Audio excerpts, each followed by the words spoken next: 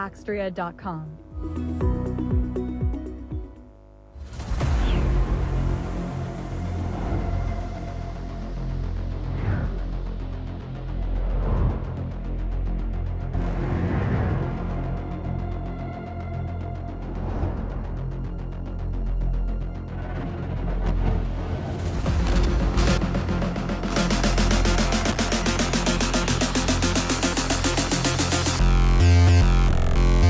EPAM India, one of the fastest growing advanced technology companies in the region.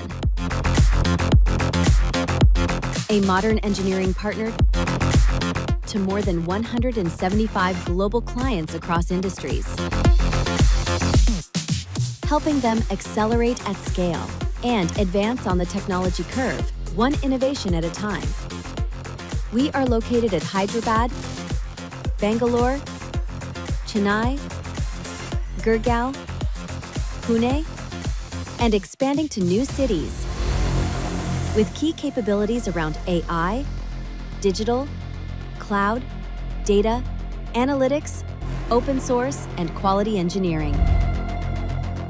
We built our culture around engineering excellence and drive it through our communities. We encourage our people to speak up and have a product mindset. EPAM India has been recognized as Best Workplace, GPTW, Best Company for Women by Avtar, Best Leadership Development Program for Middle Management, Outstanding Contribution to AI Skill Development. We drive AI enablement differently, with more than 90% AI skilled associates and roles like Advanced AI Solution Developer. Our social responsibility and sustainability efforts, EPAM India contributes to Trees for Tomorrow program and supports Wild Wisdom Global Challenge, WWF, and help improve environmental literacy. We provide access to high-quality technology education for 15,000 plus students from government schools through eKids Digital Labs. We are the home of modern Indian engineer.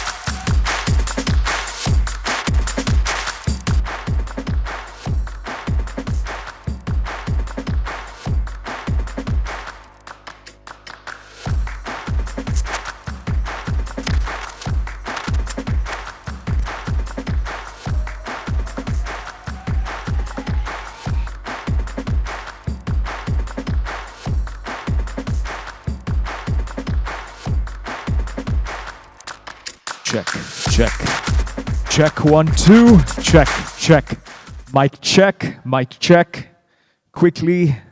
Let's do this. Check sound check 1 2 sound check. There's music playing on the monitor. Check there's music over here. Check this is better. But there's music over here. Can we stop this music? There's a check. Sound check 1 2 check. Sound check. All right, ladies and gentlemen, those of you in the venue already, requesting you to please send out a quick message to your colleagues, friends, and fellow AI enthusiasts. We will be beginning our day 3 sessions shortly. So if you have people who are in different parts of the venue, now would be a good time to call them in. We will start very soon. We're looking to start in the next 5 minutes. So yes, if you know people that have come here with you who are not here yet, now would be a good time to text them. Also, if you want to take a quick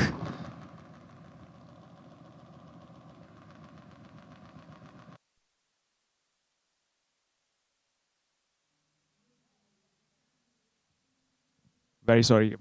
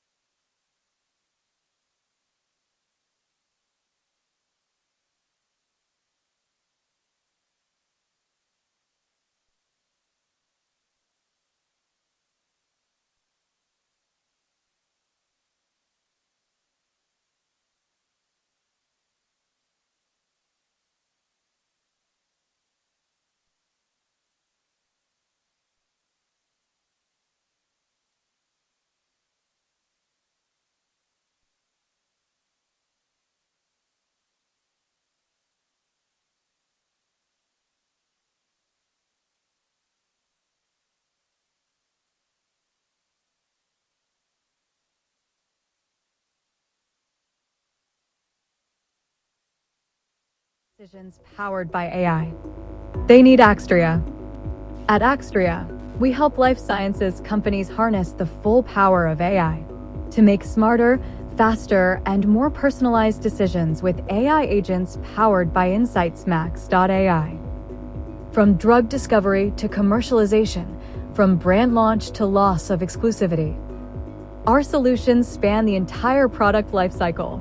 We meet you where you are in your AI journey: exploration, experimentation, commercialization, adoption, and maintenance. Whether you're building early prototypes or scaling enterprise-ready AI agents, Axtria helps you move with purpose. With InsightsMax.ai powered bespoke AI agents, Axtria accelerates the path from insight to decisions to action and outcomes. It's not just AI, it's better outcomes for patients.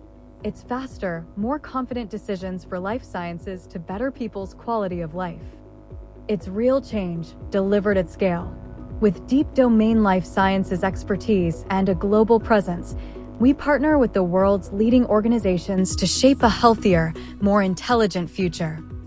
We're Axtria, AI first, life sciences focused. We turn innovation into transformation. Join the journey. www.axtria.com.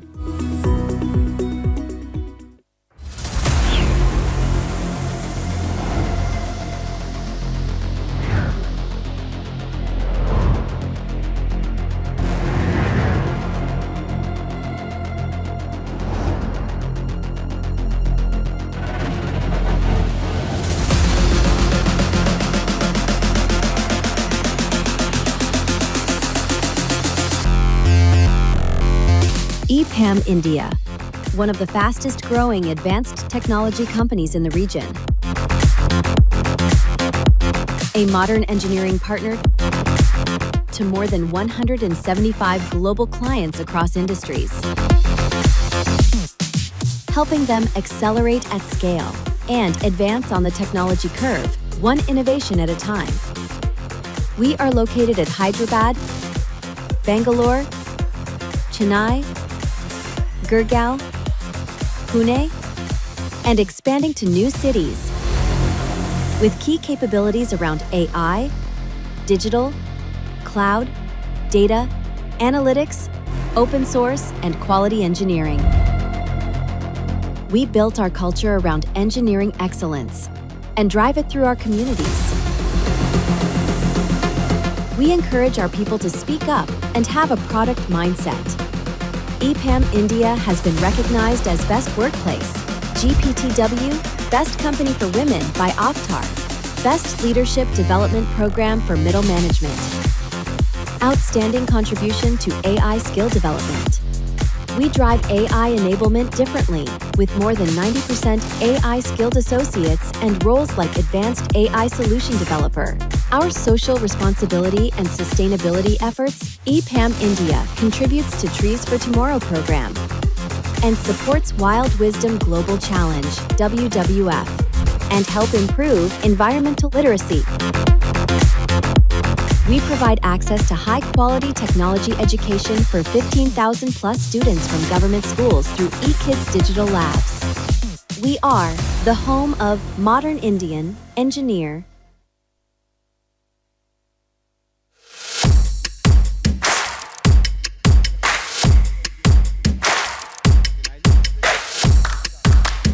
Check, check, check, hey, check, check.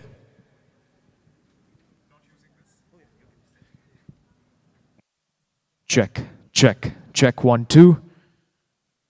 All right, ladies and gentlemen, looks like the sound system's back. We will now start.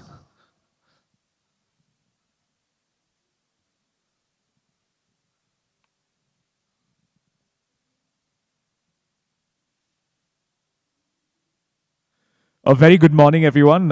Thank you so much for making it, despite the rain and traffic. Ladies and gentlemen, welcome to the final day of Cypher 2025, India's biggest AI summit and expo. Please be seated and switch your phones off.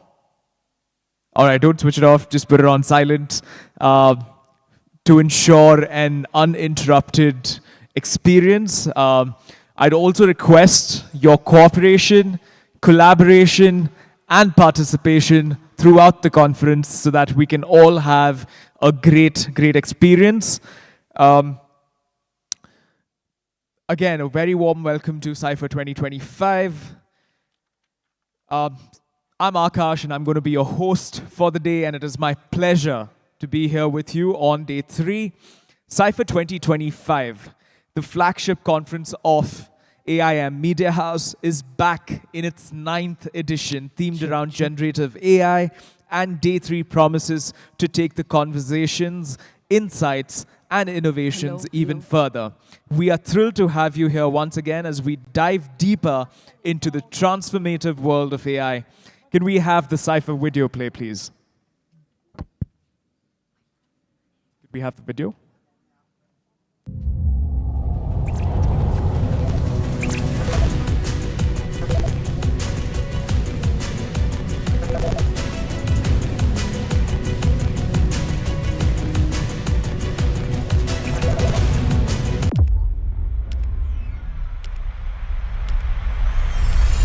India, with over 1.4 billion people, thousands of languages, untapped potential, is on the cusp of a new technological era.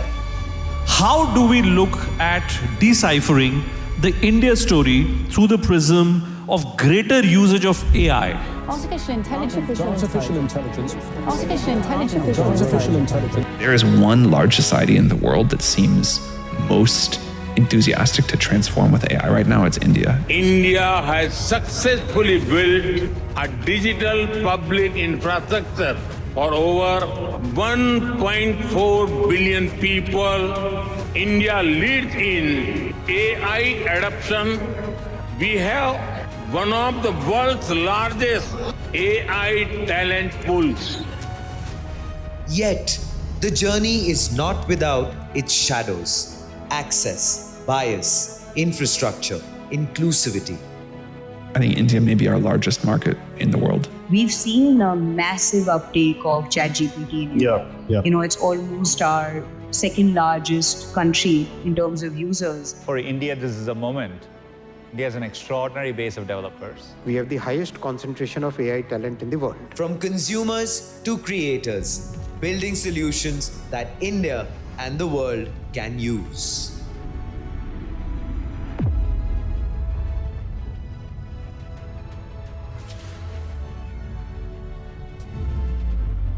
This is Cypher. This is the moment where India decides not just what it will build, but who it will become. Ladies and gentlemen, the final day of Cypher 2025 marks a defining moment in India's AI journey. The conference has become the nation's largest AI gathering, a unique platform growing rapidly in scale and influence. This year's theme, Make AI in India, captures the essence of Cypher 2025, bringing together researchers, innovators, policymakers, and entrepreneurs to create solutions that will impact not just India, but the world. Today promises transformative insights, meaningful connections, and the energy of a community driving India's AI innovation forward. Welcome to the final day of Cypher 2025, where India makes AI happen. As we begin the final day, here are a few quick updates for all attendees. Cypher's contests are still in full swing, giving everyone a chance to win exciting prizes. You can kick off day 3 with bingo, packed with thrilling challenges. You can participate now and win some amazing prizes. There's a treasure hunt that runs today as well from 4 to 5 p.m. It's a fun way to compete, explore, and enjoy the conference floor. Registrations will be open from 11 a.m. to 12 p.m. with the top 30 teams selected on a first-come, first-served basis. Social media enthusiasts, team up with your friends, capture your moments, and share the Cypher experience. Now, highlights from the conference so far. Today, we're joined by Charu Sharma, widely recognized as the voice of Indian sport and the visionary behind Pro Kabaddi League. With decades of experience as a commentator, anchor, and a sports analyst, Charu brings unmatched expertise and enthusiasm to the AI quiz, which will be happening today, to ensure a lively, interactive, and an unforgettable session for all conference participants. And to close Cypher 2025 in grand style today, we have with us Kenny Sebastian, one of India's most beloved comedians, who will take the stage. Known for his sharp wit, relatable humor, and impeccable timing, Kenny promises to deliver a performance that will leave us laughing, reflecting, and celebrating the remarkable journey of this year's conference. And if you're looking to expand your network, make sure to join our speed networking sessions happening today near the Expo stage area, right next to the tea and coffee counters. The sessions are scheduled for 10:45 to 11:30 a.m. And then there's a part 2 happening at 3:45 to 4:30 p.m. in the afternoon. Each runs for 45 minutes on a first-come, first-served basis.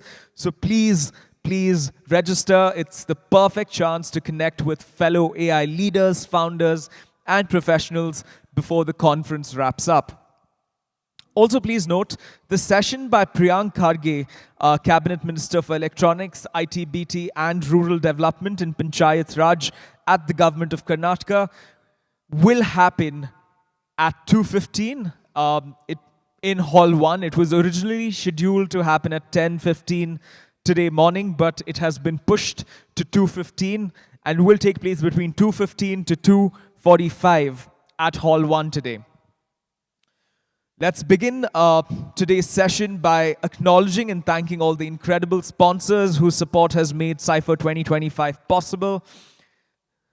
Cypher 2025 is presented by NextGen, powered by GenPact, in association with Snowflake, ecosystem partner KTech, Startup Karnataka, platinum sponsors Cisco, 11 Labs, LinkedIn, Tridence, AI cloud partner NASA, gold sponsor AXA, EPAM, Tiger Analytics, Uber AI Solutions, silver sponsor Data Pelago, Epsilon, Lowe's, Skyflow.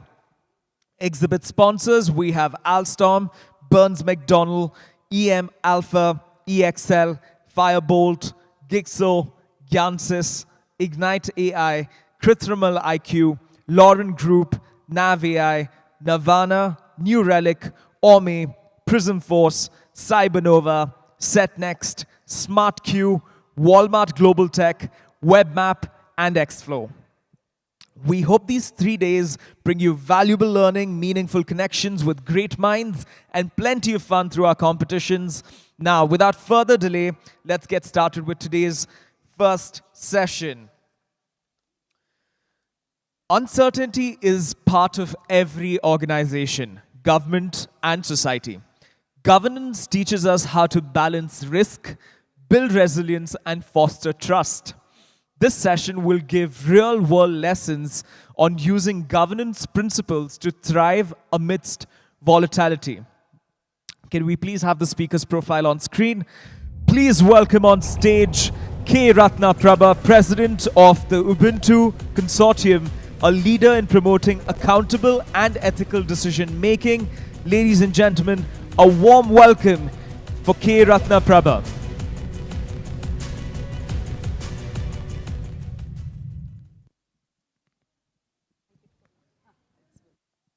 Ladies and gentlemen, this is the first session of the day. I think we can give her a warmer round of applause, please.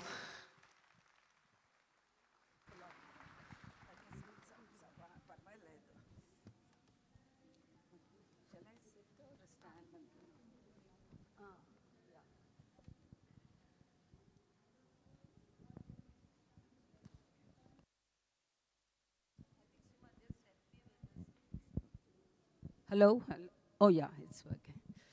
So good morning, ladies and gentlemen. Today, I think, is the last day of the event, and I'm sure the last days are very difficult to handle. My name is Ratna Prabha. I belong to the 81 batch of the IAs. And what we do is totally different from what you do. We are in two different worlds. You know, IT is something which is beyond the reach of the common man in the village, and everybody aspires their child to do engineering and get a job in IT companies. Now the demand for government jobs is lesser. People want to join the corporate world. Now, the subject given to me is what governance teaches about navigating uncertainty. See, government, when you see from outside, is different, and when you are in the government, it is different. For me, when I joined the service in 81, we were 140 probationers, out of which were 13 women. So nowadays, we have almost 30 to 40% of women getting into service. But when we got in, we were very few. And when I got allotted to Karnataka, you can imagine Karnataka was not what it is. Bangalore also was not what it is now. And I get a call saying that the chief minister wants somebody very fresh and different to be posted in a district called Bidar, which is the cornermost district of Karnataka. And when we finished our packing and we were just coming back home to join, I get a call from my course director and saying, Ratna, I'm sorry, everyone has got a very good district. Somebody is going to Mysore, somebody is going to Belgaum, somebody is going to Sakleshpur, somebody is going to North Canara, but you are going to Bidar. I don't know why they gave you Bidar. Being a lady, they should have given you Ramnagar or Dodbalapur or Chikbalapur. How come they have given you Bidar? And I jumped with joy. I said, sir, I'm very happy. Then he said, why? I said, I belong to Hyderabad. So Bidar is just 120 kilometers from Hyderabad, because the Karnataka map goes up like that. Bidar is the last corner, and you come straight to Hyderabad. Oh, then he said, I'm glad. And that's how I landed at Bidar, the first assistant commissioner they've ever seen. And I think that changed my destiny. Bidar, I always say, changed my destiny, because it's so backward, no water, no housing, nothing. People used to pull water from the wells. And in summer, they used to tie a small boy, send him with the bucket down. If you hear it, you'll be really shocked. And that boy used to fill up whatever little water is there, and he would be pulled up. That was the condition. And my deputy commissioner was from Himachal, and he said, now we have to start working on providing drinking water. So started traveling into villages. And luckily, because Bidar is bordering Hyderabad and bordering Maharashtra, I could speak Hindi. Otherwise, learning Kannada would have been very difficult for me. So now coming to this subject of how governance, you don't know what is governance. See, just like all of you, probably you finished your engineering or whatever and joined a company. What you study is different and what you work is different. Similarly, when I went there, everybody came running. In AC Sabai, AC Sabai, nahi AC Sabai. Everybody started coming and they were seeing who is this. And very interestingly, the day I joined, my mother also had come with me, and some people came to the gate because they wanted to meet the AC Saab. And then they saw my mother and they thought she was the AC Saab because I was just 22, 23. And they started pouring out their grievances. Then my mother said, you come to the office tomorrow. And when I went to the office, they saw me. They were like, oh, madam, sorry. First of all, seeing a lady as an AC at such a young age was very fascinating for them. And for me, it was terrifying inside. How do I deal with the people? How do of course, I've undergone the training. Undergoing training is different. doing something for the people straight away is different. So I'll just narrate two instances because I've already written a book, Chronicles of an AC Saab, which is available with Sapna, that gives all the interesting incidents of how I learned administration. So only two instances I want to narrate. One is, in those days, there were no phone calls, no phones. Oh, but that black instrument used to be there. If any of you have heard of it, you're so young. And it used to go tring, tring. And if I have to book a call, I used to dial 180. And that lady will say, trunk call, please book a trunk call to Tahsildar Bhalki, Tahsildar Humnabad, whatever. And the trunk call will come late in the night. They'll say, madam, were you trying to book a call when I after return home? Tahsildar, call is out of order, line is out of order. Or sometimes they would say Tahsildar on the line. By then I would have spoken to him from the office. That was the situation, and suddenly we get a call that some villagers have assembled in front of the Tehsil office. And Tahsildar is missing. Okay, when he saw the crowd, he ran away. And I had a Tahsildar Fayaz Ali, very interesting. He said, madam, I dar gaya aur bhag gaya. So then the DC, the district admin's collector, he called me. And he said, look, this Tahsildar fellow has run away somewhere. Now a huge crowd has assembled in front of the Tehsil office. And the police are not able to control. Now you better rush. And you control the crowd and see what is the situation. So, see, this is what navigating uncertainties. Government doesn't mean sitting in the office and just seeing some files and, passing orders. I said, okay, sir. You said you go. So I had to go because I had to listen to, I was also scared. I was wondering what I should do. And when I landed, there's a huge crowd, around 300, 400, men and women, all screaming and screaming and screaming, saying, Tahsildar was not there. He's not here to receive our grievances. We are sitting here from 2-3 hours. We don't have drinking water, blah, blah. So when I saw the crowd, I was wondering how to handle. The police were all around and they said, madam, ye problem hai. So then I always feel, what is administration? Administration is nothing but presence of mind. Using your mind, presence of mind. I was like, how to handle these people? They're all shouting.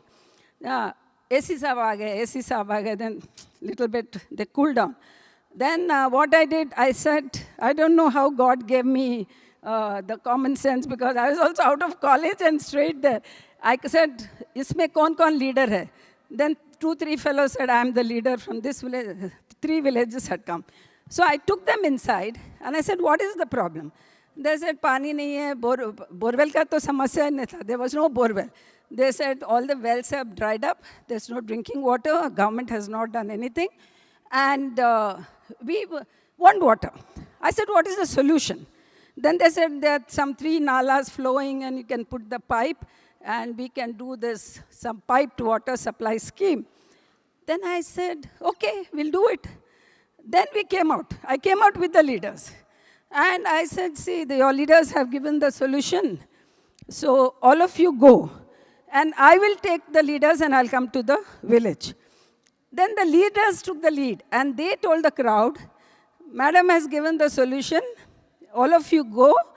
And we are going with her. So I put them in my jeep. There used to be that old, some Willis jeep.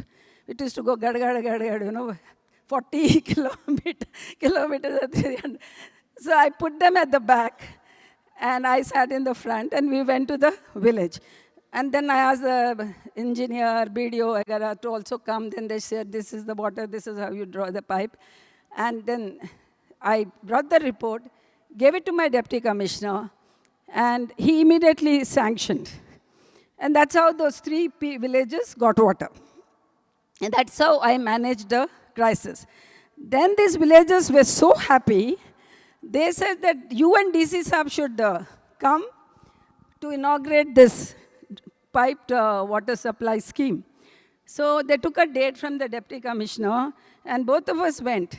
And from the village entrance to the village, they were doing that band baja and dancing and took us in. And they said, you people have given us water. So that is how, I started solving crises one by one. And Suma, you'll have to tell me when the time is up, because 20 minutes is too less. Then the second incident, as AC, I wanted to narrate, was there was this group of boys who were teasing girls in a college. And this was raised in the assembly. And Ramakrishna Hegdeji was the chief minister, and my deputy commissioner got a message that this has made a hue and cry in the assembly, and some action should be taken. And my DC looked at the kya karna hai. Then he called the SP. Then the police was scared to take action against these boys because they are related to a MLA. So my SP cleverly sent a report to take action under externment proceedings, which in Hindi you say tadi par. That means externing them out of the district, sending them out of the district. And my deputy commissioner also thought, why should I take panga with the MLA? So he sent it to me. He said, as SDM, you also have powers, you do it. Then I looked at it. What section? Section 55 of the Police Act, blah, blah. What to do? Then I asked my magisterial clerk. He said, ma'am, we have never dealt with such a case. What to do? We called up Gulbarga DC office, because Gulbarga is a bigger district. Then they said, yeah, we did a case like this. Then one clerk went by bus, brought that case, and we went through it. And accordingly, I issued a notice to the 4 boys saying why action should not be taken to throw them out. And then the whole proceeding started, and DC was like, no, I'm getting calls from Bangalore, you have to pass your order very fast. So then I passed the orders of externing these 4 boys out of Bidar district.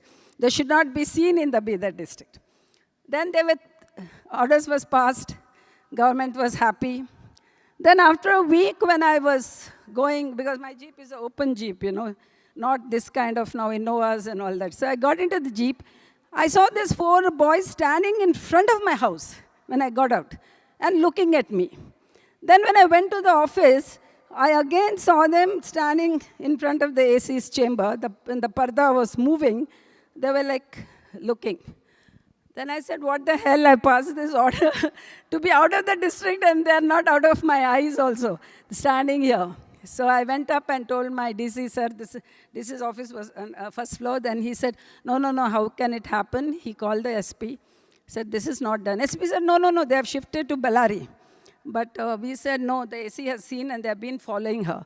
And then I wrote a very strong letter, this is what is happening.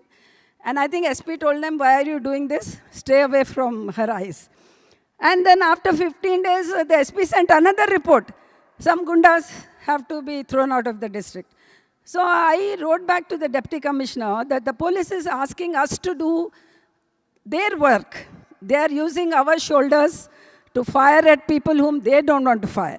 And if they cannot take action against these 4 college boys, why should we do this? And please ask the police to do their duty, and I wrote back. So that was a very interesting incident, which I still remember that in my first posting, I was daring enough to pass an order against, relative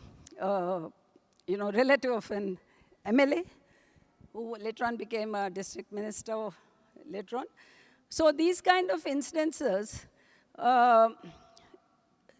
I want to share, which shows that, administration is not just books. Administration is not just rules. Administration is not just sitting in office, but mixing with the people, mingling with the people, meeting the people, and trying to rise up to their expectations. By the time 1.5 years was over, and I was promoted to go to Chikmagalur on a higher posting, we had provided nearly the 200 to 300 borewells to Bidar district. And that is how the people in Bidar still remember me. And there are so many girls named as Ratnaprabha, which I feel is very, it's a tribute they have given to me. So and so many, and as I told, I wrote a book on that whole, my days of Bidar, because now it's 40 years. 83, I was Assistant Commissioner Bidar. But the memories are so fresh, and people, whenever they see me, here and there, they recognize me. Young boys recognize me, saying they were in school, now they are working. And they said, you were Bidar AC and Bidar DC. In fact, recently when I went to Vidhan Sauda, a gentleman was passing by, elderly man, and he looked at me and, Aap, Ratnaprabha ma'am, Bidar ke deputy commissioner the, because I again went back after 10 years as deputy commissioner. I said, हाँ, आपका दौर ही कुछ अलग था, he said. So, it's like ruling. It's like ruling when you're in a district. You're ruling an area. And what you give to the people, they remember. Then again, I went to Chikmagalur as a development officer. From revenue to development, I had to do only development. And we had to give the first of its self-help groups loans to women. And we had meeting with bankers. Bankers said, no, women won't repay, the usual story and all that. Then we convinced the bankers. And then they wanted to give loans for papad, pickle, phenyl, etc., etc. I said, no papad, pickle for women. They've been doing since generations. Even now they are doing anyway. But then I said, let them give us something different. So we gave them cane making, and we gave them some lands for coffee growing and things like that. And the whole district, there was a revolution of women empowerment. I think it's the first time. It was a pilot project which started. Now it's there all over the country, which is called self-help groups. They call it Lakpati, Didi, or so many programs have evolved out of this whole self-help groups program. So what happened was one day, my BDO told me that the district MLA wants to meet me. So I was wondering, who is this MLA? Why does he want to meet me? Then one very haughty-looking, hefty man came in. He said, Nanu illi do MLA. So I said, okay, some hesaru helidru.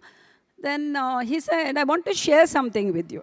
I said, I was thinking he came to confront me, but actually I was pleasantly surprised. He said, actually when you were posted here, I had protested against your posting with the chief minister.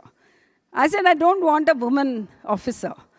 But I have observed you for 6 months, and I realized that you're much better than a male officer. Much better. And I thought I should come and tell you this. He said, did the chief minister tell you that I protested? I said, oh, no, sir. Then he said, but I had protested, and I realized that there is no difference between a male or a female officer. As long as you work for the people and do your best for the people, you have the passion to work for the people, then it doesn't make a difference. And now I'm taking back my words, and I'm going to meet the CM and tell him he did a very good thing of posting you here. So, these are things which in the administration and in the government, you feel, yes, you're on the right track. You're doing something different for the people. And at that time in Chikmagalur, that is the story which I share with everyone. The school teacher, Mr. Kashappa, came and met me and said, I want to share something with you. See, so many officers come and go. So many officers come and go, but women officers come very less. That was those days. Now, of course, 30-40% women are there. Your IT secretary herself was a lady. So then he said that when you are there, you should do something for women. If you don't do something for women, who else will do for women? So women have to support women for their growth. And that stuck in my mind. And wherever I worked, I've been working specially and specifically for women. So that is the learning. We learn administration from people also.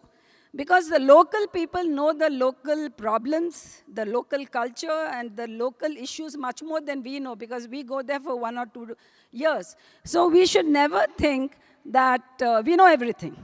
We always learn from the people. And done? Bell ಹೊಡೆದಿದ್ರಾ? 5 minutes? No, ma'am, this time. Please continue. You have 5 more minutes. 5 more minutes. So, okay. So that is how, in the administration, see, I'm stuck in my second posting with that. So I think I should write a book, and I hope that all of you will like reading my book. And now how do I end it? 5 minutes? Okay, the last. So finally, I was Additional Chief Secretary, Industries and Commerce, and I came in touch with a lot of industrialists, and Karnataka was in the 13th position when I took charge. Again, the same story. No woman has been posted as Industry Secretary. Women should be always in education, women and child, Kannada and culture. Why should you post a woman into industry? I don't know the CM seeing my background work, because I already worked as IT Secretary of Andhra Pradesh, the SEZ Development Commissioner, so posted me as Industry Secretary. And there, I brought Karnataka to #1 position in 2014. And from then, Karnataka remains to be #1 in industry. IT, we have always been #1, not an issue, but in industry. And similarly, when I went to Hyderabad on a deputation, I was posted as IT Secretary. At that time, only the high-tech city was built by Chandrababu Naidu, and then the next CM, Rajshekar Reddy, had come. And I was posted as IT Secretary there, and the entire Cyberabad, at least the beginning of it, Infosys, Wipro, and so many, Polaris, I don't remember, so many companies came up there that now when I go to Hyderabad, I don't recognize that Cyberabad's changed so much, because in 10, 20 years, a lot of IT growth has happened. So I think policy decisions, working with the industry. See, I am not an IT person. I learn from the IT industry. What they want, give them what they want. I'm not an industrialist. I work with the industry department. Give what the industrialists demand. Similarly, on retirement, now I'm working with women entrepreneurs. I was very happy to know that they've called me President Ubuntu Consortium and not former Chief Secretary, Government of Karnataka. So I'm here in my new role of working with women entrepreneurs across India, in Tier 2 and Tier 3 cities. And we've trained now nearly 4,000 women in digital marketing on mobiles. And we are working with ONDC. We want to onboard products onto Flipkart. We are working on various social media platforms to encourage women entrepreneurs to grow. That's my present role, and I continue to work despite now being 65, 66 years. I love working with people and being with people, and that gives me the greatest pleasure. Thank you very much. I think there's no better pleasure than seeing a smile on somebody's face. I'll just take 1 minute. I had tweeted once, because I want to share my happiness and my joy. I had tweeted once about helping a boy who became a police constable. And that tweet of mine was picked up by our Prime Minister, Sri Narendra Modi ji, and he spoke about it in the probationer's talk, district probationer's talk, and he mentioned that we should have officers like her who go to backward areas and work. All officers should go to backward areas and not want to hang around Bangalore or cities, because you don't get that opportunity to work with people as much as you get when you go to the backward areas. So that certificate from Prime Minister, I think I always cherish. And that video also I keep seeing once in a way, where he has praised my work. So thank you very much. I'm not boasting, but I'm just sharing. One can do quite a lot when you are in government. People, think they fight with some MLAs, you fight with ministers, you do all that. But that is, if you keep doing that, you can never really work. So that you have to decide whether you want to work despite all this, or only do that and do nothing and retire. Thank you very much. Check. Thank you so much, ma'am. I'd request you to stay on the stage for a bit. We're going to have a quick Q&A. Yes? Ladies and gentlemen, do we have questions? I see one hand going up here, so we'll come to you. Can we please bring the mic to the gentleman there? Yeah. Hello, ma'am. Yeah. I joined slightly late, but enough to absorb your aura and vibrance. So I wanted to ask you about, so when you told the bankers that you want to move away from pickles and papad to cane, what cane-related businesses, right? It showed that you wanted to evolve. So what inspires you to keep evolving over a period of time? Like, inspires, I don't know. I really can't say, but I want to do something different from what is existing in the system and bring about a change in whatever little tenure one has, say 1 year or 2 years, bring about a change. And I always feel that women can do as much as a man can do, or sometimes more than a man can do, but in spite of her, so many, multitasking roles she has, and women can do. So with that, because I joined service when there were a lot of men in service, and I could also excel in the service. Similarly, I felt that if women entrepreneurs are given, or women as such, given the leadership roles, or given some, a change in profession, they can do it. And that's what we found in Chikmagalur, when we encouraged them to do cane making, carpet making, blanket rearing, blanket making and rabbit rearing, poultry farms. They all picked it up very well, and they're doing and the bankers were so happy that the repayment was nearly 90% from women, sometimes 100% also. I only want to say women can do, see, it's like they say for women it's a 400 meters relay, where the man is 100 meters in front, and then she has to run and cross him or equal him, because the home is looked after by the woman. But the woman has to look after her home as well as do her profession. Thank you for that, ma'am. And now the next question. Ma'am, good morning. And from the bottom of my heart, thank you so much for your service. Thank you. That's my first thing. There is two things: governance with AI, and I'm positive if the governance, if AI had existed in those days, it would have been lovely. But governance with AI and AI governance. These are two big things, and the one common thread amongst both is uncertainty.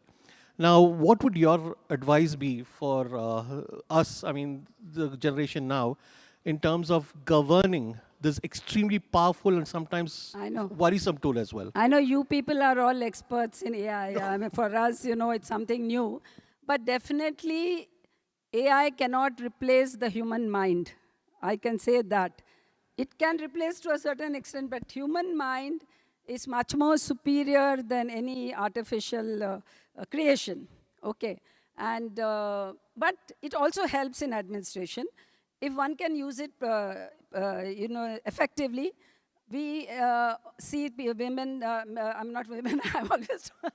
We see people using AI in office, especially in letter writing. And reaching out to people, getting information. It's so easy. Like recently, because we are doing a seminar on November 10th, I'm giving a small example. We wanted to have a title for the session. And we were all thinking what title shall be given. Somebody just went through and they said, can we say passion to prosperity? this thing, how women from passion, they had succeeded to prosperity. So that, the AI could help getting us. But if you give me 1 minute, I'll share one joke on the AI. So why I said human mind is more. See, recently we had one guy who came because we need people to work in the office and we can't afford the kind of salaries you people get. So we really suffer in getting good quality manpower. So there was this gentleman who came, he said he's an MA, 80%, 90% MBA, worked here, there. So I said, you do one thing, you just write a letter, use AI, and do it at home. Don't have to do it. You just write a letter to the universities saying that we are a consortium of Women Entrepreneurs Association, and we want you to spread entrepreneurship in your college. In the night, he sends me a letter. He used AI, and he misinterpreted entrepreneurship to authorship. AUTHO. And he sent me a big letter. We are into authorship. We write books and all that. So I think AI is there, but the understanding is more important. Okay, time. Right. One question. Yeah, very inspiring journey, ma'am. And I would like to ask you a question I think about, 3 minutes we can do it because we do how you handled the pressure, like when you were newly placed in the bidder, and when there is a pressure from MLAs and influence and all, right? And you, how did you handle that pressure and influence your? Yeah. See, when there is a pressure, any human being at a point of time gets hassled. Especially we women get more hassle. We want to share with somebody. We don't know how we are going to handle it. And over a period of time, I think I grew to handle pressure. It happened with experience. That is one thing. Second thing is when you need to find a solution for a particular problem, then your mind gives you that answer. So I think, first of all, I can say it's experience. Second thing is your thought process. And third thing is thinking rationally. And all my decisions are taken by my own. I've never consulted. I've shared my problem. I've taken the feedback. But ultimately, the final decision was mine. But sometimes you do it. I had a fight with a MLA, a district minister once in front of the media. And all that happened. And then CM called me, said, why are you doing that? Those were the good old days. Now though you'll be transferred immediately. Now you can't afford to do that. So slowly over a period of time, you realize that the system is not an utopian system. There are people with different thought process. And according to me, all MLAs are not bad. All bureaucrats are also not good. There is a mixture everywhere. So you need to understand, and you learn by mistakes. Why as late as just before becoming a chief secretary, I made a report knowing fully well that I shouldn't make a report, okay? It's not going to see the daylight. I made the report and I was not made the chief secretary. So this also happens. But my heart didn't permit me not to put it before the government. I said, let government take the decision. But that was shared internally by the people against whom I wrote. And they had a meeting and threw me out. Then I realized that at this seniority, after 40 years, why did I do such a stupid thing to think that there'll be an action on a report? Sometimes the actions are there, sometimes it's not there. So you learn, you keep learning. Even now we learn. When you're out of power, you learn more. You know how people react to you when you're not in power. Yeah? Okay, thank you. Thank you so much. Thank you so much, ma'am. Ladies and gentlemen, if there's more questions, I request you to connect with her offline. She'll be at the venue. You can approach her and connect with her, yeah?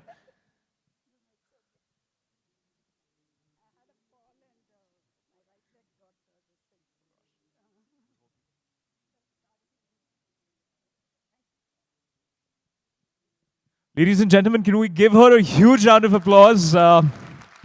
Thank you so much, ma'am.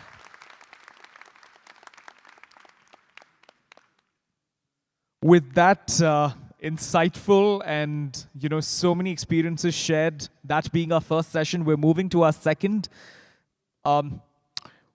This session is going to be an interesting one because what began as M's vision, synergy between intelligence and infrastructure, comes alive today through the partnership of NextGen and BUD ecosystem in today's session with Linson Joseph, Chief Strategy Officer, BUD Ecosystem Inc., and Jayant Babu Reddy, Manager, Systems Engineering, NextGen Cloud Technologies, will showcase how NextGen's secure, scalable cloud and data center backbone integrates with the BUD Foundry's GenAI native software stack.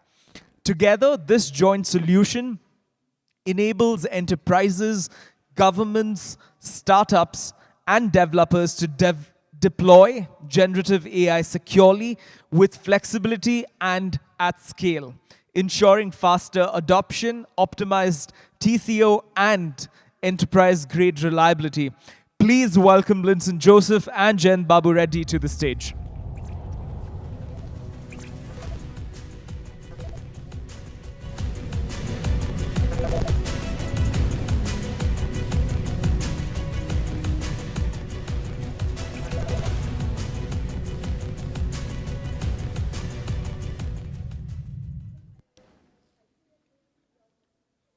Thank you.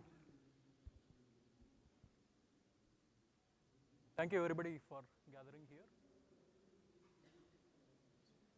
Start right. Volume.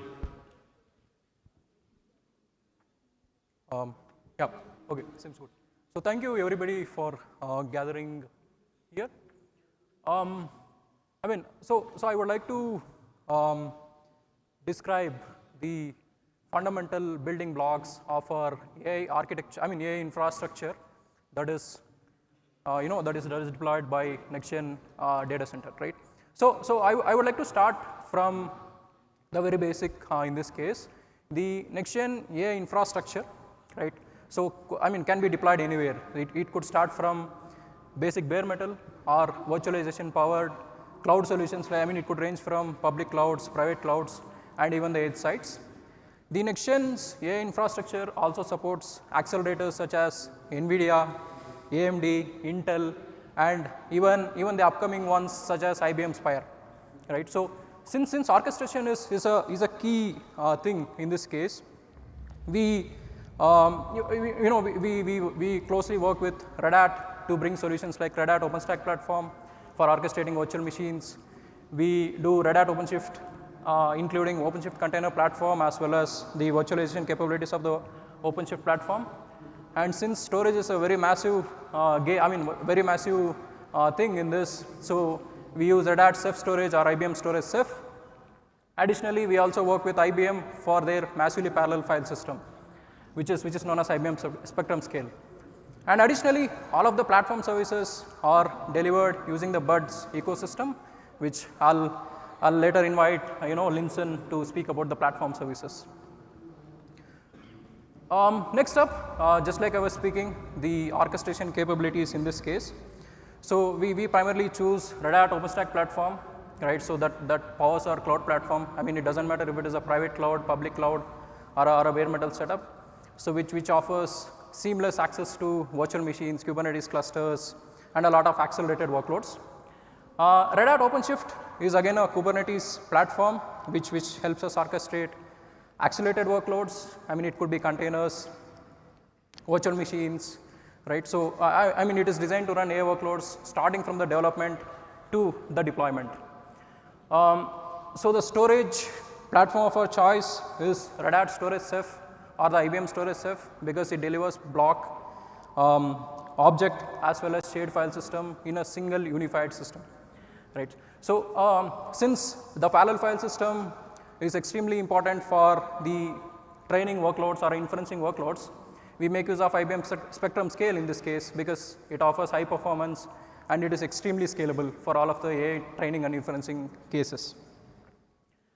Going on to the next one, so this is one fundamental example which talks about how a basic GPU infrastructure is created on top of any server platform. So in this case, there is a specific server platform that is NVIDIA's HGX H200 platform that is running, right? And each and every HGX platform comes with a specific set of GPUs, NICs, right? So it could be H100, H200, L40S for that matter, and it could come with ConnectX cards for the accelerated networking. So starting from the bottom up, so we see there is a compute node and there is an orchestration platform that is running. That is, in this case, it is Red Hat OpenStack Compute. It could be OpenShift as well, OpenShift virtualization as well.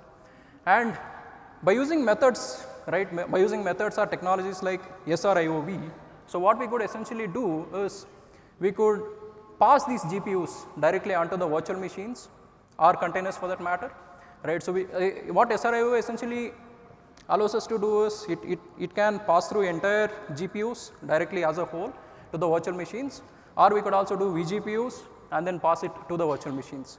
So one of the important things to see here is all of the virtual machines, right? So all of the virtual machines would be obviously in the customer control, and the GPUs or the NIC would be directly visible on the virtual machines, and they could experience a near bare metal performance. With that in place, we should be able to get InfiniBand support directly on the virtual machines with the integrated GPU support. So this will definitely enable us to use these machines for deep learning use cases or accelerated workloads in general. Going on to the next one, so this picture describes one of our large scale training clusters that is powered by H200 platform by NVIDIA. So this entire cluster is again extremely NCP reference architecture compatible, and from the middle, if we could see, so these are H200 platform nodes. So each and every H200 platform node comes with 8 GPUs. So it could be SXM or it could be NVL, and similarly SXM comes with 8 ConnectX integrated cards and 2 Bluefield 3 DPUs. So the DPU could act in the DPU could function as a DPU, or it could be in a NIC mode, but it comes with a lot of offloading capabilities, right? So if you take a look at the ConnectX, right? So ConnectX operates in InfiniBand mode, and each and every port can experience up to 400 Gbps, right? So there are 8 ports which can experience up to 400 Gbps, and these are again connected to the quantum switches, NVIDIA quantum switches, right? So we could experience almost up to, right, so 8 into 400 Gbps per node of network performance east-west. And since parallel file system is extremely important for AI training use cases and in some context the inferencing use cases, we see IBM Spectrum Scale deployed, and IBM Spectrum Scale, the accessibility towards the IBM Spectrum Scale is over RoCE, RDMA over converged Ethernet, and we should be able to experience almost 2 into 200 Gbps per node of RoCE bandwidth. So we were performing certain benchmarks in subset of the nodes, and the benchmarks are written there. I'm not sure if you are able to see that. So the nickel tests yielded around 384.6 GB per second. So we were doing some pre-training on a subset of nodes as well, and we were able to achieve almost 531 teraflops per GPU per second. And since we massively rely on the parallel file system, on a specific set of nodes, we were able to achieve almost 67 GB per second of read and 50 GB per second of write bandwidth. Yeah. So now I'll invite Linson, who is the CSO of Bud ecosystem, to explain about the AI and Clarity. Yep. Over to you, Linson. Thank you, Jent. Thanks a lot. Yep, it's a good pleasure to be here to talk about the togetherness or the working that we are trying to do to convert maybe an infrastructure into a global standard generative AI solution, first time in India. Thank you, NextGen, and for giving us this opportunity to showcase our capabilities. So if you look at India, why this has been good for us is the massive opportunities around the corner wherein India is in the forefront of generative AI use cases or adoption, and the market is going to be 58 billion by 2031. And India has been ranked globally second for GenAI usage or adoptions at this point of time. And you can see any of the IT industry in India is going to be getting benefited out of the generative AI implementation. And all of us know the startup ecosystem which is taking over at this point of time. Yeah, the market is good, but it brings in a lot of challenges for generative AI deployment. And that's what we are going to talk about it, how we are going to address those challenges. The first and the foremost challenges comes in generative AI state-of-art deployment is complex because it needs multiple models, tools, technologies, and architectures. It needs to work together. It's complex, right? That's one of the challenges. The second challenge is the security and the risk involved in it. Most of the industry or most of the companies are actually talking about putting up a kind of a wrapper on top of the large AI cloud and the proprietary models. And that's actually going to bring in a lot of risk, and that's exactly what the challenges the industry is facing today. And the third, as I said, the wrappers. For example, a startup or an enterprise, you have an idea, you actually go and put a wrapper on a large cloud proprietary deployments, and next time, those data of yours becoming training parameters for that particular company, and probably your USPs might be eaten away in soon. So that's the challenge that we're talking about it. But having said that, do we have an infrastructure which can actually help you deploy a secured infrastructure where you can deploy your solution stack? And that also is not there in India, and probably we'll talk about that in a few minutes. Taking forward from here, and the journey, if you look at it, the open source model is capable, it is actually have an accuracy, it's more TCO enabled, but unfortunately, most of the customers takes the journey towards large cloud model because the challenges involved for deploying the entire stack. You need to talk about the scalability, you need to talk about the observability, the security, all those is needed when you're talking about open source deployment, and that's the reason why most of them easily goes into a large cloud model or a proprietary deployment. But what at Bud we do is basically, right, we actually create the fundamentals or create the fundamentals for generative AI deployments, wherein all your models as well as the agents and the tools all will be a fundamental platform. They live, learn, and get deployed together, and that's what we're talking about it. Think about it, the SAP movement in the global system or the software industry. How they integrated these things together is what the Bud ecosystem is bringing together for you. It makes the open source model deployment much faster, easier, and make sure that the customers can take an advantage on a platform like NextGen, what Jayant has been just alluded at this point of time. Now, if you look moving forward, what Bud stack is all about, or Bud Foundry stack is all about, if you look at it, the two layers, what Jayant we talked about, the link layer and the physical layer, and on top of that, the entire layers that required to convert a cloud infrastructure to a generative AI-ready cloud, generative AI infrastructure is what the Bud stack can offer here. And it can be deployed across any hardware, no hardware lock-ins. For example, NextGen, as you showed, they are partnered to NVIDIA, Intel, or AMD. They can bring in any hardware, and you can just have your deployment on top of it. It can actually bring in the better accuracy and better performance, and I will be able to show some of the data, and you will be thrilled to see that the performance that's been giving compared to a large model deployment on a code generation that we are talking about right now.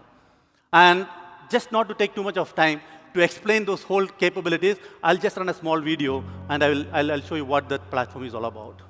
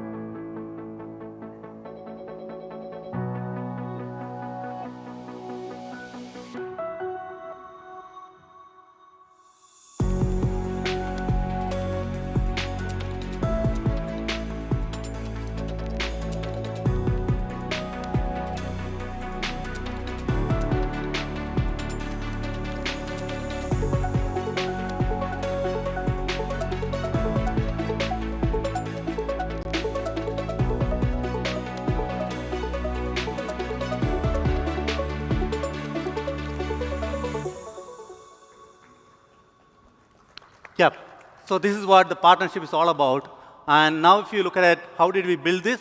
And this shows about the deep integration between NextGen and the BUD, what we're talking about. Here is where the convergence of intelligence and infrastructure happens. And here is the actual integration happens for the ecosystem. And you may not be able to see anywhere in India this kind of a deployment. And this is the first time in India a cloud service provider is trying to build this and making sure that you have the infrastructure where you can deploy your stack.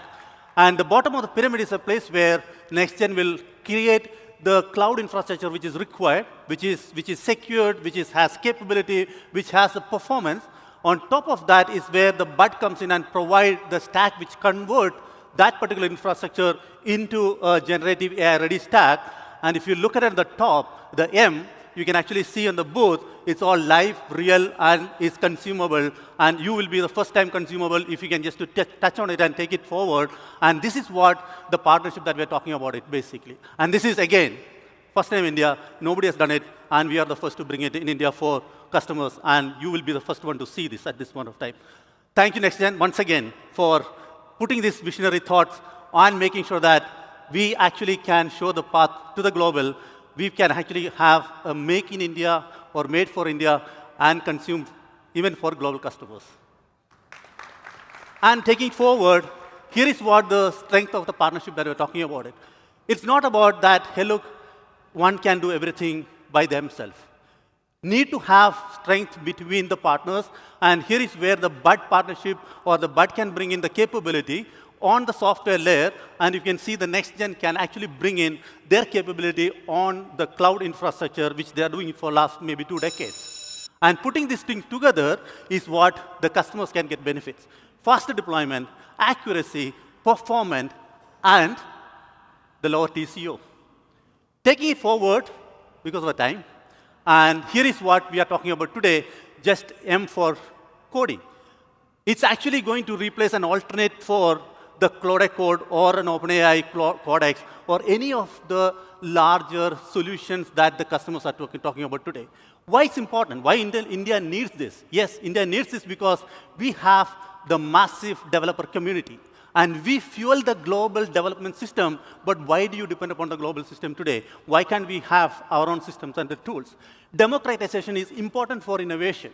Cost structure is important for innovation. So hence, having a tool which is most cost effective is what we are trying to do out of this particular engagement that we are talking about it. And then enterprises and the government visions that we wanted to just make sure that we fulfill it.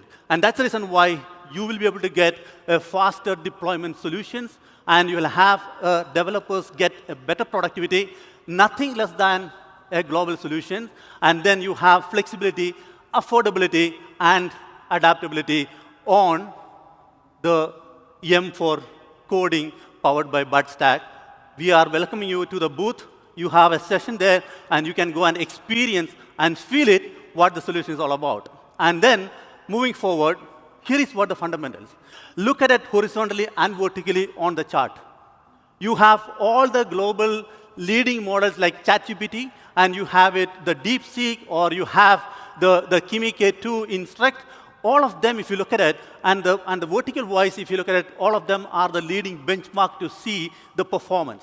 Now, M is actually beating across the spectrum, across a large model. Talking about a trillion model, and then our installation of a CodeGen is actually beating all of them. And that's exactly what the performance that we're talking about it. This is where India shines. And this is the reason why we have our own tools in our hand, and we can take it to the global customers, and our developers can get benefit out of it. Nothing less than a global solution that's getting deployed. And most of you might be using Claude, or you might be using ChatGPT. Don't worry. We are in power with them. And if you look at that further chart, right, and here is where we are, the SW base verified, we are in par with Claude. All other models, other implementation, we are beating them at this point of time. You look at any of the benchmark, right? And that's exactly what we're trying to do. But the surprise is affordable price points. Meet us in the booth. You can explore, and they can find it out how exciting this journey would be, and how exciting journey that we can make it for each and every enterprise, startup, and the developers, and that's our vision at this point of time. Taking it forward, finally, Bud and the NextGen can actually delivering India's first sovereign AI cloud. And that's exactly what we're talking about it. You are free from all the security issues, all the performance issues, all the deployment issues. You can take it forward. We are the trusted GenAI partner. Come to us. We will show a path, deployment, and scale on the data centers and take it forward from there on a generative AI solutions. You don't have to build a wrapper anymore. You can actually own and you can actually deploy your own solution stack on a cloud infrastructure. It's a unified stack that we're providing, and then finally, faster to take your product to the market and at a better security and the scalability, no risk.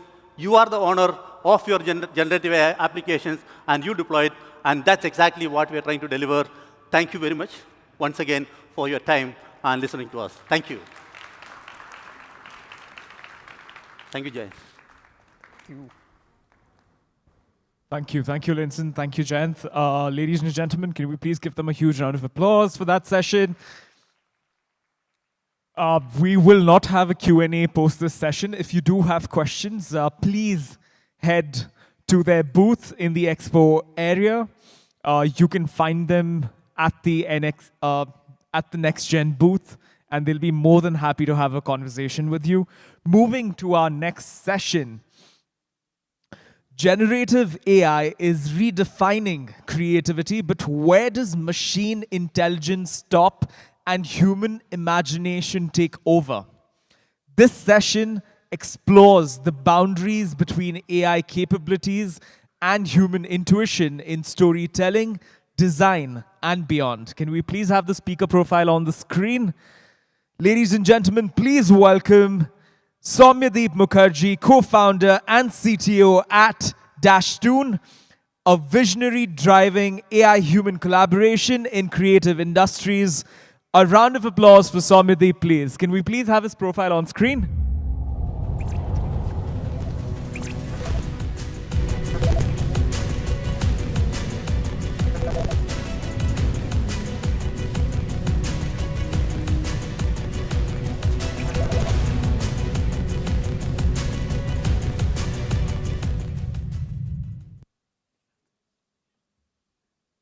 Hey everyone. Yeah, I'm Soumyadeep. We used to call ourselves Dashtun before, now we are Dashverse. I'll come to what we do, but first let me quickly start. So like what I'm trying to say. If anyone can generate, what makes it unforgettable? So one of these images is AI generated, one is real. I don't know if you can figure out, but that is what we are gonna think more about and how we approach this supply of infinite content that is coming in the world. So firstly, everybody has stories to tell. Historically, we as humans love stories, and we have always been telling stories. So this is a painting which was 51,000 years ago, which tries to tell a story. So, and human body is designed to tell stories, and we as humans accept stories, we create stories, we live stories. And a lot of society is built around stories. From the concept of money, which is a story that the humans have aligned ourselves to, even the concept of religion, everything that runs our society is around stories. So stories have always been a very, very integral part of society and culture that drives us as humanity. But as we have seen that technology has advanced storytelling in different fashions. For example, printing presses democratized books, letting millions to access them. Radio and film shared emotion. Suddenly, everyone could have shared emotions. And then televisions brought these emotions and stories to our living rooms. And then the internet put these creations into everyone's pocket. So every time that there has been technology has improved storytelling or has disrupted storytelling, it has made it more accessible. More people are able to tell stories, more people are able to visualize those stories. So one interesting tidbit I recently read was this. Democracy would not have been possible without storytelling being this distributed. historically, most societies, before information dissemination became easy, were all autocratic societies or monarchical societies. It is because the storytelling became more distributed, we could access more stories, is when democracy also became possible, and each of us could have a say in how the society functions. So now with generative AI, what it has enabled, or what we think it enables, is that now this storytelling is in everyone's pockets. Now we are opening up even more detailed form of storytelling in everyone's hands.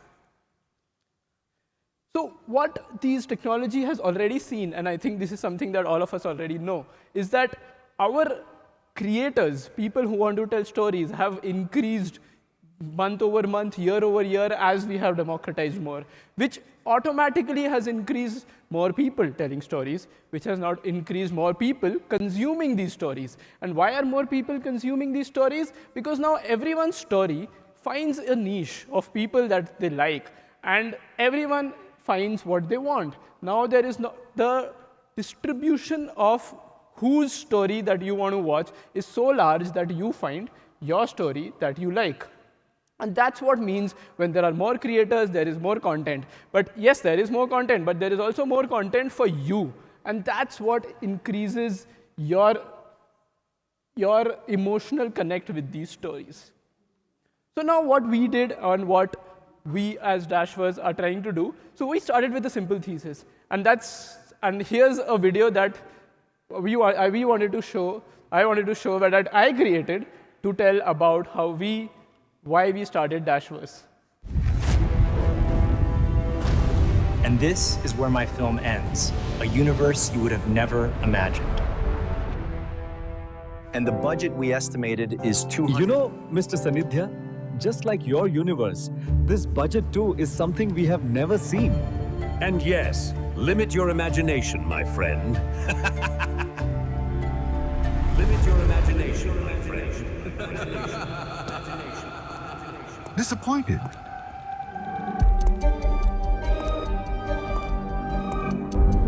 Who the hell are you guys? Does it matter? What matters is you take this pill and believe what they say. Or choose Dashverse and create what you imagine.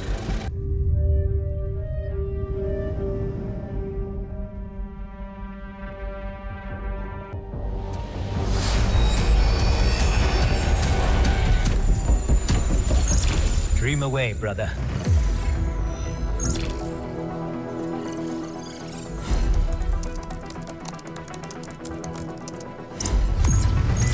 Wow. This is amazing!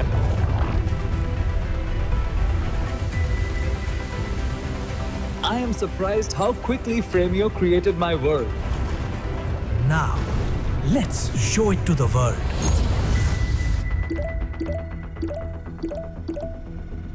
This is exactly how I imagined. But the budget. Don't worry, brother. We not only crushed the budgets, we have rewritten the rules of filmmaking. This means no one can limit my imagination now.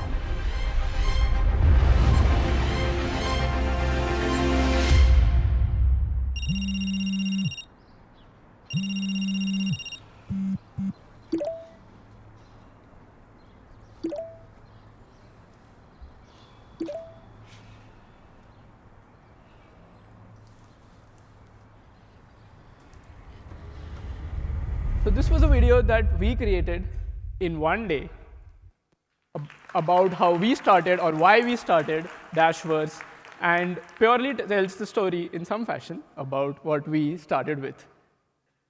Now what this has made possible, now let me show you another video of this is something that we created. These are not as creative of people, but now let me show you a quick tidbit of what our creators have created and have put it on our product.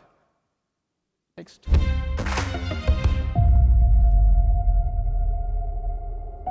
Ram ने मेरी नाक काट दी, अपमानित कर दिया मुझे।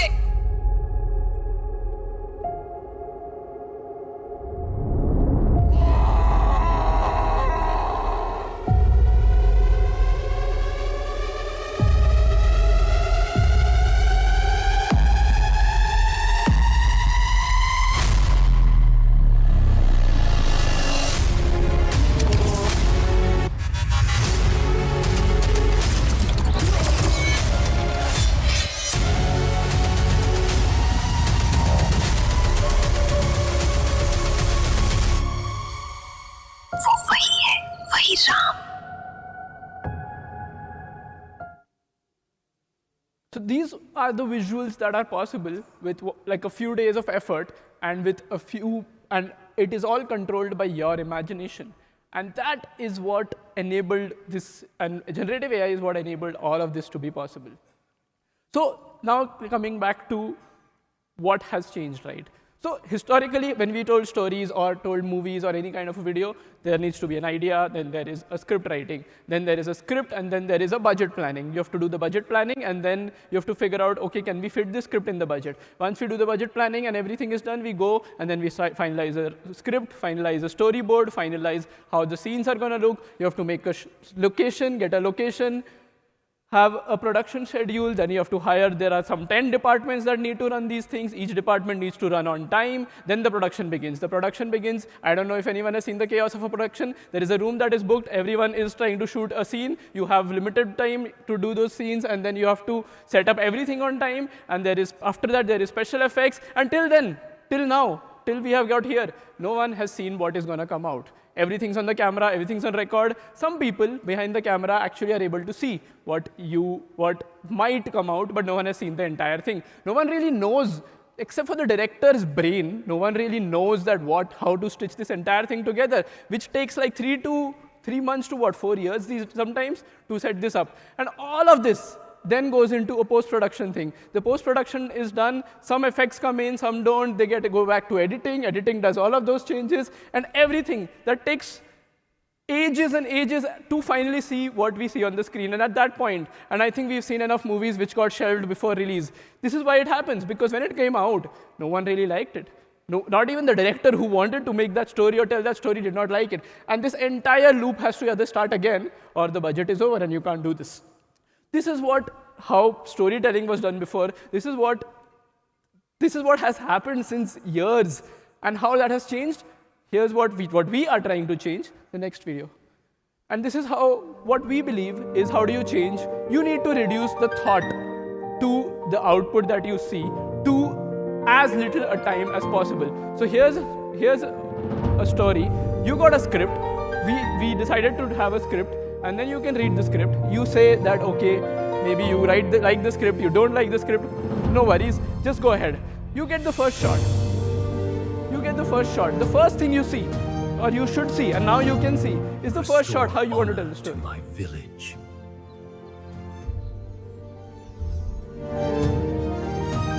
So I don't like this shot. I want to change this. And I want to change this way. And then immediately you should be able to see. You saw that this is the output now. And now you're like, okay, this looks okay. Now let's generate all the shots and see that where it lands. And then we'll quickly, like in the matter of minutes, we'll see all the shots. We can see the entire video. So you saw your first version of your video in 15 minutes of your effort, of the time that you saw. The shogun, and that young samurai. Follow the river. And you'll find this is just the first version. And now you can keep editing every scene by scene, spend as much time as you want, and as much effort you want to put there in order to get your story to life. Show yourself! And that is what your imagination to life should look like. That you need to think and you need to edit things like you think, not in this entire supply chain of things that need to be solved. And that is what makes storytelling more powerful. One of the core things that you would see is that, thank you. One of the core things that you would see, and something that we have been very opinionated about, is that the story is in your control. The story is in the creator's control. We help with the production. We don't want to take away the story from a human, because it is the human's emotion, it's the human's journey, it's our thought that humans connect with. And with that thought, in the world of infinite content, stories that generate a connection is the difference, is the moat. That's it from me. Thank you.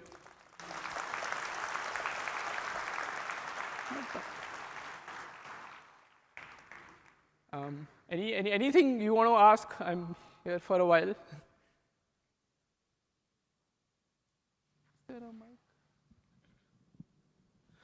Hi, really love your presentation. I just had a quick question. So as creating new content, sometimes we have the idea or the story in our head, but we want to add like aspects of things that we have seen somewhere else. Can we provide samples and then base our idea on base of that? Not a copy, but still. Yeah, so this is actually very common. Artists, the way artists learn is to get inspired by others. And inspiration is an important part to creation. And that's something that we do enable in our tool. And most of generative AI tools out there, you should be able to give references to take inspiration from and then tell your story. Because we have only learned from others' inspirations. And we should enable that, right?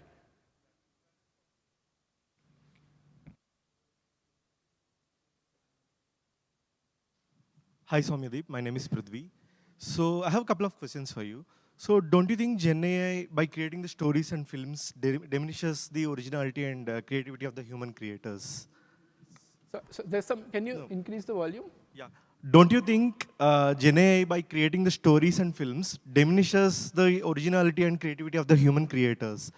And should they share credits to the GenAI tools they would do, just as they would do to human collaborators? So of course, if you let generative AI create a story, it is just a pattern matching and it will create a story like something else. But interestingly, humans don't resonate to stories anymore that were pattern matched before, right? So just that is not how your stories are gonna bring an emotion to users. It is you telling the story and use generative AI to make your journey easier, make your storytelling more impactful, and tell stories that were not possible before is how we envision the future to be. Understood. And how do we ensure that the tools that we are using, right, deviates from our main plotline and it creates new ideas which weren't originally ours? I mean, getting the creator in the driving seat is how we ensure that it creates new ideas. But of course, it is finally the consumer who's going to consume this content. If they like it or not, that drives if the content is good or not. OK. Thank you. Right. Yes, just a moment. Ladies and gentlemen, I know we have questions. Trust me, we have some time also, so we will address all your questions, but we'll just go one by one. So yeah, gentlemen here. Yes. Hi, I'm Akash Kapoor. Just wanted to understand what is the tool being used here and what are the other tools you would recommend, be it open source or proprietary, for creating the contents? Sure. So this is a tool that the video I showed is a tool that we are creating. You can try it. And this tool is powered by multiple other generative AI models and tools together, and some of our internal things to be able to pull off what we are trying to do at this moment. Some other tools that are really good. So personally, I believe tools which give the creator infinite control is what are great. And historically, Photoshop and After Effects, so basically Adobe Suite, do that really well. But now, with generative AI, we can make that, as you saw the experience, even more democratized with a simple chat/agentic experience, which is what we are trying to do. But again, my personal sense is that the more power you give to the creator, better content you'll get. Yep. Soumya, hi, to your left, to your left, to your left, the other left, I can't. To your left. Can you please stand up, sir? Sorry. Thank you. Yeah. Thank you so much for standing up. Thank you, thank you. Soumya, lovely presentation. Thank you. What your presentation did, that 3 coffees could not do. Your energy is infectious. I just loved every moment of it. I see lots of potential of what you're doing in the business context, because in my work, my primary job is to sell the story for the enterprise level, right? What are your plans to bring this solution into enterprise, and what is the entry barrier that we as the buyers would be facing? Would love to hear your perspective. Sure. So what we are trying to do is a consumer tool and a consumer platform to consume. But that doesn't stop from businesses from using this. And you should be using, you should be using whatever is best for the business. That was the question, right? What I mean to say is, suppose I want to bring this into my enterprise, right? What is the entry barrier, right? Because if I try to do something with a production house, obviously I'm going to be spending a huge amount of money, right? Is your USP is that it is very easy to scale and my investment is going to be very limited? I mean, you don't have to answer. We can connect later. Way and you limited. can To guide give me. you some numbers around this, there is a show, what we recently launched micro drama, short drama, which is growing very fast, called Raftar, right? And it is a racing show. It has super high budget racing cars shown in the show. If you try to shoot that show in with a production house, it would, our sense is it would take like a 50K USD approximately, what in India. But what with AI and our tool, we have managed to do that at like a 10K USD right now. So like, I don't think budget you'd need a budget, you just need a vision to tell the story. Yeah, hello. Great presentation. 2 questions. One is, so you give a prompt and a video is generated and all that. But once the output comes out, you realize that there are few scenes which you want to edit, right? This is not a... So how easy is it to do that? How do you do that? That's part 1 of the question. Part 2, what about the copyright part? So you use some images and all that. So hope there won't be any copyright issue tomorrow if you put it on TV and all that. Sure. The first one, our hope or what my vision is that I want to give full creative control to you, so you should be able to edit without the complexities of a, I don't know, video editor or a Photoshop world, and that is what our vision is. Right now, we are probably at like a 6 on 10 on that kind of a thing, but we are getting better.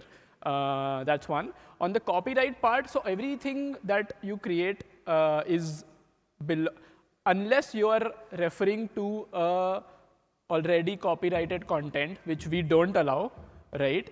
The copyright belongs to you, like the creator. And every model that we are using and everything that we are using ensures that this compliance is in place, that everything you create is yours, unless you're trying to create a copy of like which is already copyrighted. And that ownership is on you only.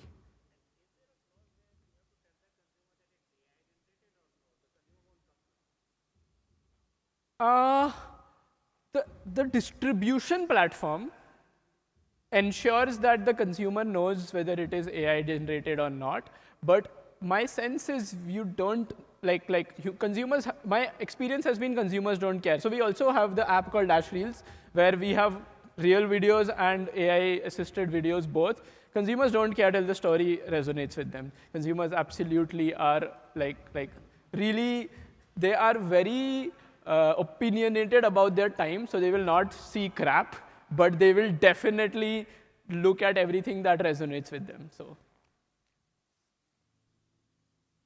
I think we have a few questions. We'll come to you, sir. Can we please get the mic there? Yes. We'll come to you. We'll come to you. Hello. Thank you for the great presentation. My name is Sir, could you Karthike. please speak up a little? Yes. Yeah. My question is, what are the modules that you use in the backend? Do we have Midjourney or other other tools like that?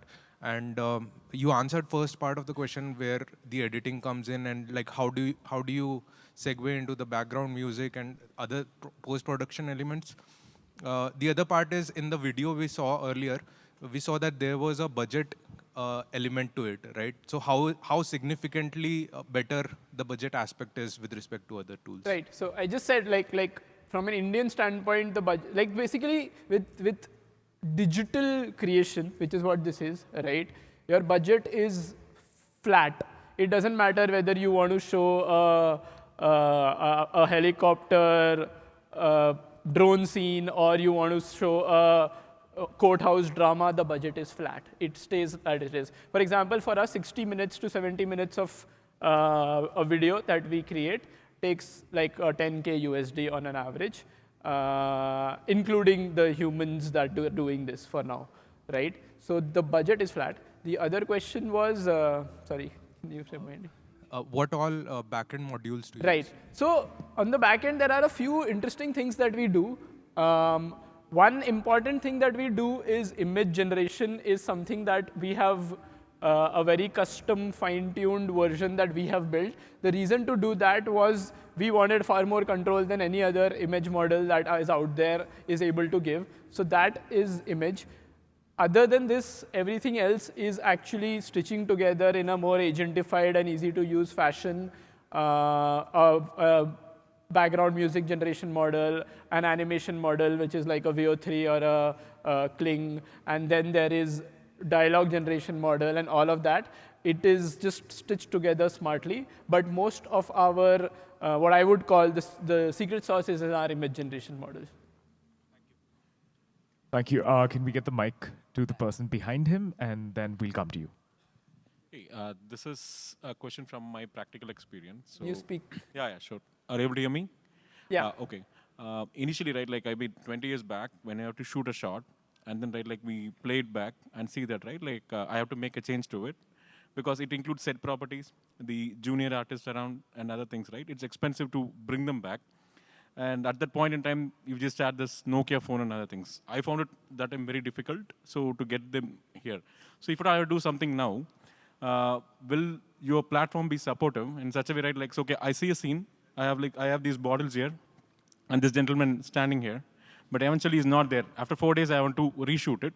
I have just the main cast. Can I just bring this person as well as these set properties in without any fuss or fuss? So if so, like, what kind of things you use in the background, like any data def, which will help to bring this here? Actually, the use case that you just said, that is possible today. Like, it's pretty easy now that you can, like, let's say you take a picture like this of me, and I want these bottles to be removed or something to be removed. But in the live, I'm saying, right, like in the motion picture with dialogues? Yeah, you can just remove that part also. Yeah, I think that is a doable thing now. Okay. Wonderful. Guys, before we take more questions, just wanted to make an important announcement. You know, for those of you looking forward to the session by Mr. Syed Atif Umar, Chief Data and Analytics Officer at Nykaa, that session has been cancelled. So we are going to extend our Q&A session. And the next session is happening, which is by Mr. Sandipan Mitra, co-founder and CEO at Hungerbox. So that is happening, but the session by the gentleman from Nykaa, that's been cancelled. Now moving on back to our questions, right? So can we please give the mic to him? We'll come to you, sir. We'll come to you.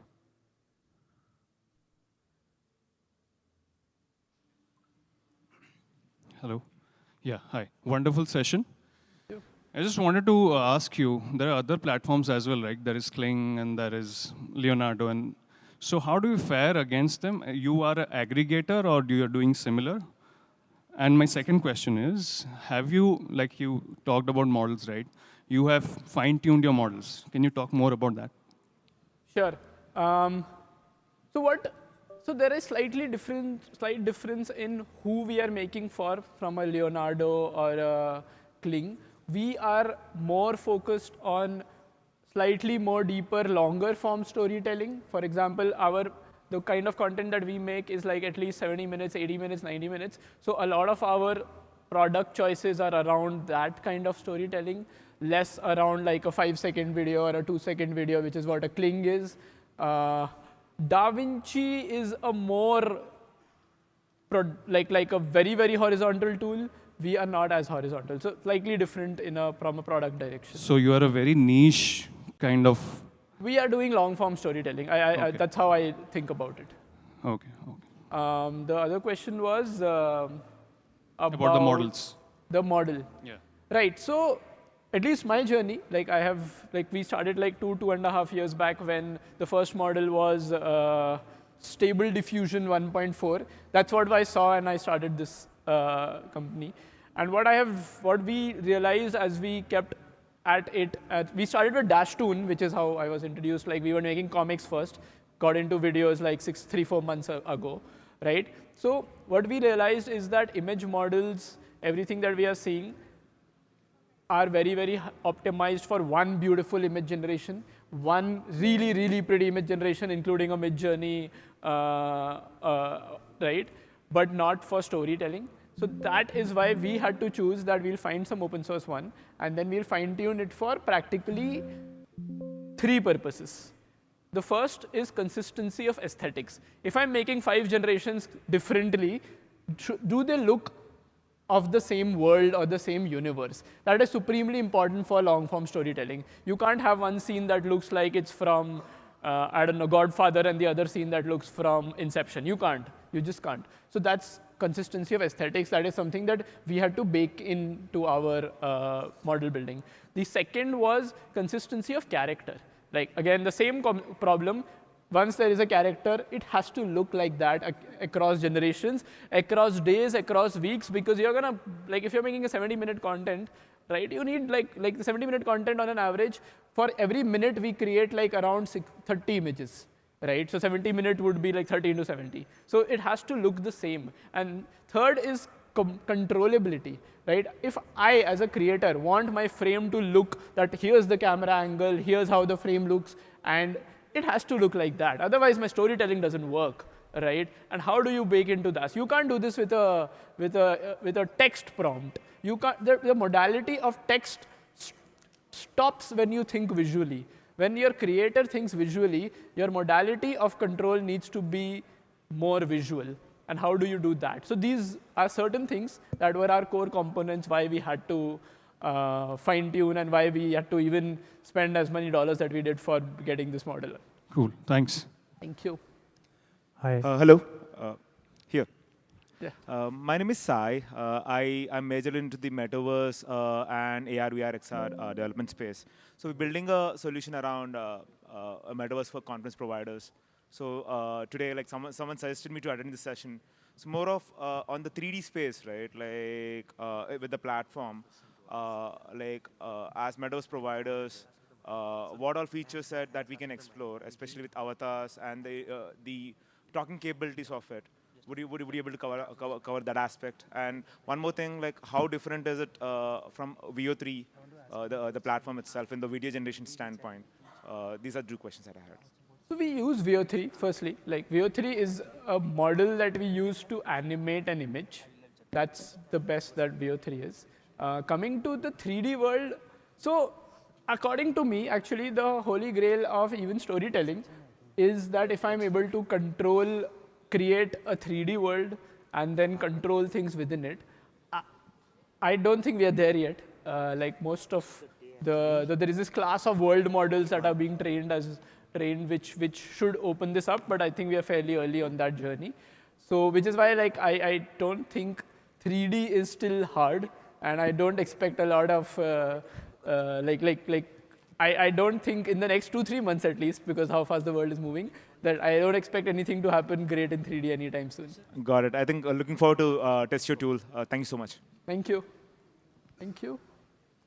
Hi, Somideep. Good afternoon. I'm Wing Commander Shishadri from Air Force. I'm actually making a movie called Uncha Asman. Okay. So it's under a production house called High Sky Production.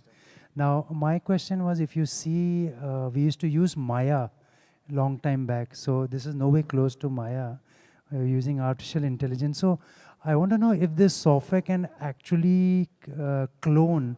Suppose I don't want, because I was seeing a cat out there, but if I want to put Bomban Irani's picture as a commanding officer, that's number one. Can we morph that? Second thing is the aircrafts which we use, you know, sometimes they're not that authentic. So there are a lot of critics which come. Like if you see the movie Fighter, yep. Hrithik Roshan used a Su-30, which he was doing an inverted Charlie at 20 feet above the runway, which no one does in the world. Right. So we don't want to be bombed by critics for that. And second thing, he was using a Su-30, which is a single seat. India doesn't have any single seat Su-30. So how are you going to generate that particular sound, the same cockpit and that aircraft, and morphing people's face if we want? Thank you. Yeah, that's a hard question. So, so I'll answer the easy one. Bomban Irani, yes, if we have legally, if we have rights from him, we can do whatever we want. You can do whatever you want. For example, we do work with certain influencers these days to make content with their faces, because it resonates better with the audience. So that is the easy question. Coming to realism with fighter jets, right? So So interestingly, I had a slide called bloopers. I removed it at the end, but we are struggling to make a show with cricket in it because physics is not something any of these animation models understand, like in VO3 or Kling and all of these. So we are struggling to do that. So I'm assuming cricket we'll have to nail down first before we get to fighter jets, at least in this world. But I do believe like as we learn more, we'll get there. But I'm fairly certain it's very hard to, because gravity and physics is something that models don't understand at this moment, and we have to build things to bake that learning into them. Till we don't do that, most of like these physics first maneuvering things will look very, very, very jarry to humans. So yeah, I think I'm hoping to solve cricket at least in the next few months. Then I'll get to fighter jets. Hey Swami, I have one more question. So how do we maintain the consistency of a character from the beginning to the end in a video? Is it in the user's control? Should the user be wary of it? Or does your tool take care of it? No, it's like the visualization, what the user wants is in the user's control. It's completely in the user's control. Okay. We just ensure that, let's say there's a character called Soumyadeep, which is what you saw in that more anime-ish video, right? So we just make sure that once you have decided how Soumyadeep looks, he will stay same across frames. Okay, he'll stay same, right? Yes. It's, user shouldn't be very... yeah, user just needs to define how Soumyadeep looks. That's it. Yeah. Right. Okay, thank you. Hi, Swami. Hi. So wonderful session. Actually, my question was that, let's say if I have to create a specific type of educational videos, right? Let's say for chemistry or for mathematics. So is the tool ready for it? Or if yes, then what kind of inputs does it need? Sure. I think for education, the tool is already there. My mother is actually using the tool to teach maths these days. So it is there. But of course, there are nuances that when she makes those videos, she has to make sure that there is no incorrect things on the screen.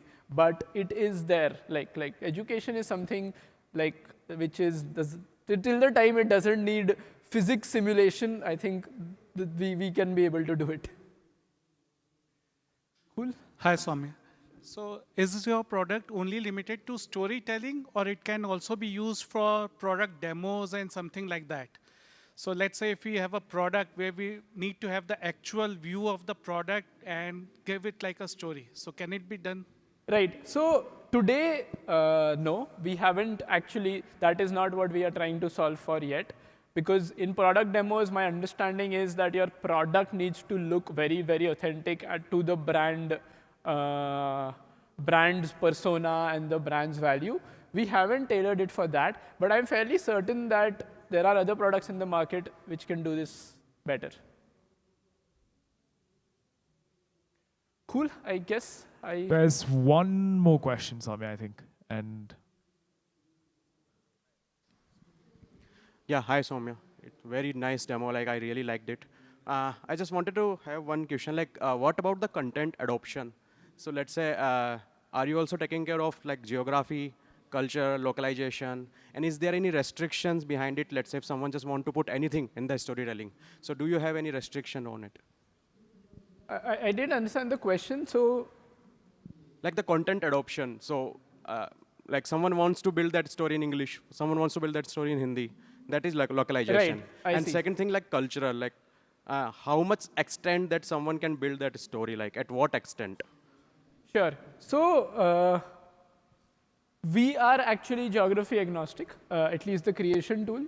We are, right now we are supporting, so basically we are supporting at least 10 languages right now. So you can publish in all of those 10 and create in all of those 10, and you should be able to do that. So that, and from a distribution standpoint, we have an app called Dash Reels, which is more short drama, not any kind of content. We are very focused on 70-minute short drama content for India, and which is what the video was for. And you can publish to that. But for India, we are doing 3 languages right now. Yeah. And do you also put any restrictions of the way user just wanted to generate some storytelling? So do you have any restriction they cannot make something inappropriate content?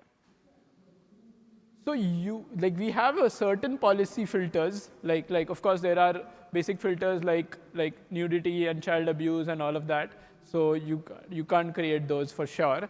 And there are some kinds of filters around copyright. For example, you cannot do Spider-Man yet, but those are things that we are figuring out because people often want to make fan fiction and we want to enable that. You can't, but for that we need a tie-up with Spider-Man. Like the studios. So we are trying to solve for that because fan fiction is something that I am personally very excited about. For example, I have a tattoo of Deathly Hallows, which is a Harry Potter thing. So I love fan fiction. So we are trying to figure that out so that people are able to create fan fiction at least, because monetization you can't, that's legally not allowed. But for your own entertainment, you should be able to do it. Okay. Thank you.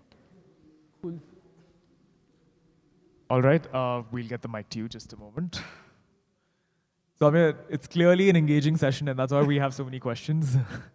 So how does your tool cater to individual content creators? Sorry, can you be louder? How does your tool cater to individual content creators? How does it cater to them? It is for them to be able to create. It has nothing to do with. My entire vision is that everyone becomes a creator. Okay. We have any more questions? I think there's one gentleman. Soumya, I promise we will let you get off the stage eventually. But just one question here. Thank yes. you. Hi, Soumya. Congratulations for what you've achieved so far. Thank well you. done. Just one question, actually two. How do you train your model on real-world data? And second, how do you moderate the content? I mean, you know how human imagination can work, right? Sure. The first question was, do I train it on? Do you train your models on real-world data? Okay. And second, how do you moderate your content? Right. The first one we do. We have bought licenses from a lot of Indian media houses to get data. So we do train it on real-world data, and we create synthetic data to be able to do whatever we need to do. Second, content moderation. So moderation happens on the publishing side, which is our Dash Reels app, that we don't allow certain kinds of content. And we do that like at whatever capacity we can, we do that. On the creation side, the moderation is done, as I said, purely from like abuse, nudity, and all of this. So you can't create them only. But these are the two moderation layers we have at this moment.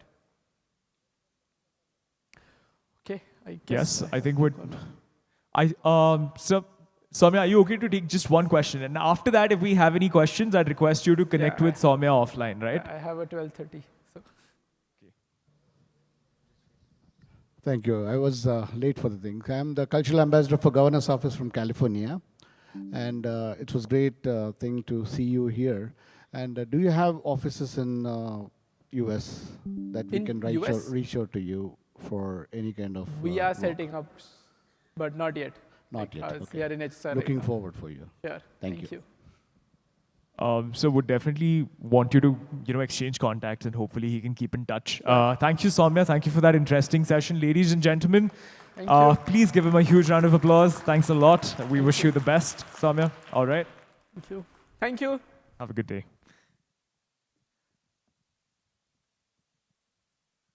All right, ladies and gentlemen, that was a very interesting session about AI and how boundaries are being broken to make everyone a creator. And that's the power of AI. We're going to play a quick quiz, right? We're going to, see if people here can win some goodies. Are we up to play a game, a quick quiz? Yes, give me a yes if that's the case. Yes, I see one thumbs up over there. Thank you, sir. Thank you for being responsive. Yes, all right, okay.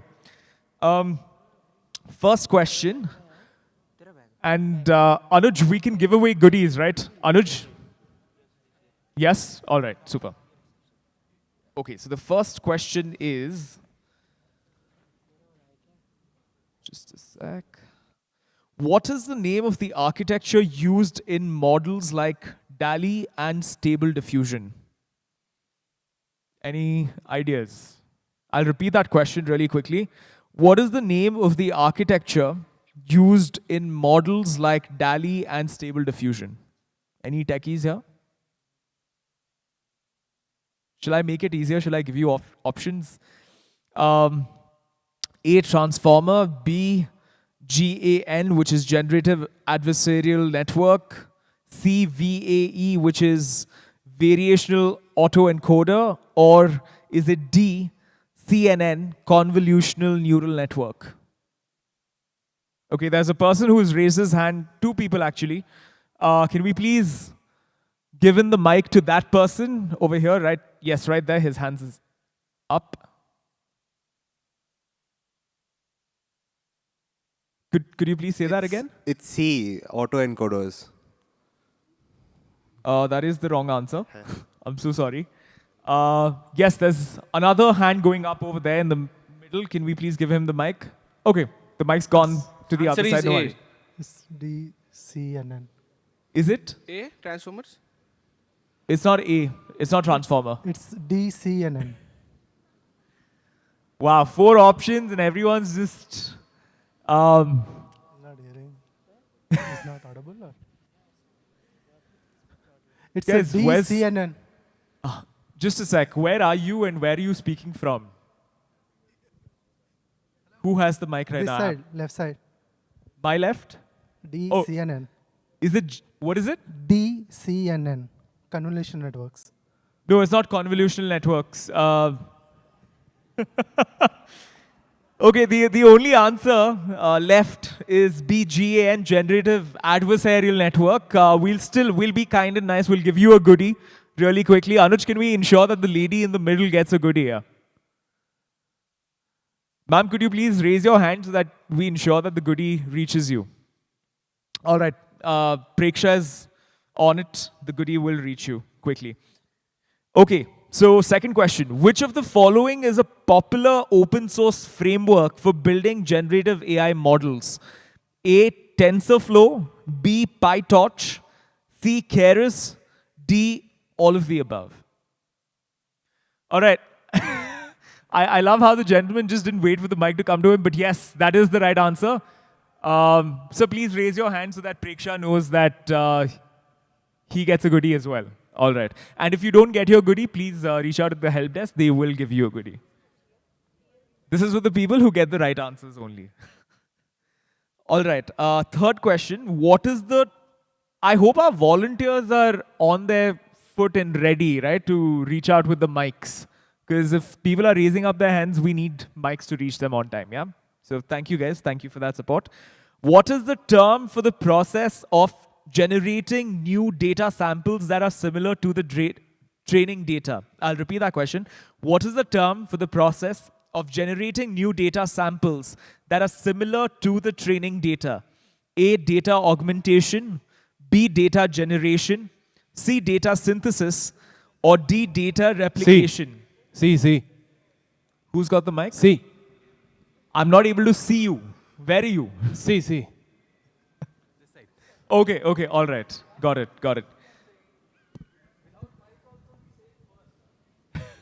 No, I think you should have the mic before you can answer the question. Yes, sir. What is your good name? Jaydeep. Jay? Jaydeep. Jaydeep gets a goodie as well. Thank you, Jaydeep. Thank you. Can we have a round of applause for the people giving us the right answers so far? Thank you. Okay, we have 2 more minutes left until we start our next session, so we'll, keep the game going. Fourth question. Which generative AI model is known for generating realistic images of faces? A, StyleGAN, B, CycleGAN, C, Pix2Pix, or D, Deep Dream? All right, the man standing at the back. Okay, yes. Pix2Pix. Wrong answer, sir. There's a gentleman over there near the wall. He's standing. Can we get the mic to him, please?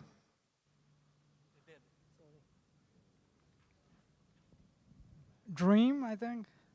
Could you say that again? The last one. Last one, Deep Dream? No, it's not Deep Dream. Guys, 4 options, 4 attempts. This is great.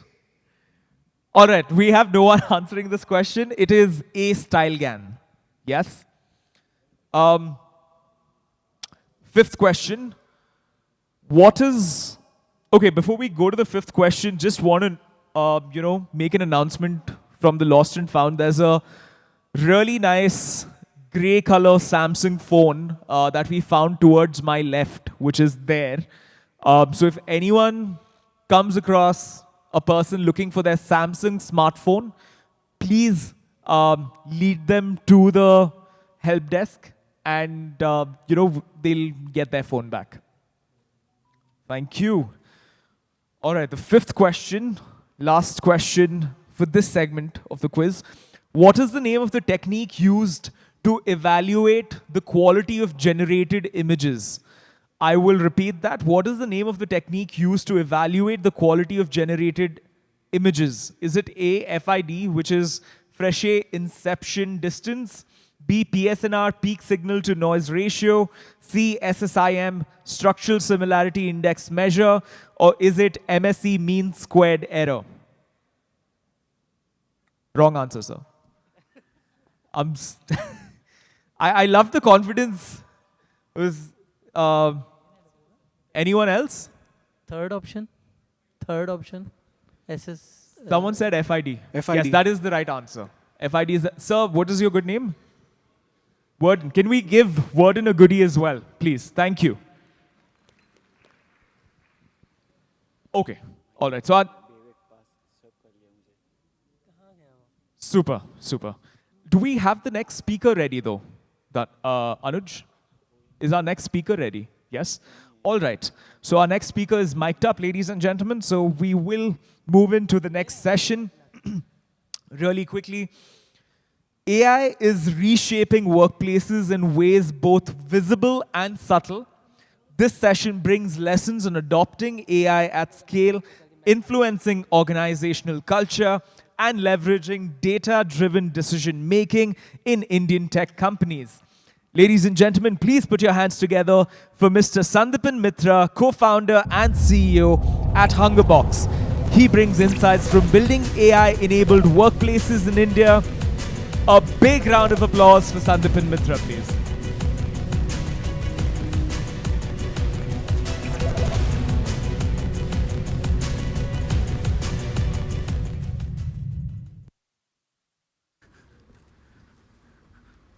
I love how this is a session right before lunch. Very relevant. Over to you, sir. Absolutely. So I'm sandwiched between a very, very, very creative session that Soumyadeep just delivered and a lunch break, right? So the organizers haven't been kind to me, right? So let me act as an appetizer and share with you all some insights on our journey and how it has been shaping the F&B sector, right? So a quick background, right? And before getting into that, let me ask this audience a very relevant question. What are the two things that we all need to answer every day going to work, right? Two questions that we hate answering, but we don't have a choice. Each and every one of us has to answer on a daily basis. Any guesses? So first one is when we get up in the morning, we have to decide what to wear, right? Not a choice. Every day we have to decide what to wear. And what's the next one? Correct. What do we eat for lunch today? Right? So whether we like it or not, we are compelled to make these two choices every day, right? And wish there was someone helping us make these decisions, right? So for the clothes piece, I'm sure there are a lot of startups who are trying to solve for that. Our obsession is to solve the second question, right? Which is what to eat today for lunch, right? And if there is some companion who can help make this decision better than I could, I'll be really delighted. Correct? It's a sentiment all of us share. Right. So moving on, let me talk to you about what we exactly stand for, right? I know not everyone, it's not a slam dunk kind of a question that what does Hungerbox do? right? And this one-liner is something that has been work in progress for the last 10 years, right? So we enable institutions manage their food and beverage program, right? And by institutions, I mean, corporate offices, educational institutions, food courts, hospitals, malls, multiplexes, etc., everywhere, right? So that's our obsession, and that's what we do as a company. And how do we do that? The first thing we do, and something that was our go-to-market strategy 10 years back, was to digitize the cafes, right? The next was to put in a variety of food and beverage partners who would come and serve food at the premises, right? And by F&B in institutions, 70% of food consumption is in cafes. The rest, 30%, are events, pantry services, vending machines, beverage counters, etc. Right? So, and then the third thing we said that we would do is take care of food safety and compliances, which is a very, very, very complex and a very, very, very key piece to the entire food and beverage industry. So we said that that's something we will own and take care of, right? The fourth one is about cafe management, right? So take care of the day-to-day functioning of cafes. It's a 24/7 assignment, right? So most of our cafes run 24/7. So there are fooding sessions we have at 3 a.m. in the morning, right? So we would take care of that, right? And now the question that you would ask is that, what would a company like this have an AI, play, right? And just to give you all an idea about, our size and scale, right? So today we manage about 900 cafes in the country, spread across 39 cities, churning out about 7.5 lakh orders a day, right? We peak at 1:14 p.m., right? That's when India eats. So we do about 3,000 orders in a minute at that point of time, and doing about 1,200 crore of annual food sale, right?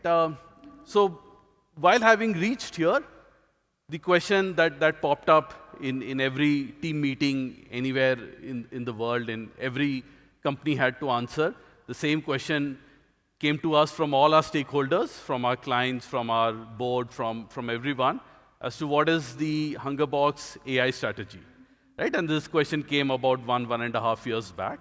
And since then, we have been, kind of dwelling towards, what's next, right? So the first thing we did is, kind of try to, understand this world, right? And once we had a little working understanding, we felt that this is, our demo moment, right? And by demo, I mean that, what demonetization did to a lot of companies, right?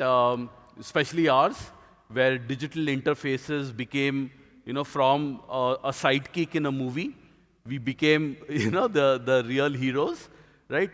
Companies that were mainstreamed.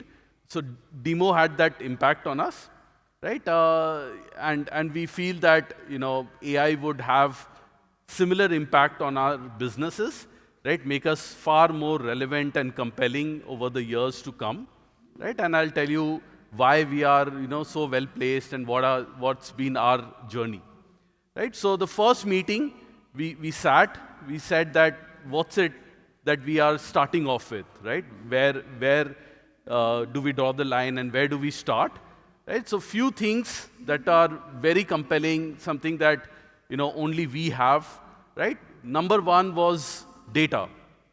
It's the only company in the world to have processed over 75 crore, digital orders in some cafeteria or the other in the country, right? Only company in the world to have done that, right? So we sat on this kind of a rich data, 14 lakh users who have used Hungerbox. Just a show of hands, any Hungerbox users in this room? Oh, wow, thank you, right? So I'm sure some of you all would relate, right? So 14 lakh users using us, right? What's the other piece that we brought to the table, right? Is the expertise, right? It's been about 9-10 years that we have been running the company, managing these 900 odd cafes. So about 5 crore, cafe operations hours, right? That's what we have clocked. And we felt that, we should use that expertise that we have generated, right, to good use. Right? The third one was tools. I'm not going to put names because these names keep changing every 3 months, right? So whatever I put here will be irrelevant in the next 6 months. So, I bucketed everything, and calling them tools, right? So, these very, very, very smart tools, that are available to us. So this became our starting point, right? The idea was to, make best use of all these, raw materials, ingredients available with us to dish out something, very nice, and tasty, right, to our customers, right? So, and the approach we took, and in the hindsight, a year later, we feel that that's been, something that has made an immense impact for us as a business, is the fact that we said that, rather than getting swayed by the tools and their ability to do what they are able to do, we want to focus and have razor-sharp attention on what, problems are there for my ecosystem, and am I solving the real problems that face my ecosystem, right? And if I cannot, through this, solve real problems of my ecosystem, then it's all irrelevant. Then it's like a lot of our companies who are just doing, AI just to tick a box somewhere, right? We don't want to do that, right? We don't want to do lip service. We want to do it only if we feel that it's going to solve for our ecosystem, right? And what's our ecosystem, right? So number one, obviously, is our end user, right? So the 14 lakh people who use us on a daily basis, we first want to solve for them. The next one are administrators, right? People who, give us the business, people who own those institutions, people who, kind of bring us in to run the food and beverage program. How can I change their lives and make it easier, right? The other piece is, the entire operations team, right? So we have a vast operations team. How do I, digitally equip them and make them, more efficient? Right? And the fourth stakeholder is our food partners, right? So about 960 food partners across the country. How am I able to make life better for them, right? And when we surveyed each and every one, understood their pain points, and how do I solve for it? Number one, end user, right? And as I started with my example, right, that for the end user, the number one thing was about solving for what do I want to eat today, right? So that decision today, all I have is my past ordering patterns. What have I been eating? What's there in the cafeteria right now, etc. But what if I am able to bring in a lot more insights that my little brain cannot bring in as to what others are eating, what others are eating, right? What others are enjoying, right? What people similar to me, right, are doing and are liking. So if I can bring all that information and all that data on real-time basis to help make my user make that decision as to what he should eat in the cafe today, right? And obviously it has to be different things on a different day, right? Because India is a country of choice and variety. So add all that and give him these solutions. So that's an obsession.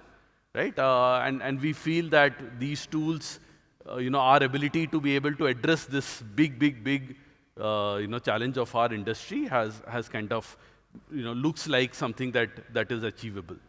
Right? The second piece was for the administrators, right? What do they want, right? They are looking for, what's my sale, what's the voice of my customers, whether, my employees are enjoying the food or not. I have a presentation to my CXO on Monday. It's a Sunday. Can someone help me put all this together in a very simple format so that I can just kind of go on a Monday and present it? So making their life simpler, easing access to data, comprehending that into simple presentations that they are able to make and share, right? So creating all that insights for the administrator. The third one was for the operations team, right? And I'm sure most of y'all would relate to this. You'd visit a lot of washrooms where you would find a kind of a checkbox pasted there, right? With someone having scribbled some entries as to these checkboxes were done.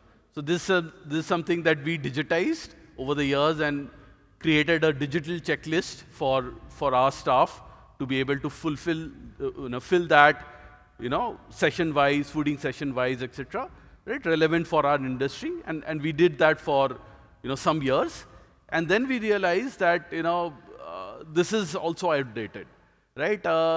What if my staff can just, pull up his phone, open the app, and just take a video of the entire cafe operations, right? Including the kitchen, including the utility, including the chairs, including the Ben Marys, the service counters, etc., right? And I decide whether it's in order, right? I give it a cleanliness score, I give it a well-organized score, etc.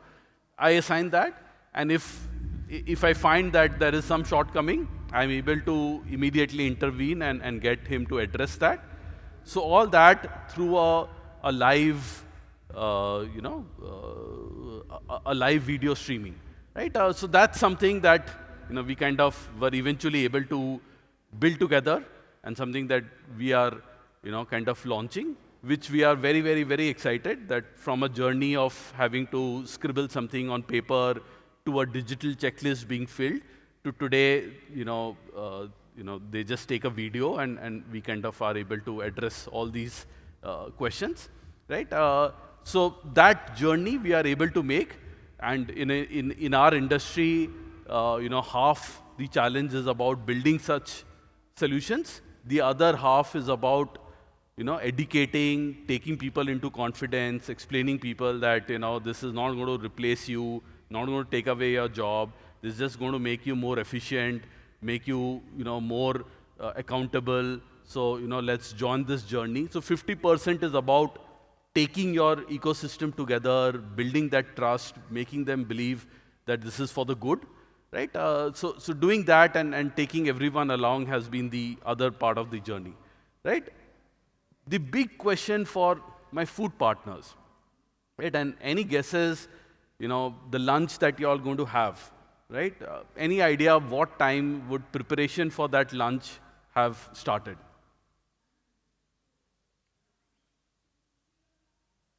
I'm sure we all make food in our kitchens, right? So these are just little larger size kitchens. So what time would lunch preparation have started in the kitchen it came?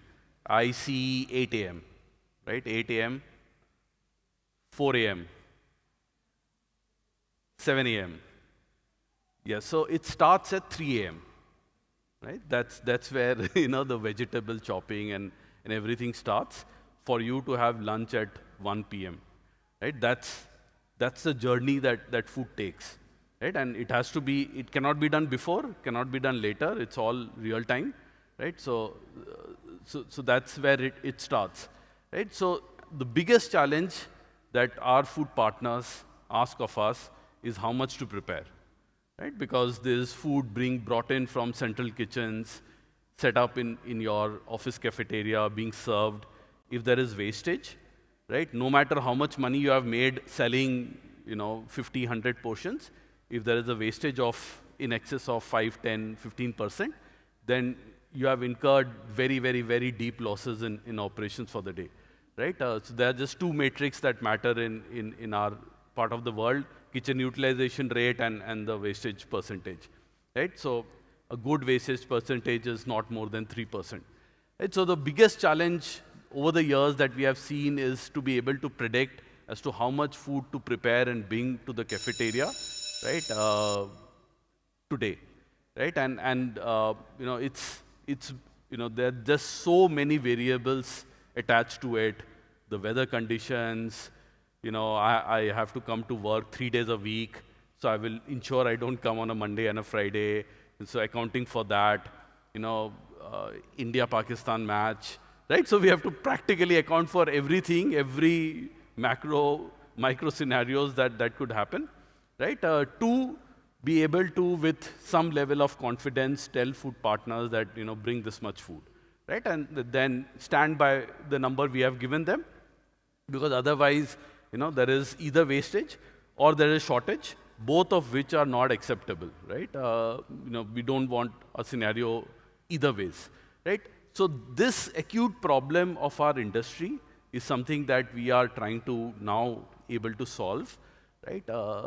With all this data having fed into the platforms, seeing the patterns, seeing all kinds of variations that we have seen over the last 10 years, right? To be able to predict as to what will be the food consumption today during lunch, right?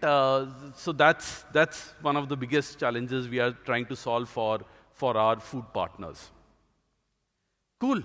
Now, what we feel is the cultural and organizations themselves are going through a bit of a change, adapting all this, right?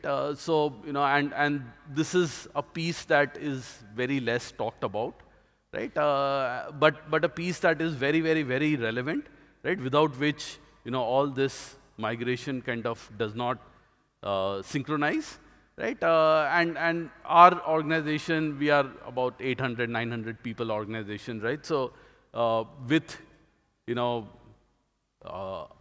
tech side and then an operations side and people of all walks of life, right?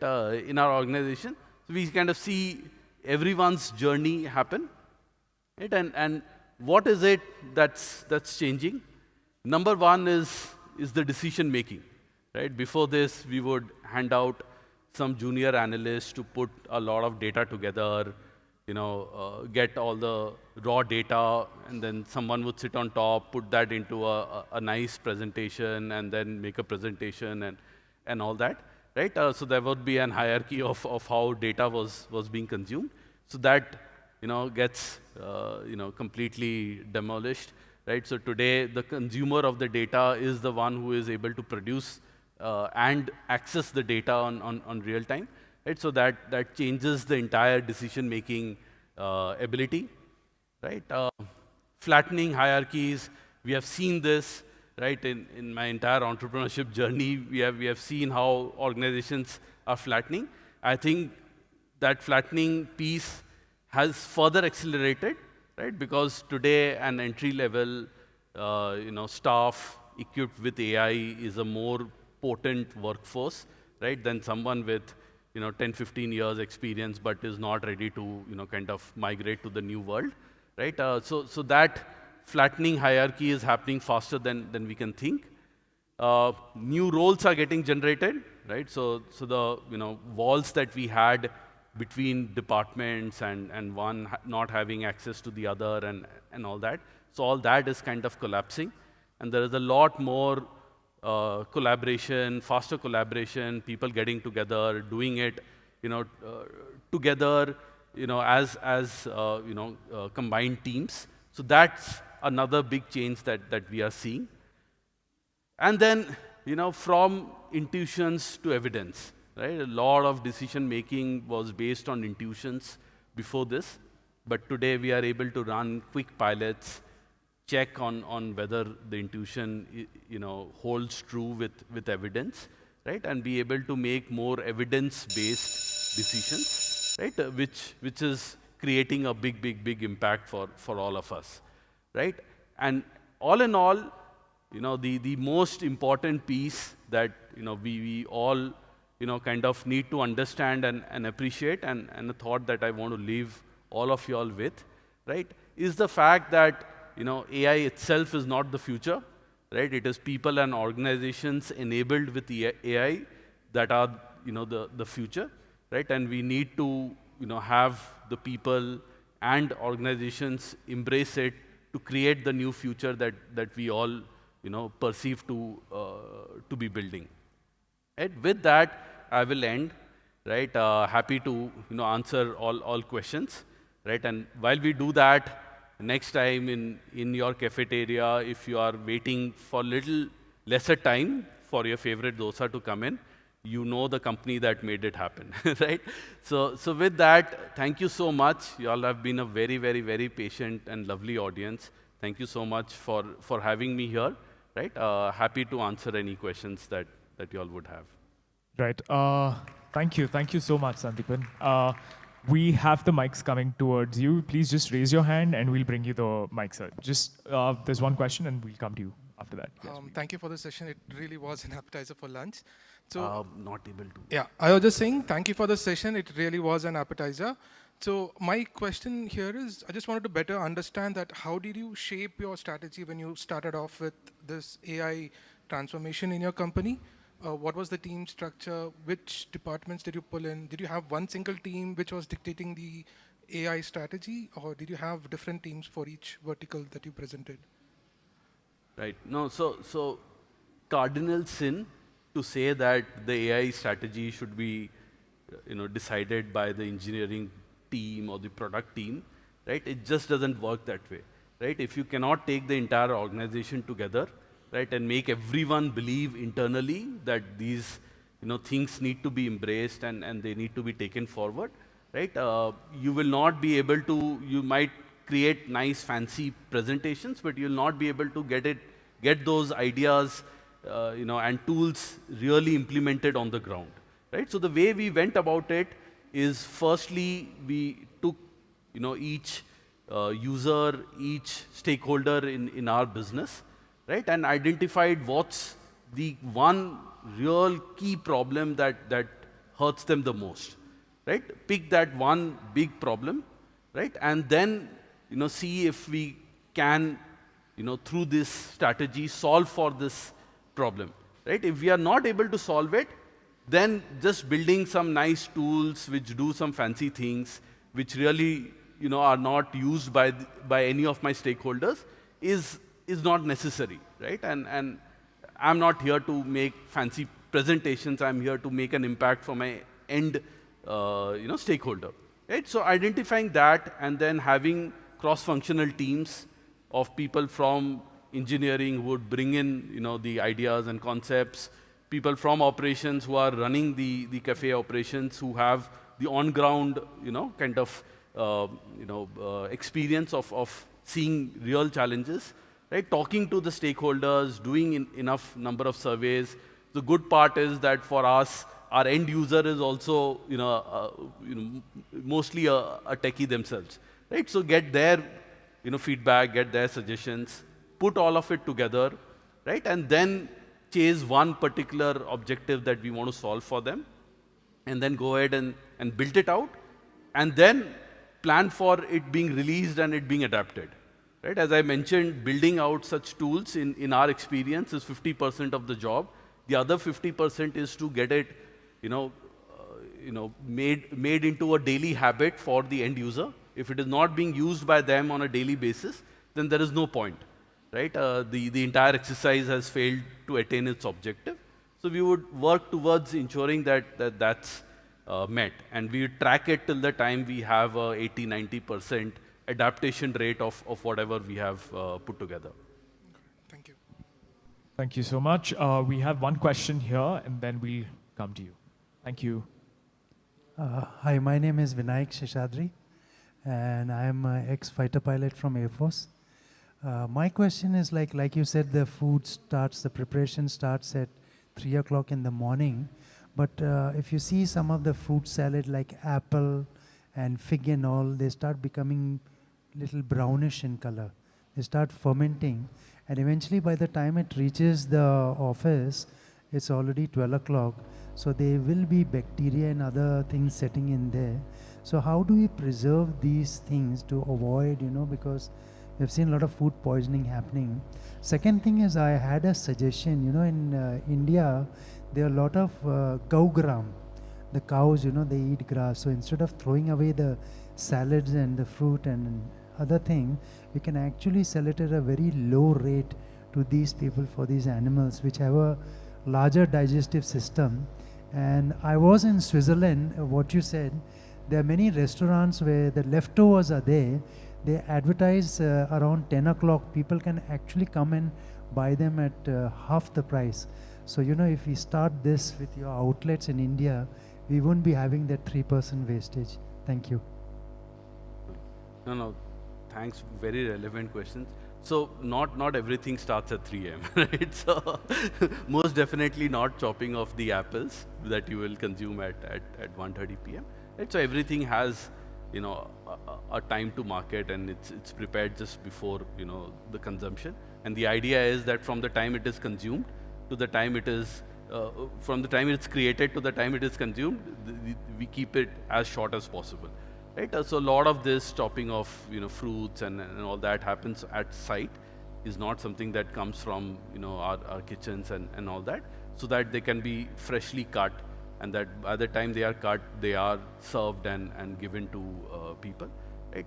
But then the question is that what are the control systems that you all have in place, right? And that's where, you know, the one of the tools that I talked about, right, our ability to take a live video and be able to identify, you know, shortcomings. Right, one of which is that if there is a stale piece of fruit crept, you know, the interface is able to identify that on real-time basis and mark it and tell, you know, the staff to, you know, get it removed before it is gone ahead and served.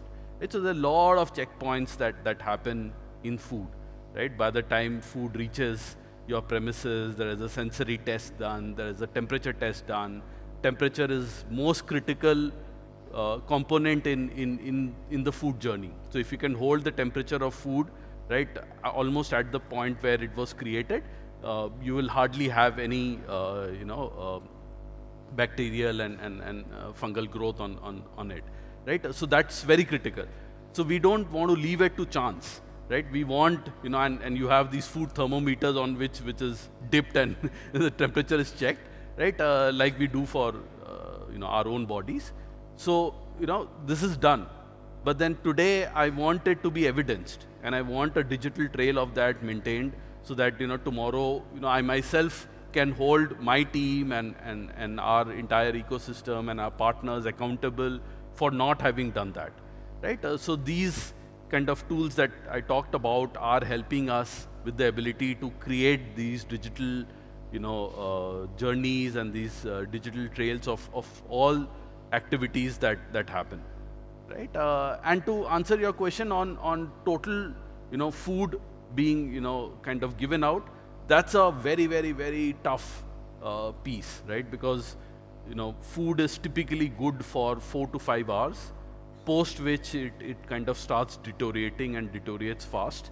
So, you know, it's as much as we would want that food that is not consumed reach someone else, we want to ensure that, you know, when it reaches someone else, right, you know, it's still not deteriorated, right? So, you know, we have tie-ups all over the country with a lot of NGOs, right, who collect the food at 2:30 p.m., you know, post-fooding session having got over, collect it, take it to the NGOs and serve to, you know, the larger group. But only things that are non-perishables, right? Not everything can be served, because the sensitivity of that is even higher, right? Even if I'm serving food to the needy, I have to ensure that, you know, it is as fresh as it is, right? If it is not, then we don't want to take that risk, right? So it's a tough piece. Today we are able to do a portion of food being recycled and given to our NGO partners, but something that we are slowly now expanding. Thank you. Thank you for that. I think in the interest of time, you know, we want to break for lunch. Those of you that still have questions can connect with Sandipan offline. Thank you so much for that session. Ladies and gentlemen, can we please give him a huge round of applause? Thank you. Wonderful. And I see a few gentlemen here had questions, so maybe you can, you know, reach out to him and have a conversation with him. Thank you, Sandipan. Ladies and gentlemen, we've had an exciting morning with thought-provoking sessions and big ideas shaping AI's future. Now it's time to pause and refuel. Lunch is being served in the lobby area. Please take this time to relax, connect, and recharge. We will resume at 2:05 p.m. sharp. So be sure to join us back here for an afternoon packed with more insights and stories you won't want to miss. Enjoy your lunch. See you all shortly.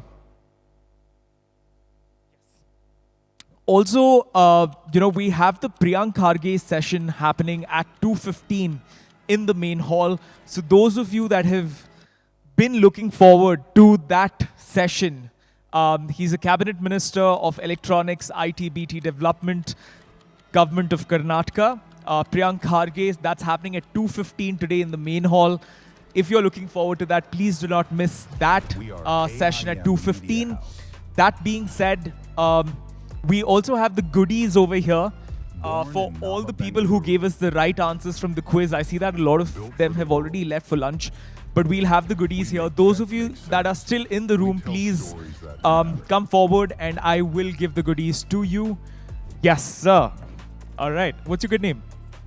Shubham, congratulations and hope you win more. Yes, I see a lady over here. You gave us the right answer, so you can get your goodie as well. Gentlemen, could you please help me pass this on to her? Thank you. Super. With that, I have another announcement to make really quickly. Grok, in collaboration with Machine Hack, is hosting its real-time AI agent hackathon near the Expo stage today at 2:30 p.m. Fun fact, on day one of Cypher itself, Grok raised $750 million US, doubling its valuation to $6.9 billion in just over a year. Wall Street is betting big on hardware. So do check out the full hackathon details on the first Google result for Grok Hackathon. This is happening at 2:30 p.m. at the Expo stage today at Cypher 2025. With that, ladies and gentlemen, please do take a good, nice break. Enjoy lunch. We will see you here shortly.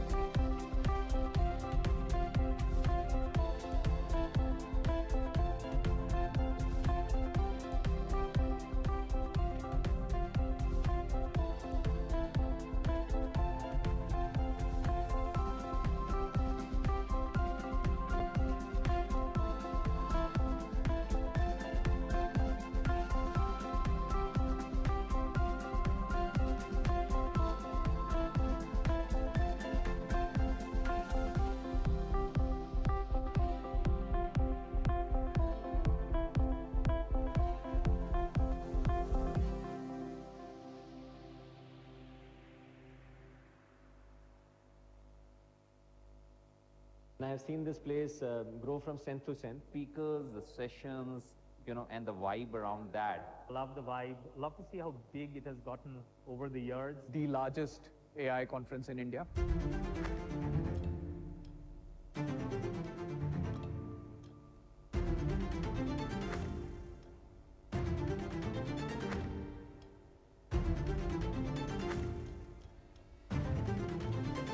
Cypher has definitely attained a cult status.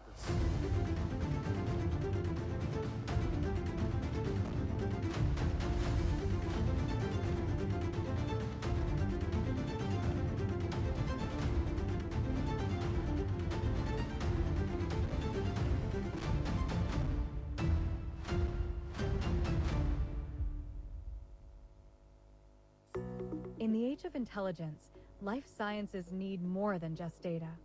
They need decisions powered by AI. They need Axtria. At Axtria, we help life sciences companies harness the full power of AI to make smarter, faster, and more personalized decisions with AI agents powered by InsightsMax.ai. From drug discovery to commercialization, from brand launch to loss of exclusivity, our solutions span the entire product lifecycle. We meet you where you are in your AI journey. Exploration, experimentation, commercialization, adoption, and maintenance. Whether you're building early prototypes or scaling enterprise-ready AI agents, Axtria helps you move with purpose. With InsightsMax.ai powered bespoke AI agents, Axtria accelerates the path from insight to decisions to action and outcomes. It's not just AI. It's better outcomes for patients.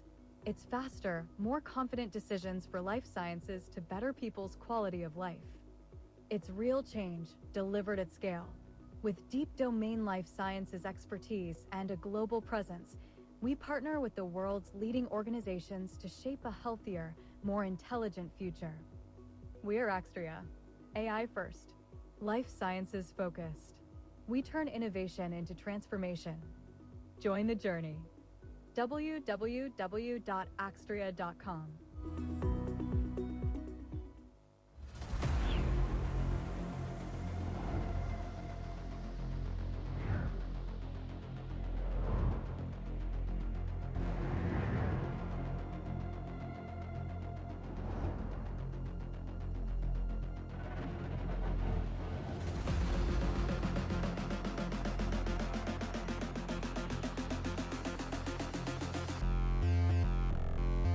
EPAM India, one of the fastest growing advanced technology companies in the region.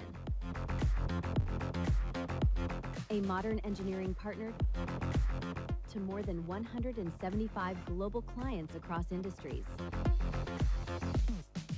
helping them accelerate at scale and advance on the technology curve, one innovation at a time. We are located at Hyderabad, Bangalore, Chennai, Gurgaon, Pune, and expanding to new cities with key capabilities around AI, digital, cloud, data, analytics, open source, and quality engineering. We built our culture around engineering excellence and drive it through our communities. We encourage our people to speak up and have a product mindset. EPAM India has been recognized as Best Workplace, GPTW, Best Company for Women by Avtar, Best Leadership Development Program for Middle Management, Outstanding Contribution to AI Skill Development. We drive AI enablement differently, with more than 90% AI skilled associates and roles like Advanced AI Solution Developer. Our social responsibility and sustainability efforts, EPAM India contributes to Trees for Tomorrow program and supports Wild Wisdom Global Challenge, WWF, and help improve environmental literacy. We provide access to high-quality technology education for 15,000 plus students from government schools through eKids Digital Labs. We are the home of modern Indian engineer.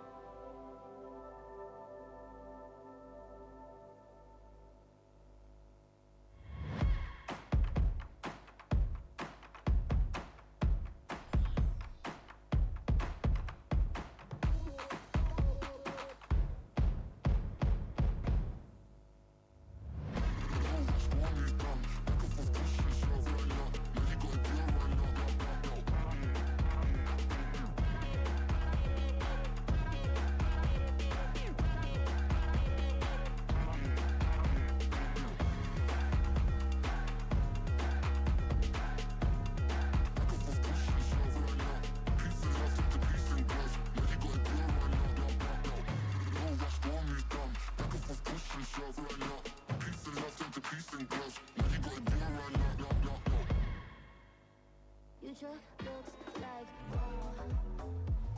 Oh wow. It's like wow. Yeah. Future looks like wow. Once upon a time in the narrow streets of London. It's like wow. Tools and just sharing so much. आमंत्रित कर रहे हैं. मैं बहुत आभारी हूँ. अरे ये कितने अच्छे आदमी हैं. Call it in now, hit him with the best shot. Bring it in now, burn him with the high high. Making moves, making moolah. Bada bing, bada boo, yeah. Get loose, get ready for this, it's all brand new, yeah. Catch a ride to the future. Let me introduce, yeah. Aye, lad, there's magic in these old bones yet. Watch out, big world. I'm small, but I'm mighty. It's coming up right now. It's coming up right now.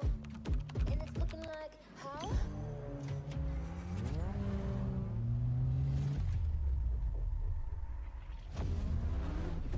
Future looks like wow. And it starts right now.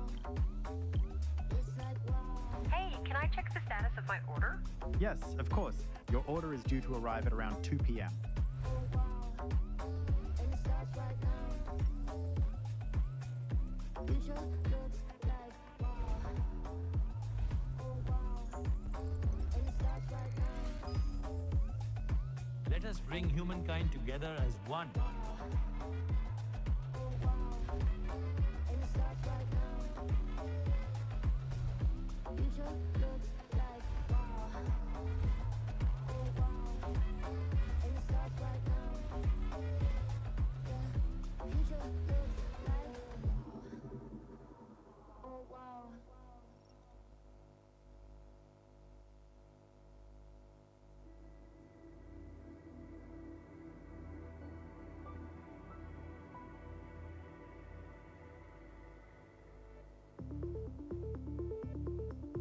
Milky Way is an agentic decision intelligence system that facilitates open-ended multi-turn questions by transforming raw enterprise data into key decision points, along with recommendations and dynamic reports, with 5x speed and 50% lower cost.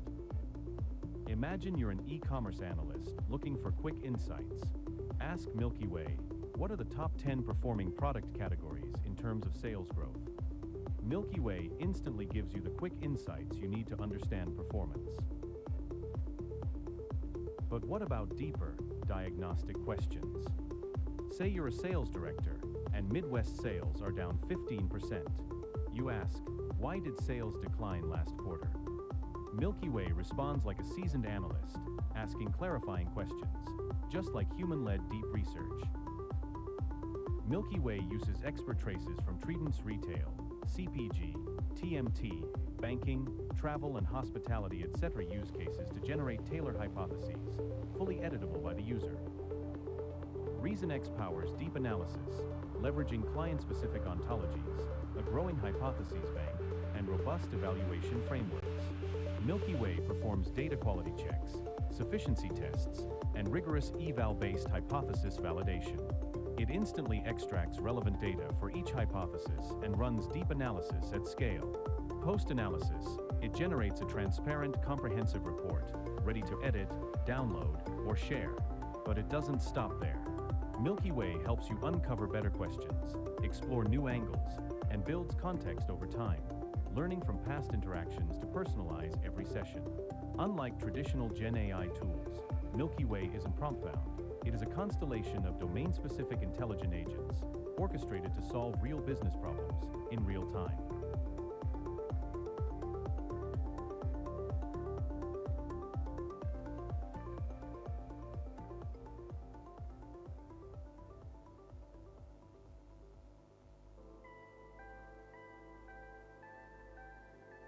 India's digital future deserves more than imported infrastructure.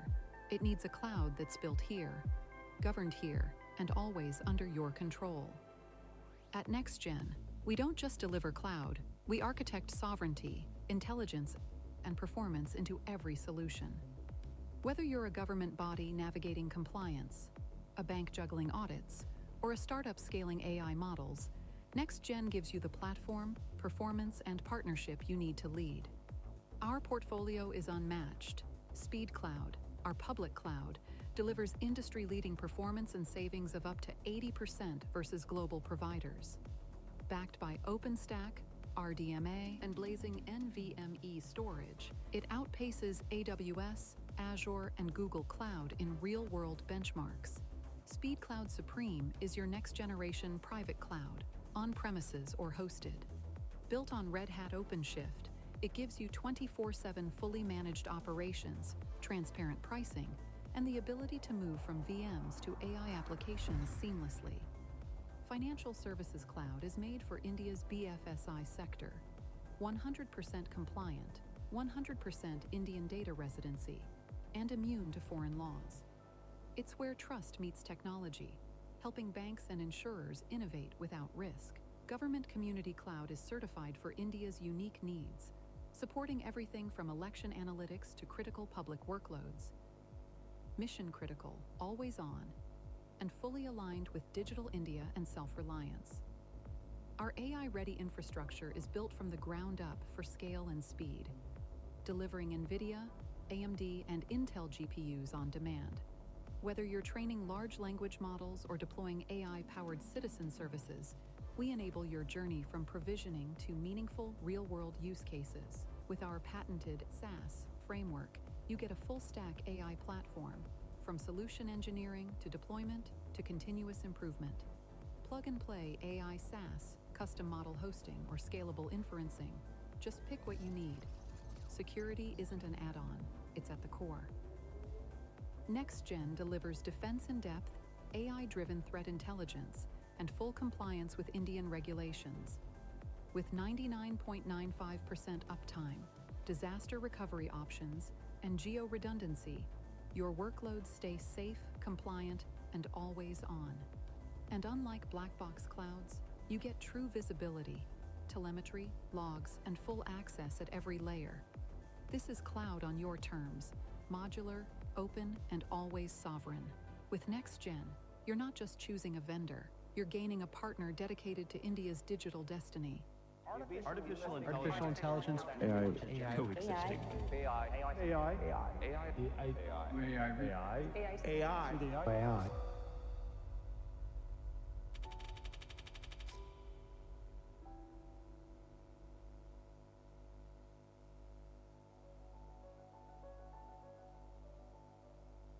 In a world clouded with complexity and ambiguity, there exist significant opportunities for disruption and growth. At Tiger Analytics, we help our clients navigate this uncertainty, empowering them to move decisively through shifting sands, unlocking these opportunities. We work with our clients to strategize, design, and engineer a future-ready enterprise. At Tiger Analytics, we've been reimagining possibilities with cutting-edge AI and analytics, solving some of the toughest problems out there and building the blueprint for tomorrow. And at the heart of this mission is our battle-tested team of exceptional technologists and consultants. It's our unique expertise and character that enable us to create exceptional value even in hazy conditions. That's our Tiger Gene. The Tiger Gene is what makes us learn relentlessly, experiment without fear, seek help, and offer help. The Tiger Gene is what helps us uncomplicate complex problems, build for the future, deliver clarity amidst ambiguity, To our clients who are traversing a fog of uncertainty, we are not just a technology partner, we are a certainty partner, relentlessly seeking, solving, challenging, and growing. Together, as we set bold ambitions and target extraordinary outcomes, let us experience the power of data-guided decisions, the potential of connected insights, the promise of an AI-empowered future. Experience certainty to shape a better tomorrow with Tiger Analytics.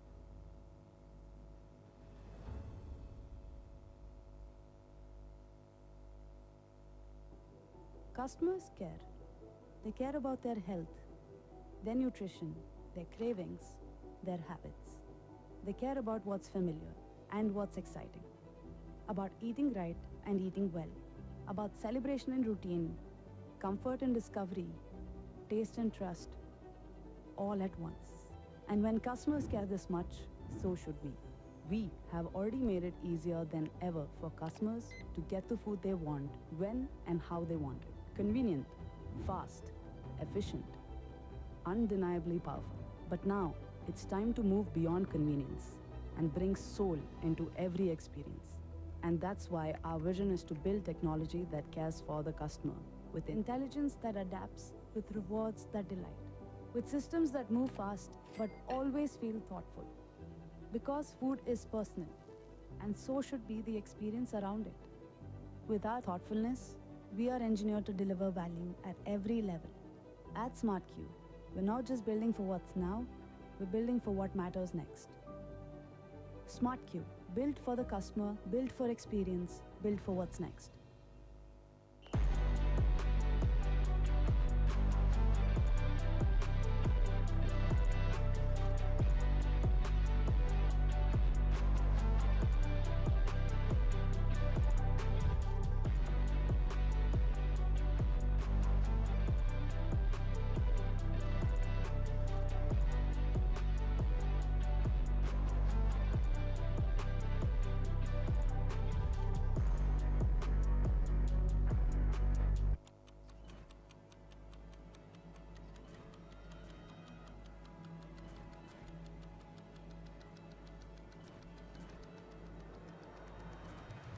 We are AIM Media House.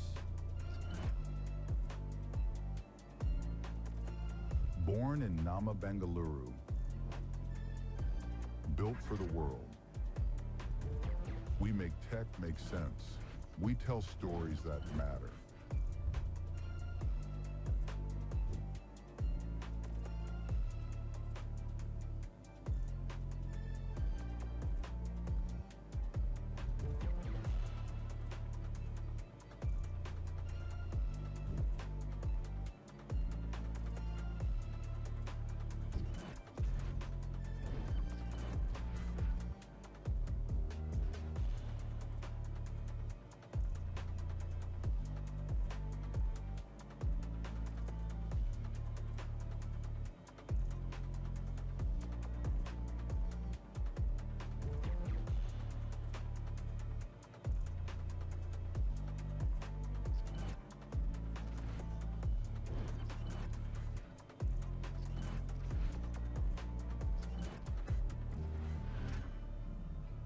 This is the era of AI, and we are the ones telling its story.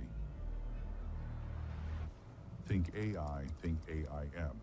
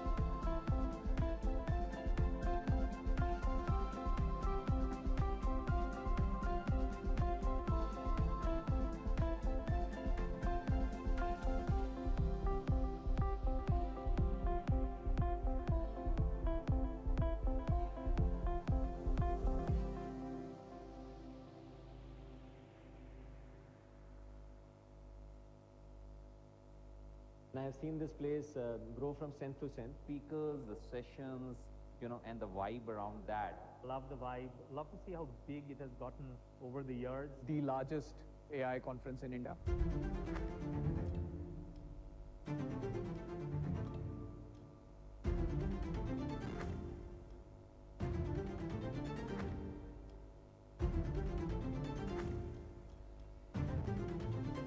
Cypher has definitely attained a cult status.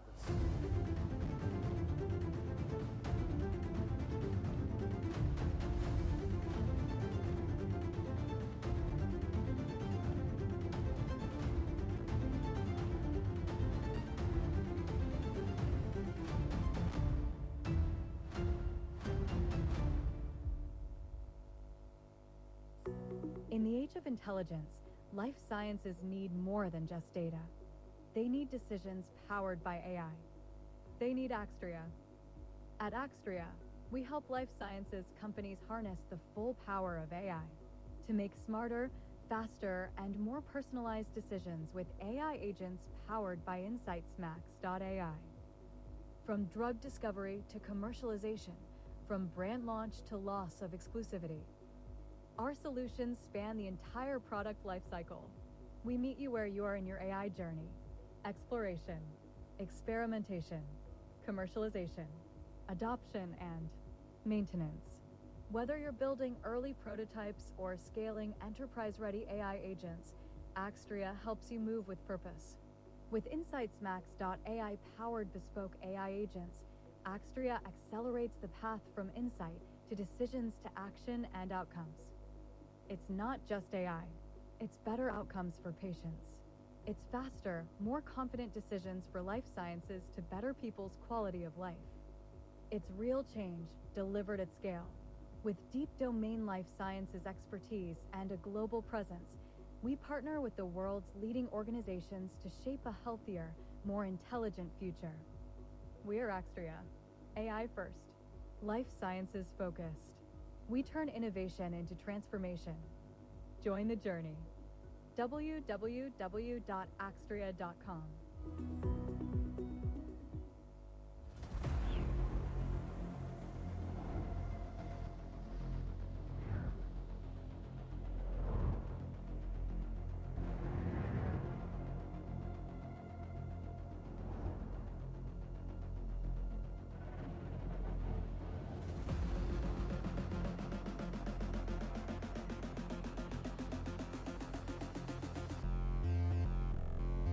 EPAM India, one of the fastest growing advanced technology companies in the region.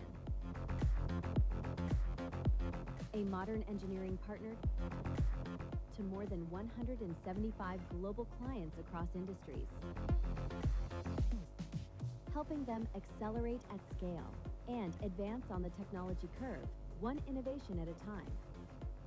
We are located at Hyderabad, Bangalore, Chennai, Gurgaon, Pune, and expanding to new cities with key capabilities around AI, digital, cloud, data, analytics, open source, and quality engineering.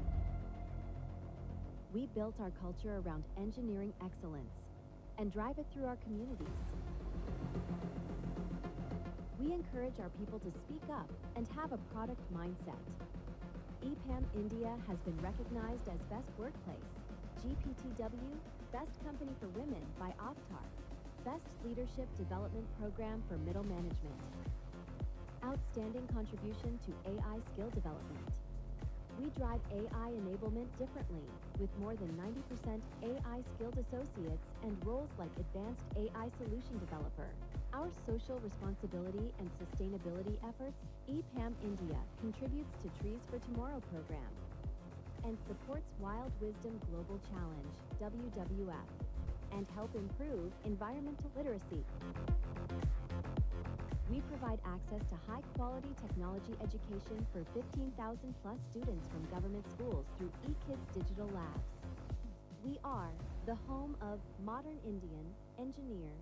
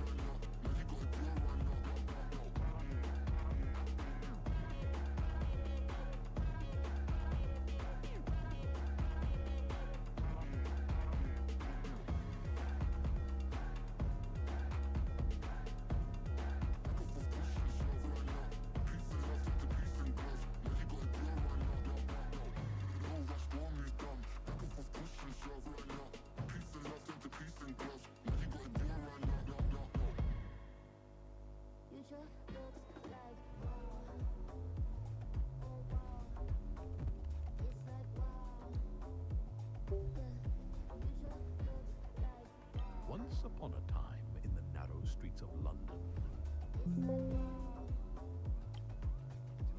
Just sharing so much. आमंत्रित कर रहे हैं. मैं बहुत आभारी हूँ. अरे, ये कितने अच्छे आदमी हैं.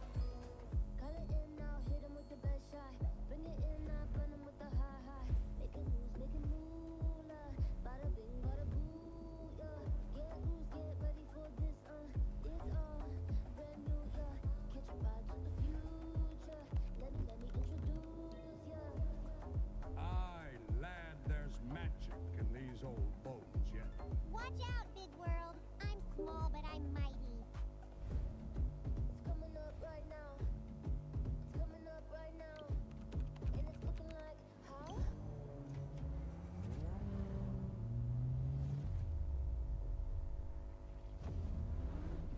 Future looks like and it starts right now. It's like wow. Hey, can I check the status of my order? Yes, of course.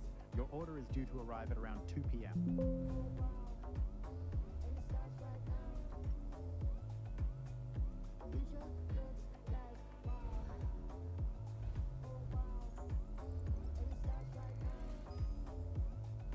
Let us bring humankind together as one.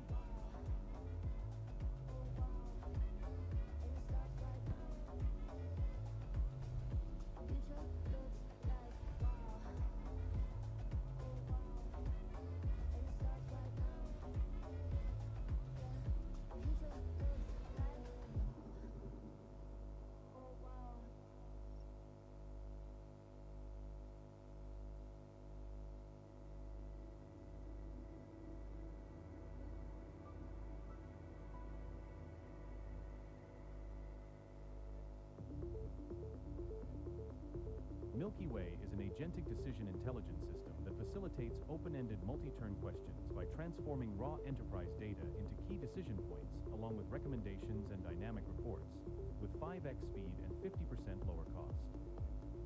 Imagine you're an e-commerce analyst looking for quick insights. Ask Milky Way, what are the top 10 performing product categories in terms of sales growth? Milky Way instantly gives you the quick insights you need to understand performance. But what about deeper, diagnostic questions? Say you're a sales director and Midwest sales are down 15%. You ask, why did sales decline last quarter? Milky Way responds like a seasoned analyst, asking clarifying questions, just like human-led deep research.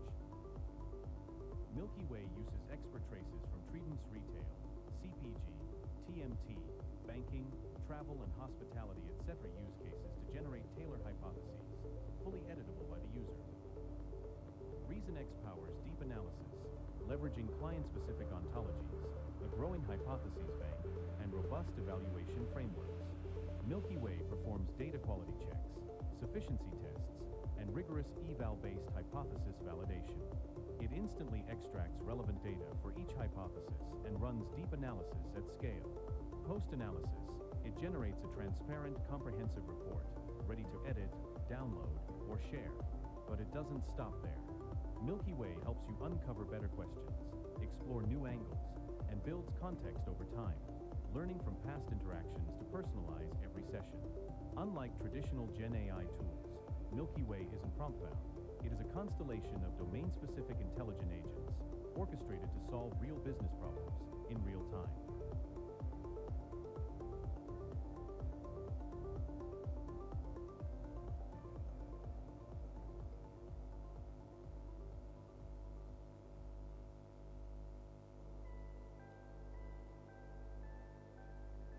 India's digital future deserves more than imported infrastructure. It needs a cloud that's built here, governed here, and always under your control. At NextGen, we don't just deliver cloud, we architect sovereignty, intelligence, and performance into every solution. Whether you're a government body navigating compliance, a bank juggling audits, or a startup scaling AI models, NextGen gives you the platform, performance, and partnership you need to lead. Our portfolio is unmatched. Speed Cloud, our public cloud, delivers industry-leading performance and savings of up to 80% versus global providers. Backed by OpenStack, RDMA, and blazing NVMe storage, it outpaces AWS, Azure, and Google Cloud in real-world benchmarks. Speed Cloud Supreme is your next-generation private cloud, on-premises or hosted. Built on Red Hat OpenShift, it gives you 24/7 fully managed operations, transparent pricing, and the ability to move from VMs to AI applications seamlessly. Financial Services Cloud is made for India's BFSI sector. 100% compliant, 100% Indian data residency, and immune to foreign laws. It's where trust meets technology, helping banks and insurers innovate without risk. Government Community Cloud is certified for India's unique needs, supporting everything from election analytics to critical public workloads. Mission critical, always on, and fully aligned with Digital India and self-reliance. Our AI-ready infrastructure is built from the ground up for scale and speed, delivering NVIDIA, AMD, and Intel GPUs on demand. Whether you're training large language models or deploying AI-powered citizen services, we enable your journey from provisioning to meaningful real-world use cases. With our patented SaaS framework, you get a full-stack AI platform, from solution engineering to deployment to continuous improvement. Plug-and-play AI SaaS, custom model hosting, or scalable inferencing. Just pick what you need. Security isn't an add-on, it's at the core. NextGen delivers defense-in-depth, AI-driven threat intelligence and full compliance with Indian regulations. With 99.95% uptime, disaster recovery options, and geo-redundancy, your workloads stay safe, compliant, and always on.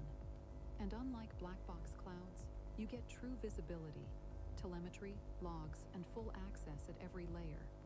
This is cloud on your terms, modular, open and always sovereign. With NextGen, you're not just choosing a vendor, you're gaining a partner dedicated to India's digital destiny. Artificial intelligence. AI. Coexisting. AI.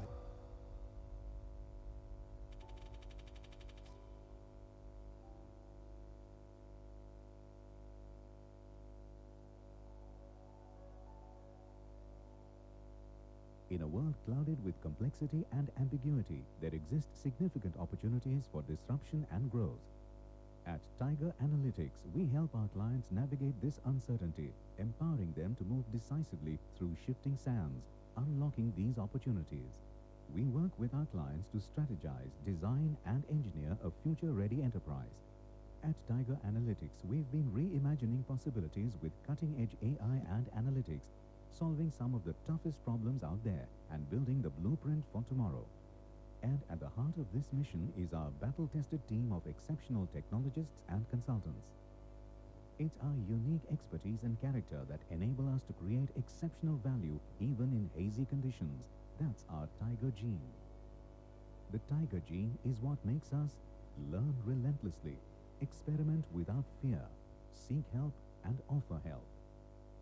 The Tiger Gene is what helps us uncomplicate complex problems, build for the future, deliver clarity amidst ambiguity. To our clients who are traversing a fog of uncertainty, we are not just a technology partner, we are a certainty partner, relentlessly seeking, solving, challenging, and growing. Together, as we set bold ambitions and target extraordinary outcomes, let us experience the power of data-guided decisions, the potential of connected insights, the promise of an AI-empowered future. Experience certainty to shape a better tomorrow with Tiger Analytics.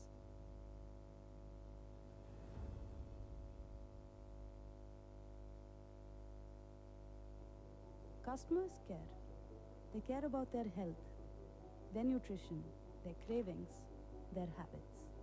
They care about what's familiar and what's exciting, about eating right and eating well, about celebration and routine, comfort and discovery, taste and trust, all at once. And when customers care this much, so should we. We have already made it easier than ever for customers to get the food they want, when and how they want it. Convenient, fast, efficient, undeniably powerful. But now, it's time to move beyond convenience and bring soul into every experience. And that's why our vision is to build technology that cares for the customer, with intelligence that adapts, with rewards that delight, with systems that move fast but always feel thoughtful. Because food is personal, and so should be the experience around it. With our thoughtfulness, we are engineered to deliver value at every level. At SmartQ, we're not just building for what's now, we're building for what matters next. SmartQ, built for the customer, built for experience, built for what's next.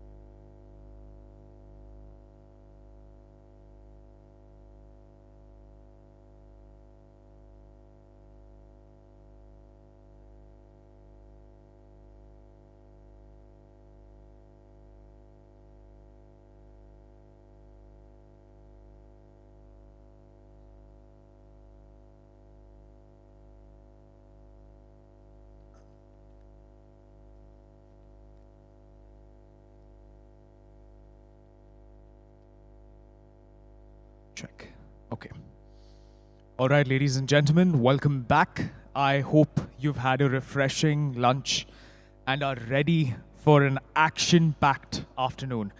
Before we continue, a few quick announcements. We've all been enjoying the contest at Cypher, and there's still more fun ahead. Bingo has been running since day one with plenty of exciting challenges. Don't miss your chance to participate and win prizes. There's a treasure hunt, which is also happening, so registrations were open earlier. Good luck to everyone that's taking part. And of course, keep sharing your moments online. Our social media challenge is still live. Grab your friends, click those photos, and be a part of the buzz. And today, day 3, we've saved something special for the finale. Charu Sharma, the iconic voice of Indian sport and the mind behind Pro Kabaddi League, will be hosting the AI quiz. And closing Cypher on a high note, we have Kenny Sebastian, one of India's most loved stand-up comedians, ready to leave us with laughter and fun memories that will go beyond this conference. And now, without further ado, let's dive into our next session. Classical computing has limits. Quantum computing, on the other hand, promises breakthroughs. This session explores how AI and quantum computing intersect to redefine problem solving in the industry. Attendees will learn practical applications and immediate opportunities for hybrid architectures. Ladies and gentlemen, please put it together for Sujoy Chakravarti, co-founder and CEO of Confluence. Sujoy leads pioneering work at the intersection of quantum and AI, transforming theory into scalable, real-world solutions. Welcome, Sujoy. Over to you.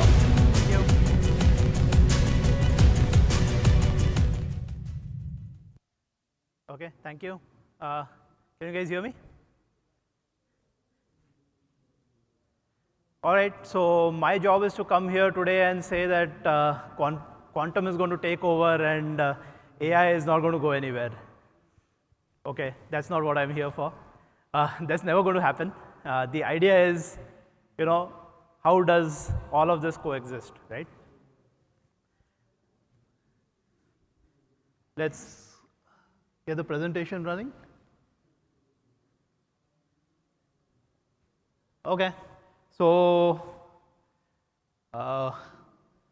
we are called Confluence. You go to any quantum conference in this country and in many other places of the world, people know us. In an AI conference, not so much. So I'll do a very, very short introduction of what we do so that there's some context setting. And from there, we'll go on to AI quantum, what our thoughts on that are, and so on and so forth, right? So what are we building, right? What we are building is the product on the left. This is a quantum computer. We are actually building a quantum computer hardware right out of Bangalore. Our lab is 15, 20 minutes from here. And this is a long-term game, right? This machine is going to be ready in 2029. But we are sitting here saying that we are going to build a machine which is going to beat the IBMs of the world. And we say that very confidently. That's because we are using a technology which is very, very different from what is existent in the world, right? We are a well-funded company. This is definitely happening. But at the same time, you see there's a product 2, and the product 2 says now, right? And this is a box which is available. And interestingly, a lot of AI people are interested in this box. I will go on to describe why and how the AI guys benefit from this box, what exactly this box does, etc. Crowded slide, not going to spend much time on this, but some of you guys know what quantum computers do. Some of you guys probably don't, right? They do not run spreadsheets faster. They do not do AI inference faster. What they do is they do a very different paradigm of computing. They can do things which all of the compute in the world put together today can't do, right? So you're talking of drug discovery, material design, etc. You're talking cryptography, you're talking climate change simulations. So basically stuff which cannot be simulated now. Imagine that today getting a drug into the market is a 10, 12, 15-year job. All the trials, etc. Imagine doing that in a simulator, right? You can simulate the drug, and in, let's say, a month, 2 months, you get a new drug out in the market. So it's a completely new paradigm, and that's what the promise of quantum computing is. We call it the holy grail. Once you get quantum computers out there, I think our lives will improve in a dramatically good way. Our lives will also be difficult because this will break RSA encryption. So all of you software guys out here believe that the internet is safe. The internet is not safe the day you have a large enough quantum computer. Luckily, no one has that right now, right? Our aim is to get it built. But one of the things which these things do is, you might have heard of a class of problem called NP-hard problem. These are optimization problems. And there are a lot of optimization problems in the world which are done by experience today. People know कि ऐसे करने से ये होता है, right? But because exact solutions to these problems are very, very hard to do. Classical computers take a lot of time doing that, right? The Swiggy, Zomato problem of how to send delivery executives around the city in the lowest cost is an NP-hard problem. They break it down. They do a lot of heuristics, etc., to arrive at that problem. So it so turns out that that can be done using a quantum-inspired method. So that is our second product. What this product does is it uses philosophies of physics, takes inspiration from quantum and solves this particular class of problems, just this one class of problems, in a quantum-like manner. So solutions which take 20, 25 minutes on an AWS machine run in about 20 seconds, 30 seconds on a machine like this. So this is a game changer when it comes to those industries. So that's the second product. And what we provide for that second product is an API interface. Right? What we learned from the software guys is do everything in an API. So it's an API interface. We have a layer of software which we call the decision layer or the brain. That decides which hardware, software combination to call, etc. And it ends up solving problems which cannot be solved or which are very hard to solve 50 to 100 times faster. So that is the Confluence product. But the purpose of this talk is to talk about AI and quantum, right? And one thing which we are clear about is that they are complementary technologies. I show that orthogonal thing, and I say, they are completely complementary technologies. They both need to coexist. One cannot live without the other. Maybe AI can live without quantum, but definitely not the other way around, right? And what does optimization do, right? Or what does this quantum-inspired or quantum things do, right? They give you what we call prescriptive analytics. You formulate a problem and you solve it, right? You use constraints, you use objectives, and you get a perfect solution. So that's what they do. Whereas what AI does is, it comes up with a lot of innovative ideas, it gives you trends and so on and so forth, right? So the world we see, what you do there is you analyze the trends, right? You analyze the trends, the possible outcomes using AI. So AI will decide, what to achieve, give directions, etc., etc. Probably even formulate the problem. And once you do that, then you use quantum. So you go to quantum, and quantum will tell you the best way to achieve that. So AI will tell you what to achieve. Quantum will tell you the best way to achieve that in a way which is not even solvable today. So this is the marriage of quantum and AI that we see the world going towards. The first application where these two things, technologies, have started working together is where AI is helping quantum. Like I said, the quantum computers are not ready. There are quantum computers out there, they're very noisy, they're very small. They don't do very useful things, right? But what we are seeing is we can use AI to do things like noise reduction, error mitigation, etc. So now what is happening is our control loops are learning on their own. And the computers are getting better and better without even having to go and do a lot of manual intervention. So this is the very, very first advantage that we see where AI is helping us do our designs, right? We do noise reduction, error mitigation using that, we do control calibration using that, and there's a lot of hybrid algorithms. The entire quantum software industry today runs what we call hybrid algorithms because the computers are not good enough to run direct algorithms. So now we have AI layers which decide what algorithms to run. Here is an example of how that happens, right? So this is a universe in which AI is at the center of the universe, right? It's sitting there, it's autonomous, and it has tools at its disposal. So, draw a parallel with human intelligence. I mean, if I put a human being in this room and gave him a very, very hard multiplication problem with additions and square roots and all of that, you would be, I don't know what the answer is. But if I gave you a calculator or you gave you a computer, you would immediately find the answer. So we look at it as that. So the intelligence, the artificial intelligence is there, it has ideas, it knows what to do. But how do you go and do that, right? So these are the tools at its disposal. So all of these quantum are tools at the disposal of the AI. So the AI can decide on the fly, what should I do, right? Should I just get a software-based quick solver, call it? Should I go to a simulator? Should I go to a real quantum computer? Should I go to some other hardware device? And bring it all back, reason, and give you a reasonable answer. So this is the world of AI where AI quantum works together, and quantum is a tool which is used by AI. Right? The other thing, and this is something which we are very excited about, we've already started doing this, right? Where quantum improves the AI models. So there's a continuous loop running where the quantum machine there, right, is working on your big data set. So the big data and the rule set is sitting there doing calculations all the time and running through scenarios and scenarios and scenarios, and that is the training data which goes into the AI model. So now AI is not calling the machine and saying, do this calculation for me. All of that is being done in the background, or the models are being trained on that. So you already have a trained neural network sitting there which knows the answers to most of these problems. So AI can just ping that model, get the answer. If it pings the model and the answer is that, I don't know, then it can go back and call the machine and take a little more time and get the data. So this will speed it up, make things more intelligent. So there's this continuous loop running. So these are things which have already started happening, right? Some of our machines actually do this. So I'll dive a little deeper into what actually I mean by when I say this, right? And I'll take something which a lot of people in this room understand, LLMs. I don't understand it as well as you guys do probably.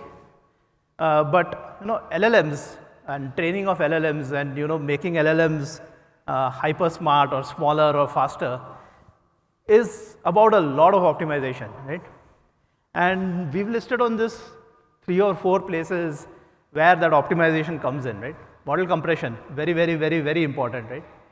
So I've highlighted it because I'll dig deeper into that. The smaller the model, you can run it on an edge device, you can run it faster, lower power, everything depends on that, right? NAS. So again, there are these models and it's all sparse and you're just firing the entire brain when you only need to fire a set of neurons, right? So this is the layer where you figure out what are the optimal layers that need to be fired. Mixture of experts is another one where if you can do it more optimally, the better it is. So all of these are potential places where optimization can be done. And when you think optimization, what do you think? Quantum, right? I just told you that quantum is very good at doing optimizations. It can do optimizations which normal computers can't. And quantum-inspired machines like the ones which exist today are also good at doing this. So this is real. This is something which can be done today. Deep diving into that box, right? How do you do pruning today? People who do core AI know this. What you do is magnitude-based. If the magnitudes are too high, too low, get rid of them, or whatever, right? Or too high, keep them too low, get rid of them. From that, you get a smaller model, right? You get a smaller model, all of the advantages of the smaller model happen, but what happens, you get loss of accuracy. So people have said that, this is not the right way of doing it, do it in an alternate way. The problem with the alternate way is that you need to run some optimizations, etc. It takes time, but this is a one-time training kind of a job. So it's okay to take that time. And there are various methods which have been proposed. 1994 was that first paper on OBS, which said that you should do some intelligent way of pruning rather than doing direct pruning, right? And it has come down to now what is called ICBS, which is combinatorial optimization, which can be run on quantum machines in a 2024 paper. And we have a version of that called ICBS-Q, where we actually run it on several models. I've taken one of the easier models because just to keep it simple. And the graph here shows density versus accuracy, right? So you don't want to lose accuracy as the density goes lower and lower. So 0.1 means you have compressed the model to 10%. Massive advantage. But look at what happens when you do randomly. There is no accuracy at all. If you throw away, you get a 50%, 70% loss of accuracy. the line at the top is using a quantum computer or a quantum-inspired machine, and you see that even if you go to 0.1, you've only lost 20% accuracy.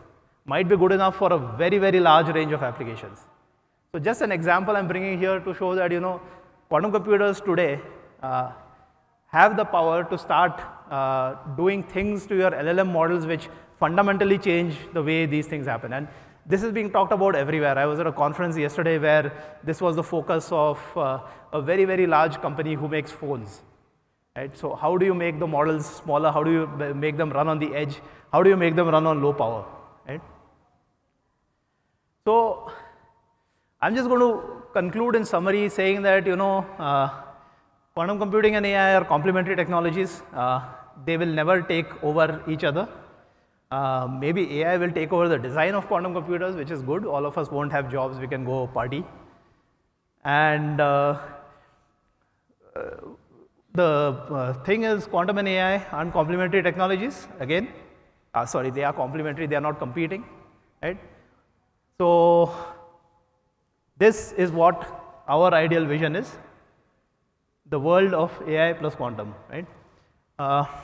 Thank you. So our machines are available on the cloud. Anybody wants free access, go to confluence.com, ask for access. Anybody wants to know more, info@confluence.com. We have a Python SDK, so you can start playing with quantum. It's not very hard to do. It is good fun. And we also have an API if you're using other languages. I don't understand languages other than Python, which is why the SDK is only in Python. Drop us an email, call that number. That number is not mine, unfortunately, or fortunately. So that's it. I think what I can do now is take questions. We have like 5 minutes for questions. So anyone? Someone there?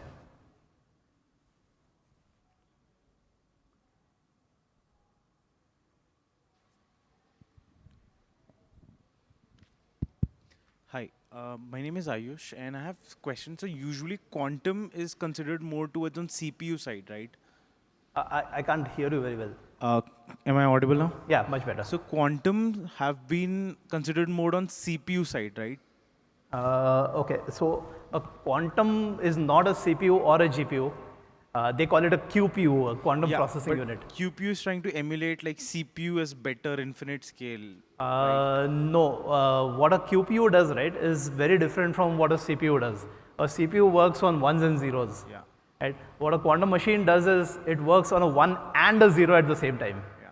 So we don't compare it to any of these existing technologies at all. What I'm trying to say is like if GPU allows parallel processing, like could there be a possibility that we could have like a QPU with parallel processing rather than just few bits, like millions of bits? Yeah. So QPUs eventually will have millions of bits, and they need millions of bits because if you have to factorize two prime numbers, today all the GPUs, all the CPUs in the world can't do it. Yeah. But if you have just 10,000 qubits operational, you'll be able to factorize it, and then you will be able to break your RSA encryption. So these will happen in parallel. The problem with quantum computers, right, is that you cannot measure. Yeah. You cannot measure a bit. There is a law, a fundamental law, which says that if you measure a bit, you lose the information. Okay. So with computers, you can measure, you can store in memory, and you can connect computers together. With QPUs, you can't do that because you can't measure a bit, you can't store a bit. So you have to do all of this in real time without measuring. So that's where the challenges are, and that's why you don't see commercially available computers today which can crack these things. So you said 2029 would be like the GA, but like Microsoft and Google's have at least some machines. Like they have some machines. and you should try to use them. They're very interesting machines. They're very noisy. Okay. I think the error rate is like 10-20%. I don't know. Like Sorry? Error rate is very high right now. It's very, very high. So you need 1,000 bits to get 1 bit which is error free. Oh. And the best machines in the world have about 5,000 qubits. So you can't get more than 4 or 5 error free bits today. Thank you. Yeah. Someone in yellow here. So if you say like we can't get very high error free solution, what do we use it for? Given, like for example, you are giving it for free. What do we use it for? What we can play around? So you remember there was a left side and the right side, right? The left side was a quantum computer. We call it a gate-based computer. That's the holy grail, right? That can solve a very large range of problems. What is on the right is not a quantum computer. It is a quantum-inspired machine. There are no gates in it. So I can't go do drug discovery. I can't go do RSA encryption breaking. I can't do those kind of things. But there are a class of problems which it can do, right? The class of problems which it can do is that it can load an energy function into the machine, and then it can find what is the lowest energy state of that function. And this, it sounds very technical, but if you think of it, it has very interesting uses, right? So this thing has uses across logistics, finance, drug discovery, anything which you want to minimize or maximize, right? Which is across the thing. What I showed you, combinatorial optimization, you want to minimize something. So for all of those, if you have a large number of variables and an interconnection between the variables, that energy function can be minimized. So those are the machines which exist today, and that's what a lot of the quantum software does today. You can convert something into an energy function, load it into the machine, get the minima. The minima is something which then you can use for your purposes. Yeah. Can we please bring the mic to the lady in the front, please? Oh, I have a question. Yes. Yeah. We'll come to you right after this. Thanks. Yeah. So, sir, what do you think? Will AGI come first or the Q day? Q day where encryption is broken by the quantum computer. AGI versus Q day. Q tech. Q day, when the encryption will be broken by quantum. Okay. So what will come first, AGI or that? What is AGI? Artificial General Intelligence. Okay. I don't know what AGI is, but it sounds like the day the world will be taken over by artificial intelligence versus the day the world will break every message which is stored. So yeah. I don't know whether you guys know, a large part of the world's storage today is used to intercept. You can intercept any communication on the internet. So they intercept and store. So all the communication which is happening in government circles, etc., is being stored. Because the way RSA works is the day RSA is broken, you can get those old messages and break them. So you can know what Modi said to Trump if you have stored that, and someone has stored it there, right? So I believe this will happen first. People will be able to break RSA first. Thank you, sir. Okay, in the interest of time, we'll just take one more question. There was a lady here who had raised her hand. For the others, please feel free to connect with him. I'll be outside for some time, so yes. So you can connect with time's up. I don't want to. Yes. A quick question here, and then we'll move on to the next session. Hi, thank you for the session. Will the quantum computers take space of today's data centers? Like, will you be selling to the Amazons and replace AWSs of the world? Just wanting to make sense of the business and business users for you. And how does it look on field? Like, will it be huge centers with quantum computers coming into place? So today, if you go on to AWS or GCP or some of these platforms, right, you can actually choose a quantum computer there. You can choose an IBM machine. So I think this infrastructure which has been built is going to stay. You're going to be able to choose a quantum machine, right? And quantum computers cannot, will not, will never replace today's GPUs and CPUs. So you're going to have GPUs, CPUs, quantum computers. So you're going to have data centers around the world consuming lots of energy, destroying the planet, doing this, and and you can go choose whichever one you want. So it's just going to go sit into your AWS stack. Okay? All right. Thank you, Sujoy. Can we please have a huge round of applause? Thank you, guys. Ladies and gentlemen, that was Sujoy Chakravarti, co-founder and CEO, Confluence. Moving on to our next session.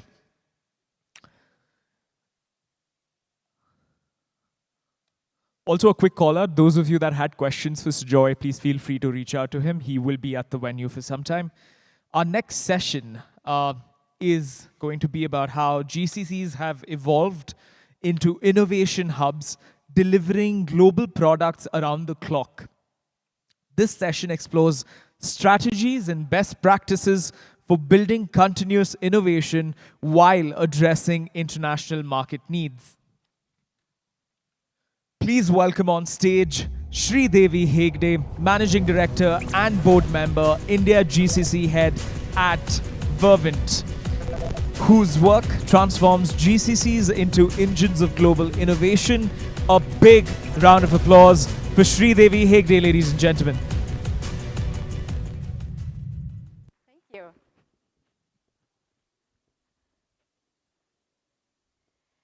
Namaste. Hello, everyone. Okay, somebody are moving. I think you can listen and you can move on. No problem. First of all, it's really exciting to be, okay, it's upon. It's exciting to be part of Cypher 2025, where ideas meet the reality, means you can really see the products you have seen from past 3 days humongously. Then it's really, you get to see the blueprint of next innovation, what's happening. The people have been really sharing their ideas, products, showcasing, and even getting good cues, good questions also, right? But first of all, AIM team, I really want to congratulate you to creating such a massive platform. And it can't be better because you have created like that, see the converge of people, right? From students, from learners, from the people who are really curious, from the people who have built, who are going to build from AI, and who want to just explore and see, okay, touch and feel, what is AI, right? And look at, and you have investors, all of them. It can't be much better.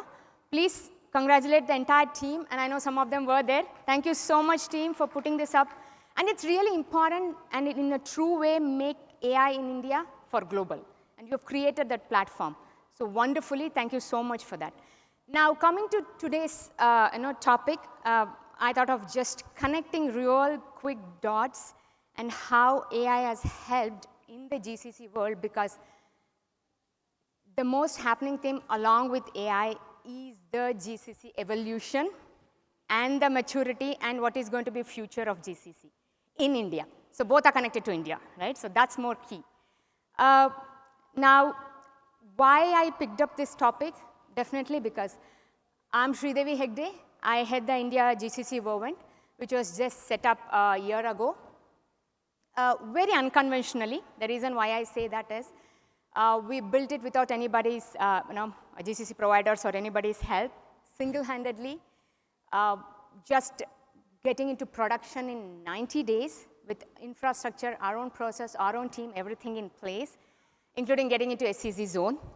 What Vervent does globally is they are fintech, and we serve the biggest banks in the world with loan services, lease services, backup services. We basically are risk takers. So think of the huge amount of volumes or churns which is happening by my team here, truly, okay? Now, coming to the topic today, awesome. Why I wanted to talk about GCC maturity is to see and not to coin what is the new topic or a new word for GCC. How many of them are not from GCC here, so that I can really get on to that? Okay, good. Okay, some of them are. So major of them are good. Okay, good. That I love it then. Awesome. Because I had a question for them, truly. Now, coming to our organization, as I said, it has leaped the maturity curve and reached this position, and how I'll tell you in a bit. Okay. Anybody know, or anybody can raise their hands who can tell me which was the first GCC set up in India? There you go. Wrong answer. Anybody else? Awesome. Thank you, sir. So that was way back in 1985. So look at the journey, what we have from past 30 years or 25 years plus, right? So how it has come, the journey. First, let's see what was typically and what we have gone through and how we are value adding to the global organizations. And then we'll look at what is the journey we will reach, or maybe together we can explore what could be the GCC's future. Okay? So first, obviously, when they came into India, why did they came into India? For cost benefit. Because some of the students, who reached out to me today and they said, ma'am, we don't know what is GCC. I said, please attend the session, you will come to know, because maybe you would want to pick up a job in GCC as soon as you, come out of the college, right? So coming back to the topic, cost centers, right? They were called usually, or we were valued, right? The organizations as cost centers. Why? Because we could give that scale, the consolidation of various manual tasks, then say scale as speed, because we had that much volume, that much of talent, and now also we have. That's what clearly shows that India, why we are a GCC capital. Then what happened? The organizations which came in here started finding that, maybe a threshold that, okay, cost can't be cut anymore. So what it transpired to be was definitely they started delivering or excelling in the delivery excellence, whatever in the department or whatever they were delivering. Then they became multifunctional hub. So Vervent also has already more than 15 plus functions except sales, because whatever the reason is, because I need to, maybe if I have to set up the sales, then I need to get into another entity, right? So keeping that topic apart, completely multifunctional, then we started looking at the portfolios, how we could really do for the HQ, right? What portfolios we can get, and we even got the ownerships. So this has transpired from past 20 years where we stand now, and how we are equivalent or partners or even growing more than the HQ globally, any organizations for that matter, right? Now, what's next, right? We are still seeing, and you might have heard, right, on the books or in the internet and everywhere, we still see every week 2 to 3 GCCs being set up. And there is a reason for that, right? And let's see why that reason is and how we are transpiring to be and what we are going to be reaching to, right? Tada, there's a question mark. Anybody want to guess by the end of the session or by the time I finish of why and how we are reaching? I would be happy and I can have a coffee with them. Okay, Anuj? Sure? Awesome. Now, let's see what is that path we are taking, as I said, with real-time examples. And that's now I'm converging with the point of AI, right? Okay. Being a typical financial industry, our organization definitely need to help our clients who are really averse to fraud.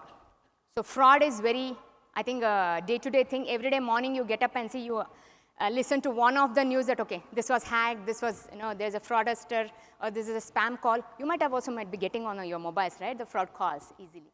So what is the demand of our client is they need 24-bar vigilance. They need to first detect as well as block those fraudsters when it comes to. So merchant visualization or merchant 24/7 surveillance we need to do.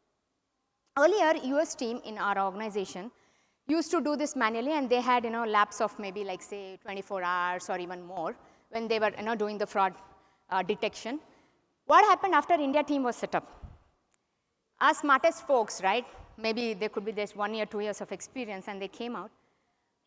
They have used AI tools. They have used analytics. They have used real data dashboards, which really pulls out the data and automatically detects and really shows which account where that could happen, and prepare a report when it's even still live, and they're doing real time with the clients. And by the time US wakes up, the report is ready. And we are able to block the fraudster's account or block those accounts. So that's how it is like 24/7 for us, our organization. And that's really creating the interest, and the clients are really saving lots of money. So that's what is India for AI, and my team is working on it. Now, how we are building products, right, for global customers. US as an organization, sorry, as a country lives on debt completely, right?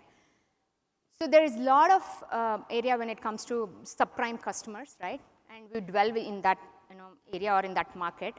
There's a lot of customers who are averse and always in the verge of being delinquent or bad debts. Okay? And what our team here just started 6 months before. In one of the discussion, when my VP of Ops was here, we just discussed, can't we build a platform where you can really offer these, debt holders or these loan or lease, holders, various offers, like you get offers from, many other products, like that offers, so that they are lured and they pay back. So we created a platform, instant options are being given them, obviously keeping the margin depending on the customer and the client, and they offer with a lot of, one interesting was one of the kiddo, I keep saying kiddo because they are really new, energetic when they come into an organization and they give these ideas. we should give points, we should give points also when they give back the, pay back the rent. I said, sorry, loan. I said, points, first of all, you're, collecting the point, and you need to give the points also. I said, why not?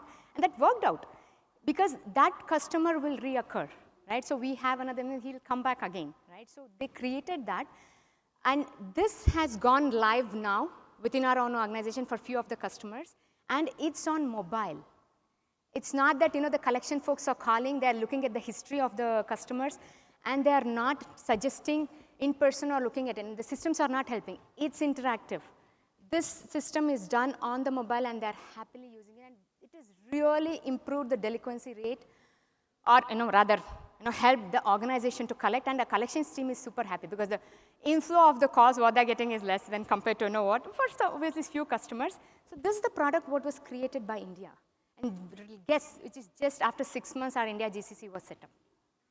So that's the kind of it. So now are you, getting the connectivity of how AI is powering GCC and how GCC is powering AI, right? Really, we are able to get that hold or get the seat at the table, because we are impacting business. We are creating profit for the organization. It means the global organization, our organization. We wouldn't want to call it as global.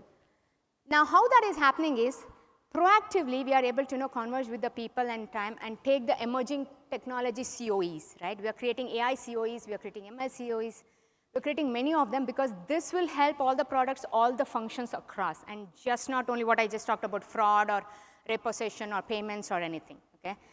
And now coming to the slide which I was talking about, anybody has guessed the name? I'm happy, or else, we can go there.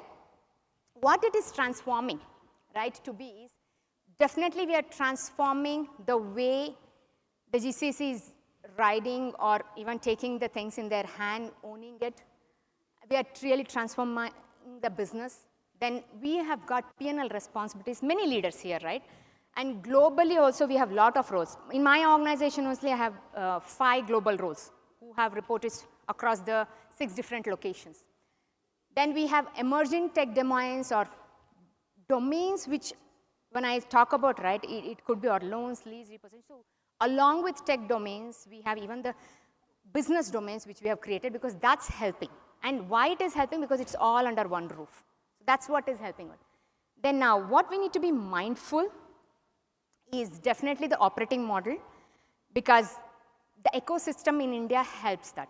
What the ecosystem is about, how the startups are helping. I saw lots of products today, right, which I could definitely go, because compared to India market, US market, India market is way above and beyond when it comes to financial industry, right? We are way beyond, leap ahead.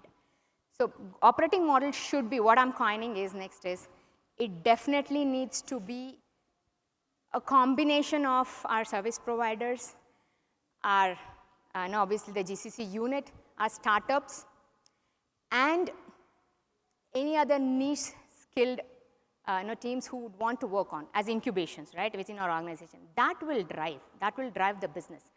Plus, India itself is a market. India itself is a market for a lot of products. And think of it, right, if we are able to scale and create or even test the products here, you will not get that variety to test anywhere else in the global.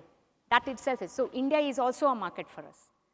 So that's where I'm coining. And if anybody has guessed, not guessed, what could be the next name or what could be the GCC's future, I'll just, yeah? I can't hear you. Okay. Value creators. Sorry? Value creators. Bank? Value. Okay. Creating value. Okay, anybody else? Good guess. There is nothing which is guess. I'm not, as I said, we are not coining anything new. I'm just saying because we all are creating together, yeah? Global drivers, okay. So it's truly beyond innovation, truly driven, trying to do, profits from here. It's very simple. Straightforward. What I think, and which you all will, start agreeing, or maybe after, 1 year or something, we will come to know, is business hubs. We can do business from here. We can create market from here. We can create products from here. That is what I'm, trying to get to, because that is anything and everything we need from the resources, from the global leaders, from the ecosystem we have in India. So it's India truly globally for the global, right? I know we have just 5 minutes. I can take more questions because I wanted to be more interactive. These are the products we have done. Now, I want to understand from any of you where is the maturity it is standing currently? How many global roles your organization has picked up? What is it you can influence? And the innovators, right? Are you really embracing the AI here? And have you really taken that risk? Because unless you don't take risks, you will not see the greater things in success going forward. I'm a risk taker always for that. And being in a financial industry, I'm saying this, but I truly say that. So that's where I leave you with a note that this is going to be transformational. And thanks to such forums and as well as for India, right? And that's our case study. What is published by even Karnataka government, KDM, and Zinov and NASCOM team, how we have lived and how we have gone above the maturity curve and what we have controlled and how much we have contributed to the global. Even though we are in the mid-market and we have done this case study has come up. And this was like a gift for our organization within 1 year of our formation of the organization. And now I think I can cite more examples. If you want, we can discuss more things. But truly, it is taking a pause. This is truly beyond typical GCCs that's building for the global AI stage. And thank you. Any questions? How we can do it? Yes, please. One. Check. Thank you for such a great speech, first of all. From an overall standpoint, right, we want to be a global GCC. Now, the market dynamics for each and every domain might be different in different parts of the world, right? How us as GCCs should embrace it? Because, for example, I work in a pharma company. The dynamics in the US is way different from probably India or the Eastern world. So how should we go about thinking through that lens and how should we scale up from that lens? Awesome. Very beautiful question. Oh, I have my friend who heads the Alcon GCC, okay? And it's again into pharma and the eye products, what they create. He has GCCs in 4 different locations. So it's not about competing with other GCCs. It's not about saying, okay, it only can be done in India. It's about what is the India power we can drive for. They have R&D center. And when you're saying how we can cater to the global market, right, it's about the global thinking. That's why I said, global roles, you really need to think globally. And we have a lot of simulation studies in that organization which he's doing that, he even goes and checks. Even in our own organization, we have certain kind of sessions we do where how credit card is used and how the customers' sentiments are there when it comes to credit cards usage. The same way you should also think. So that's why I say you need to think global when we have to invent things and connect. And we also have another center in Philippines, but that's completely contact center. So what is the best of the worlds? You need to take that, but you should drive from India. Thank you for that. Do we have more questions in the room? The lady here. So we'll come to you right after. Hi, I work for a finance-based GCC. My question is, with the changing geopolitical situation now and very stringent data protection rules coming in from different regions, do you see it as a major challenge for GCCs in India?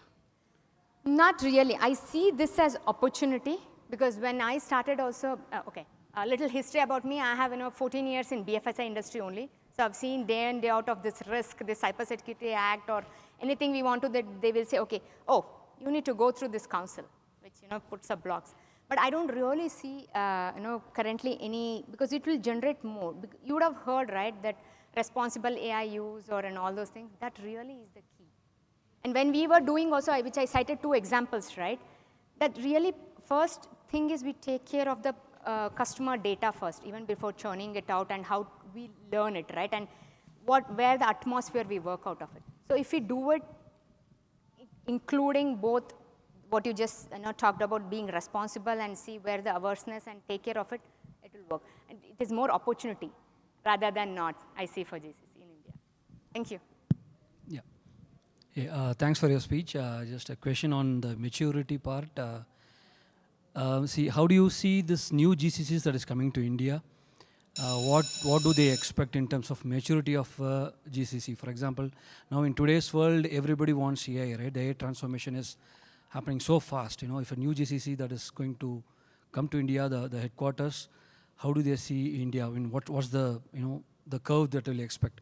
Because you said some of the GCCs are here for 20 years, and they are through the journey. But the expectation of a new GCC in India would be a different cycle, right? Do you have some insights around it? That's my first question. Second, on talent part, right? How as a GCC, a value proposition can be made to a new joining to the company, right? Because the talent war is there especially on AI and all this new emerging tech. But how a GCC can position itself in terms of attracting talents? Okay, it's about the talent and about the HQ, why they are coming here, and what is it? See, primarily, even if we say, oh no, we have not come here for a cost advantage, and it is true. It is still the baseline is that only, okay? But I'm seeing, like our own organization, right? They came here definitely because globally, no other locations we have all these functions under one roof. Very simple. And that was my idea when I was interviewed, the first time when I was interviewed.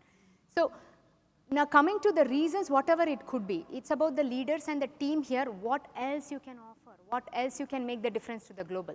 Many of them, yesterday also and day before yesterday also, I met few new GCCs which is going to come, and they came, oh, do you think we should go to Bangalore, or we should be in Bangalore, we should go to Chennai? Which could be the cost differentials? I said, what's your main agenda coming here? Is it only cost, or you really think that you are you want a platform integrators, you want maybe from the vendors in sourcing, or you want to partner with the vendor? What is it your main reason? Because cost is underlying. So what is it that you want to do, right? And that needs to be addressed. And there's many reasons which they come for, right, for India, and just not only for the cost per se. And again, as you said, maturity with learning partners, right? As I said, the 20 years maturity we have already passed through now in 1 year in our organization. So we don't need to wait for that because of the scale. Now, coming to the talent, how do you attract? In my own organization, it was a wonderful job. What we did is connect to the resources directly, and it is always two-way dialogue. Our interviews are modeled differently in our organization, and I have kind of process or with my RPO partners. Why you're coming? If you're coming only for the sake of okay, maybe I'll little get more margin money, it should not be the only reason. It should be really, will you be able to understand what is the customer journey, what is the customer pain point, can you translate, can you help us out with this? That's what I asked them, even really. So branding, again, takes a real good chunk of your time, or it's really critical when you're setting up the new GCC. And I can help you out with what all magics we did in our organization. Hope that helps. Thanks. Yeah. Thank you. Thank you so much, Sridevi. Ladies and gentlemen, in the interest of time, we'll cut our question and answers here. If you do have more questions, please reach out to her. She'll be here at the venue with us for a bit. Can we please give her a huge round of applause? Thank you. Thank you so much. Thank you.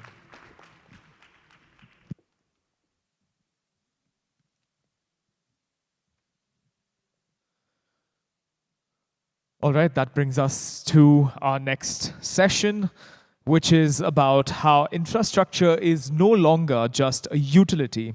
It is becoming a decision-making layer. This session highlights how AI and automation are embedding real-time intelligence into core systems for operational excellence. Ladies and gentlemen, please welcome Haraprasad Kar, Chief Information Officer at ACT FiberNet. ACT FiberNet, an expert in embedding intelligence into critical infrastructure. Let's please give him a warm welcome and applause, please. Ladies and gentlemen, give it up for our next speaker. Thank you.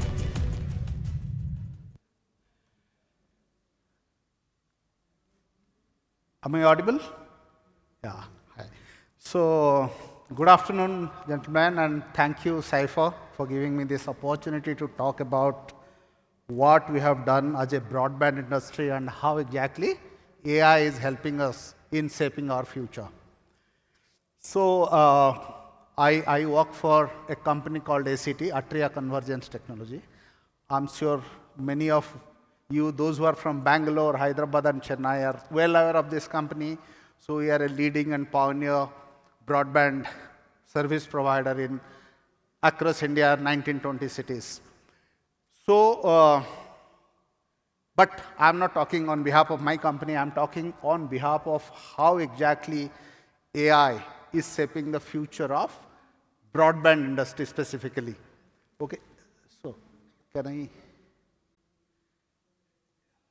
Sorry, I think Do we have the I need pointer, the please? Changer.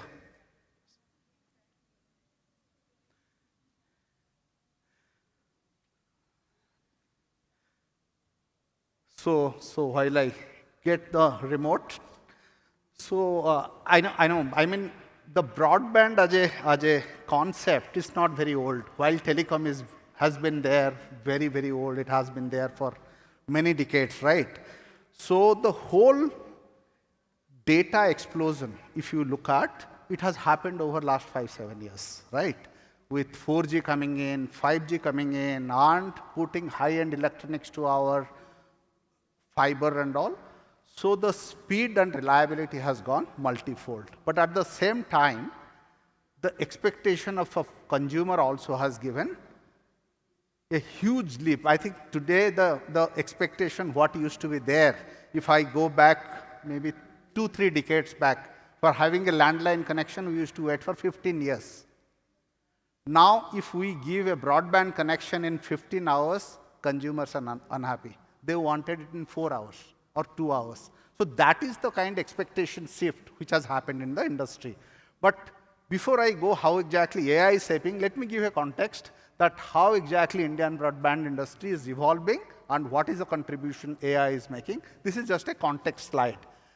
If we look at from some mere 100,000 kind of a customer, today we are 980 million broadband users in country with almost 10% year-on-year growth. One point of time, while we are talking about data transfer in MBs and KBs, here data consumption per month per user has touched 32 GB. Thanks to multiple, it is not that we have done, it is the content across the globe, the YouTubes of the world, Instas of the world, this is what is, and this is now part of our mainstream. We cannot live without a data connectivity even for a minute. This is, in our industry, we call it as a roti, kapda, and connectivity. That is how essential it is today. And why it is called a pivotal moment? Because it is actually converging not only the landline, the wired connection, even the 5G, the digital India innovation. There are the scale required to have 360 million consumers connected over the data. And there are a lot of push from Government of India. If we look at the infrastructure readiness, the India AI mission, all that is causing a data explosion, both from a perspective of data consumption and the consumer put together. And if we look at the massive infrastructure investment, what is happening over last 1 decade is actually fueling AI adoption, because this kind of investment and the volume cannot be just handled normally, manually, the way telecom operator has been handling for many, many years, many decades, right? And if we look at the initiatives which is initiated at various levels, from local, state government, central government, the India AI mission, Digital India budget, BharatNet, DIFTech, there is a focus area, and the investment there is something which is crazy. It was unheard of kind of investment happening, and there is a data explosion happening in the country. And if you look at what does it mean for a service provider like us? What does it mean is, how do we give access to a subsidized compute infrastructure, right? And today, India is no more a standard, a mid-income group, developing country. Today, every tech giant in the world, actually they are eyeing to India. And today, this partnership with all the global giants, whether it is Microsoft, Google, Oracles of the world, or Apples of the world, India is their major market. And that is what is also causing a huge explosion on the data consumption and the adoption of this data. So if we look at, this is net leading to a huge demand in the bandwidth. So a quick context. I just spoke about, we were happy in our childhood if we get a landline connection in 10 years. Instead of 15 years, oh, I'm privileged, I got it in 10 years. Today, if our consumer, a connection gets down and does not get restored in an hour, they say, this is a shitty service, it's a bad service. From this kind of a mindset and shifting which has happened in the consumer mindset, this is one of the studies which we have made. Look what Indian consumer expects from service provider. 76% of our consumer expects a personalized service. Right? I mean, 70% will switch brand after a single poor experience. There was a time, even months together, our connection of BSNL used to be down and we were patiently waiting, right? Now we're talking about 70% of the consumer, they will just shift one poor connection or poor experience. 69% want personal AI assistant today. And 81% want more a human-like AI conversion. It's gone are those days where immediately if you know that it is not a human, it is a AI or a bot talking, people are dropping it. Today it's very, very difficult to even distinguish whether on the other side is there a person or is there a bot. 82% will believe AI will improve the purchase experience. So this is from a consumer expectation standpoint. Right-hand side, what is broadband industry? Only two parameters I would like to say, that 87% of surveyed users highlight that speed is the most important factor, speed and reliability. And today, people are saying they are expecting 2 unexpected service interruptions. I'm sure many of you would have gone through a service interruption and today there is no patience left if there is a 1-minute buffer of your YouTube video. And that is the kind of reliability people are expecting today. And what does it mean? The core expectation is we need reliability, which is like no outage at all. Performance, what I pay for, what is the speed. If I have paid for 100 Mbps, I'm not okay with 99 Mbps. This is the kind of expectation. And support, if we look, when problem occurs, they want fast and effective. And fast meaning is actually shrinking. What used to be 8 hours is now they are expecting in 1 hour. This is how the changing behavior of consumers are changing on the marketplace. And so keeping that in mind, a traditional way of servicing a consumer is no more viable with this kind of expectation, this kind of a data volume, this kind of a consumer volume. So what does it mean? Like how we handle at ACT, and this is not for ACT only, this is actually across telecom, across broadband industries. I'm just giving few examples. It is not that this is a comprehensive example. One example is, today when somebody shows an interest that I want to prospect, I want to take your connection, we really don't know whether this sale will get matured or not. We have no idea. And whole of our organization works towards that. And out of which 70% doesn't get matured, 70-80%. From there, and it is a huge wastage of our organization resource. So from there, what is that we have done is using the AI model, we are creating a prospect intelligence. That means when an inquiry is coming to our organization, we are saying how genuine is this organization, is this inquiry?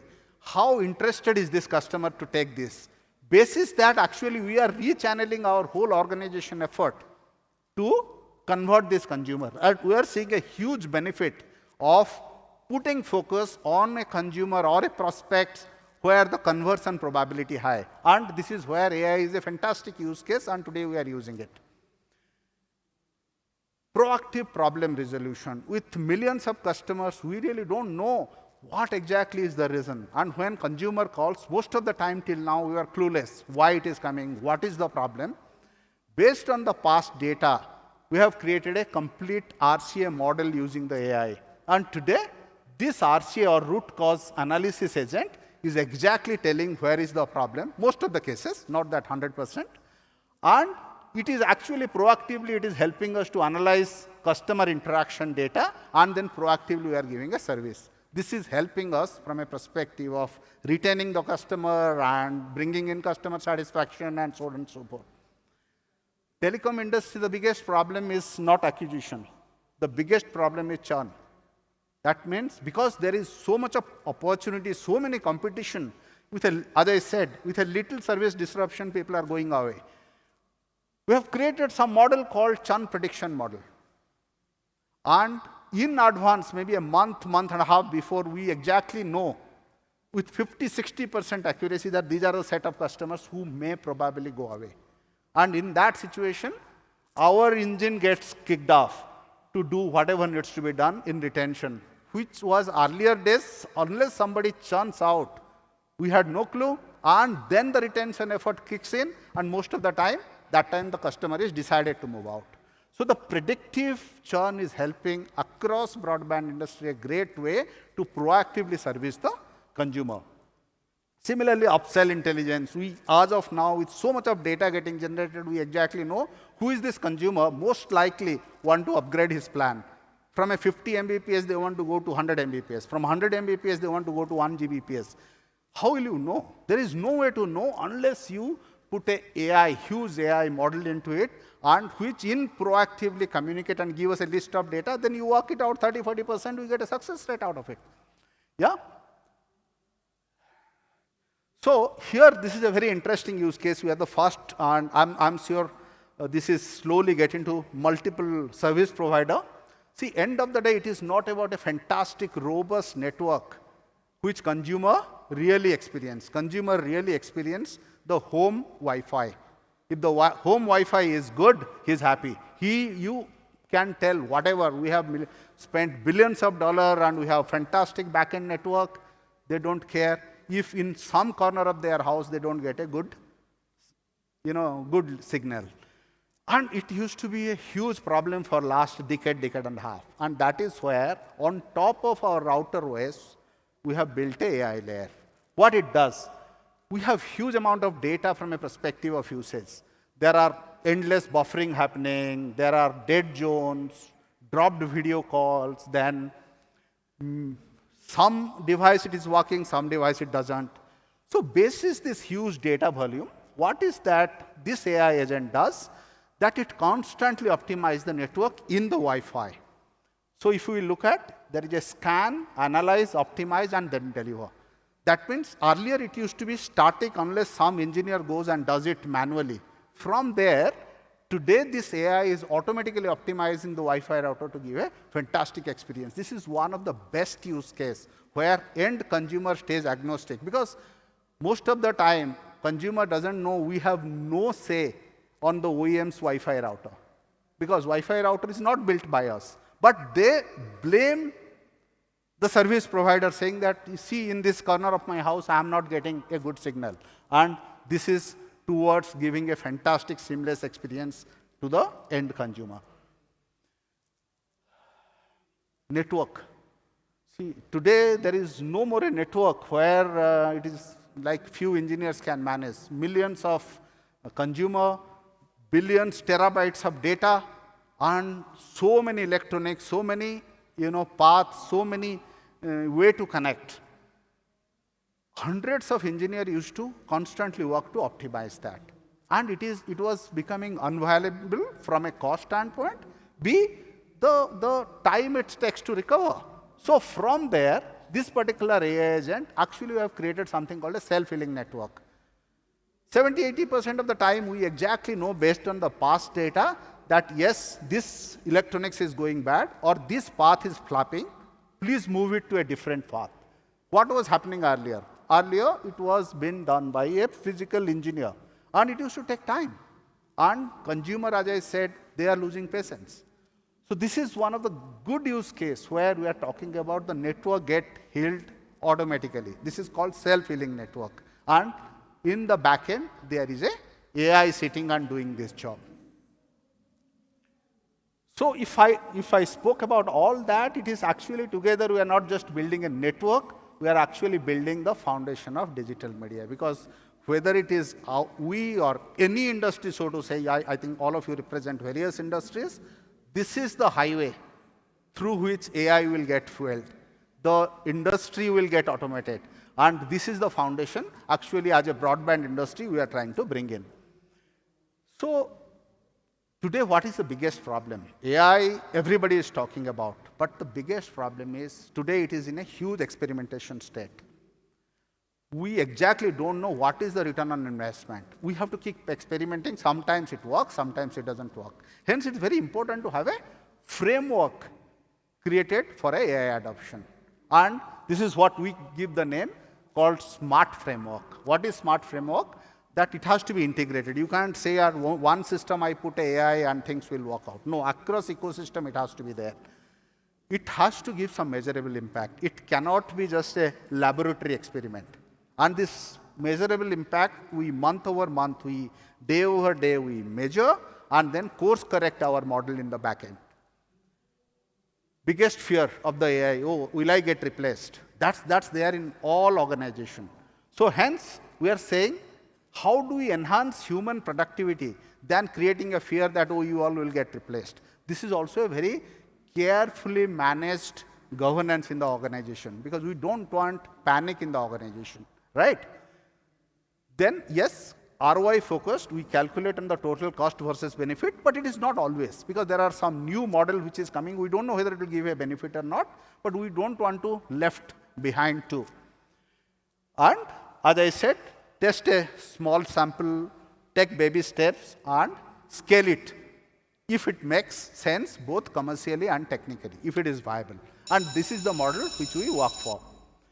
So if but then all this what I spoke is just tips of the iceberg.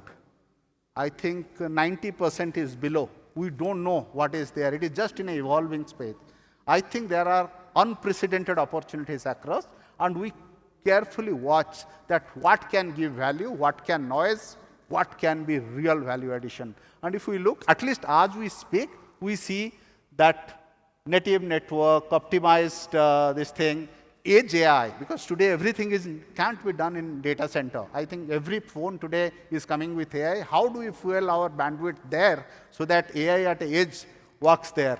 And I think this got changed, and the resilience all across. So this is something which we are keeping a watch, but there are hundreds and thousands use cases.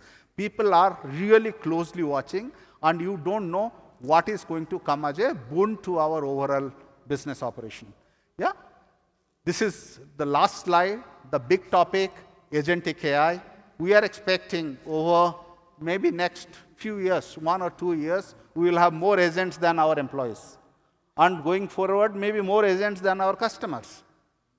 And all of them will keep doing the routine task for which today we have employed human beings. My belief is human beings are a lot more intelligent. They are meant not to do repetitive tasks. And that will slowly go there.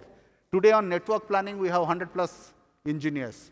My belief is this is again a repetitive task, set of data to be analyzed and plan your network. That can fabulously done by some agentic AI. And this is actually a watchful moment for agentic AI. And my belief is this is going to reshape the way whole operation is working in future. Yeah? So this is in short how exactly it is happening. My belief is we have just started the journey. We just started crawling, let me tell you, across the globe. But the opportunities are immense around to reshape the way network works, the way business works, the way business process has to be handled.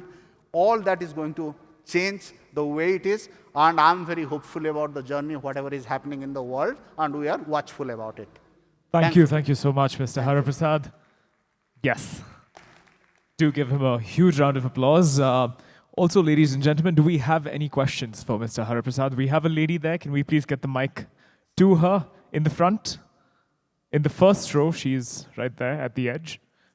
Do we have any more people wanting to ask questions? Anyone else? Okay, just one question quickly. Let's do this. Yeah, hello, sir. It's, I think, nice session, what I am looking from last 3 days. So I'm working in a telecom domain for Nokia network provider.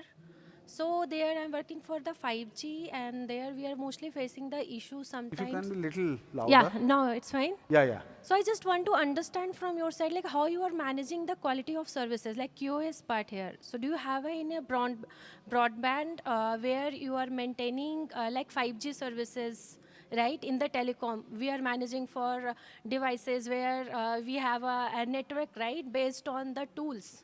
Okay. If you are able to understand. So, because that is the different, but what you have told, it's a very different architecture what we are following for the 5G. Okay. So that, that part, can you just little bit explain? So my simple answer, I have a simple answer. Whether it is 5G or wired broadband, it doesn't matter. End of the day, what matters is data. How much of data from each of the element, each of the consumer experience you keep collecting, and how deeply you can analyze. Actually, we give you insight for the optimization. Right. So suppose we are getting the CDRs, right? So in that CDR, that is very fast. Yeah. And that time getting, if any node was going down, any G node was going down, that time it was very difficult to get the data where is a fault. Yeah. Right. So that fault detections, if we are able to do in AI, either in 5G or whatever in the, we are using normal networks. So how that data we will be able to receive? Because so it's all about collecting those data and putting a layer of analytics on top of it. Okay. So collecting data is a age-old technology. I don't think it is a matter of scale. And getting in, you can have multiple way of collecting, analyzing, and storing the data, including the data lake or whatever. But it is not about collecting the data alone, then choosing the right model. Earlier, what was happening is based on analytics, based on the scripts, we were analyzing and figuring it out what can happen. And it was always sample basis. You cannot manage with billions of data through a human intelligence. That is where I think AI is helping. We are putting AI, we are trying out multiple models to analyze those data and predictively talking about what needs to be done. This is called predictive maintenance based on the AI model. Okay. Yeah, and there are multiple models available today in the world. Okay. Yeah. Thank you. Thank you. Thank you. I think you can connect with him. Just post this. So thank you so much. Ladies and gentlemen, can we please have a huge round of applause for our speaker, Mr. Haraprasad, Chief Information Officer at ACT FiberNet. He will be at the venue, so you please feel free to connect with him. Any of you, please feel free to approach him. Thank you.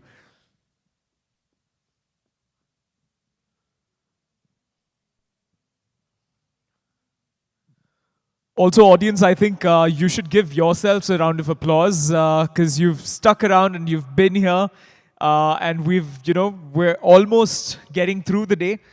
Our next session, how are we feeling though? Give me a yes if you're awake and fresh and feeling good. Yes. That was a very, yes, lunch was heavy, so yes. Are we ready for the next session? Yes? All right, that's better, that's better. We also have some water around here, so if you want to just hydrate and, do that, you could. There's very few of us here. It would be really nice if you came forward, so that our speaker can interact with you. It'll be a better experience. There's a lot of space, so those of you seated behind can come forward. It'll be a better experience for everyone. All right, now starting off, thank you. There's actually some people who got up. Very nice. All right, so our next session is going to be about data privacy and how it has become a business critical priority. This session explores how privacy-enhancing technologies enable innovation while safeguarding trust and compliance in the post-DPDPA era. Ladies and gentlemen, please welcome Sanjay Kumar Das, Additional Secretary, Science and Technology and Biotechnology Department and State Information Security Officer, Government of West Bengal, who is pioneering privacy-first innovation. A huge round of applause for Mr. Sanjay Kumar Das.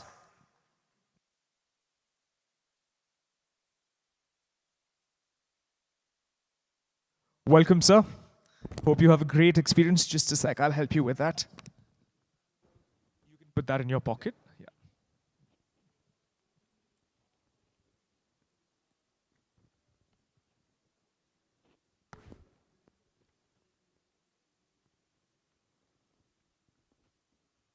Hope, am I audible? Audible? Hear you. I hope there are less than 100. So if 20 listen to me, Just a sec, sir. I think with that machine falling off, the mic has fallen off as well. Can we have the mic person come up on stage to adjust the mic, please? Really quickly. Clock's ticking.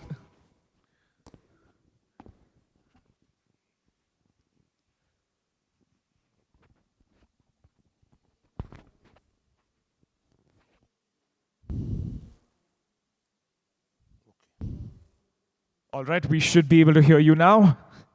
Am I audible right now? Yeah, thank you. I hope there are maximum 100 people. So it might not be very, it does not have ROI for me to come from Kolkata and talk to you. It could have been done online. So, and the topic is so very pertinent. What is the most important news today if you are into technology? Yesterday, there was a declaration by the Union Minister of Electronics and Information Technology. What is that? Mr. Ashwini Vaishnav actually declared something yesterday. Anyone? Any wild guess? Because it is related to the first line of the topic that I was given to. He just told you about DP era, isn't it?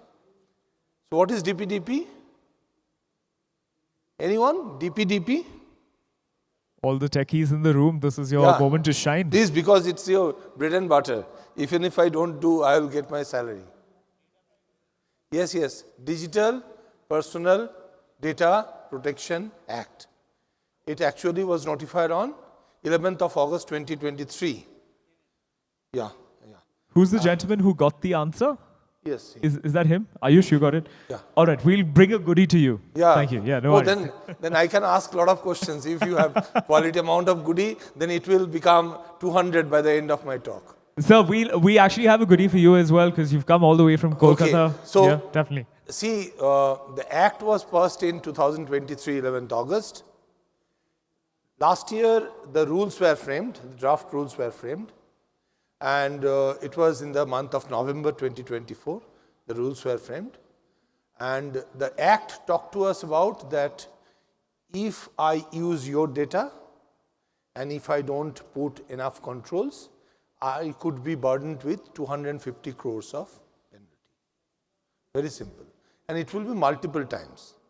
मैंने पहले बार आपका data लेकर के बिगाड़ दिया, 250 करोड़ दे दिए. Next time, same thing. Next time, once again, it will go on. There is not like that. And मैंने दोनों का किया तो 500. So ऐसा चलता रहेगा. So initially, it was little bit of very, threatening. तो बहुत threaten हो जाने के बाद हम लोग क्या करते हैं? बाहर में जाए दुनिया जो होगा देखा जाएगा. So the next approach is, even if something happens, I will take care of. Because security is somebody other's baby. That baby was given to me to rear up, so I don't have any obligation. है ना? So security क्या है? In our terms, जेब जो है बाहर से सिलते हैं. The pocket is sewn from outside. Because we develop a solution, then we talk about security. But in this type of conferences, we talk about, security by design. But we don't care at all about security by design. So slowly, we understood the greatest strength of our country is the collective database of 140 crore people. And these data are not dispolarated data, they are profiled data. Because by just spending 100 rupees, you can find out what type of medicine actually I have during the day. Why? Because the next time you go to any doctor, and as you are coming out of the doctor, you will find somebody taking your prescription and taking a snap. किसलिए लेते हैं?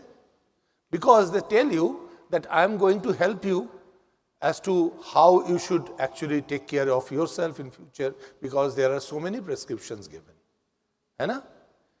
लेकिन that very device is connected to internet, and my dear friends, In 2019, Jack Dorsey told that my source of revenue is sharing data with 1,888 platforms. So if you have such type of an app and given all permissions, because that app is free and wherever it is free, you are the product. So when you take a snap of my prescription, 1,889 platforms know. So there is nothing that is called sensitive, personally identifiable information. It is for everyone to churn. My previous speaker talked about churning. So this is the point of churning. So there cannot be anything predictive because we are already profiled.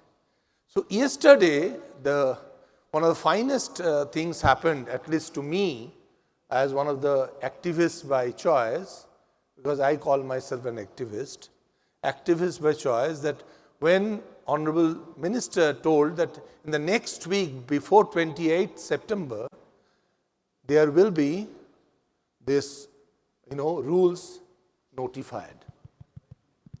So what will happen when these DPDP rules, they get notified? Then we will understand that my body, my right also has an extension called my body, my data, my right.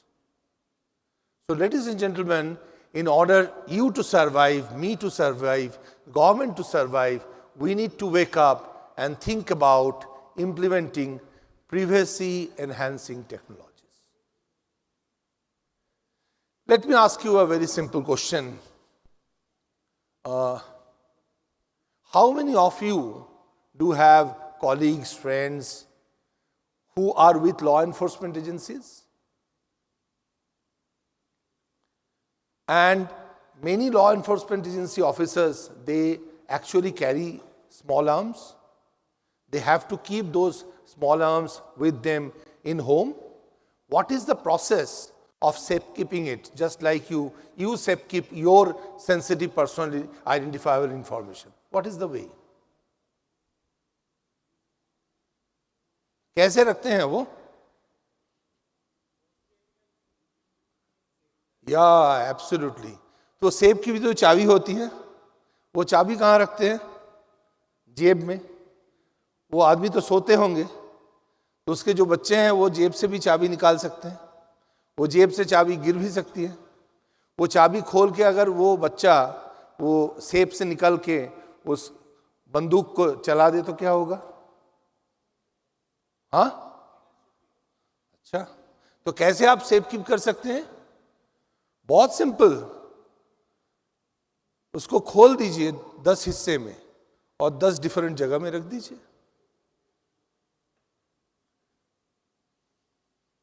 और जो भी हो, वो बच्चा तो इसको बहुत जल्दी से, हाँ बताइए. So we have members in the audience who I'm don't sorry. understand So Hindi. he can just actually dismantle the. He can just I'm sorry. It's my fault. So that person could actually, without keeping it inside the safe, that person can dismantle it into 10 pieces and put those 10 pieces at different places in the home. That his son or the daughter or anybody else might get all the pieces together, but may not know how to put them together and use it. So whatever controls you put to safekeep your data, there could be another way. But if you keep your data dispolarated, disjointed, there is lesser chance of intruder getting access to, but lesser chance of being or allowing them to use that. So this is one of the most important things we will talk about in the next 10 minutes or so. So my topic is post-DPDP era, the privacy-enhancing technology will be the new baby on the block. And you have to talk about, I'm not talking about a lot of solutions today, because as an activist, my effort will not be to direct you to a particular solution. I would rather ignite you to go back and start using your LLMs, Google, whatever repository searching engines to think about privacy enhancing technology, find out what type of technologies are going to happen or come into being, and how to utilize them in your efforts. Why privacy enhancing technology matters now? Because CISOs are not only compliant officers or compliance officers, they are mostly, their salaries are mostly dependent upon the performance of the organization. The CISO cannot say whatever, just like an auditor, I might be the CISO of his firm, and whatever he proposes in the board, I cannot just say, just like an auditor. No, it will not happen. I have to support him by finding out the way out, the workaround, so that the organization runs and I also get my salary. So CISO right now are strategic enablers rather than just an auditor. Earlier, most CISOs are auditors, and right now if you find out, the prerequisites of CISO, you will find that they are talking about the targets and achievements of the companies where they have worked. So managing trust and compliance is paramount today. How are you going to trust an app where you do not know how that app is keeping your data? Just remember, in this arena, I have heard of at least 10 new apps which I have not heard before today. Since morning, I have heard 10 new apps. And at least 2 apps I have already tried in my phone. So when I am trying those apps, what is the possibility of those apps misusing my information? They might say, I am complying, blah, blah, blah, blah. How confident are we? Is there any benchmark? Think about that. That could be another enabler. What benchmarks should be there to actually create confidence within me? I should keep, So CISO has a great role to play to ensure that the company actually exudes trust. Pets help unlock data value while ensuring privacy. So when you are dismantling that, small arms of yours, you only know how to, or knowledgeable persons know how to assemble them together. So those who are knowledgeable, even if the data are kept dispolarated, can use and explore or exploit the value of the data. That is what I wanted to speak. And adapting PETs, that means privacy enhancing technologies, that transforms privacy into a competitive edge. Next, I would just allow you to go through very fast advancing data security. Like, we talk about data security, but what are the stages? How advanced are we? Can anybody tell me? Just by saying that I am compliant to this, my organization complies to this standards. Are we advanced? So think about proper advancement which can be quantified. Remember that. Enabling regulatory adherence, because there are regulations which are coming out every day.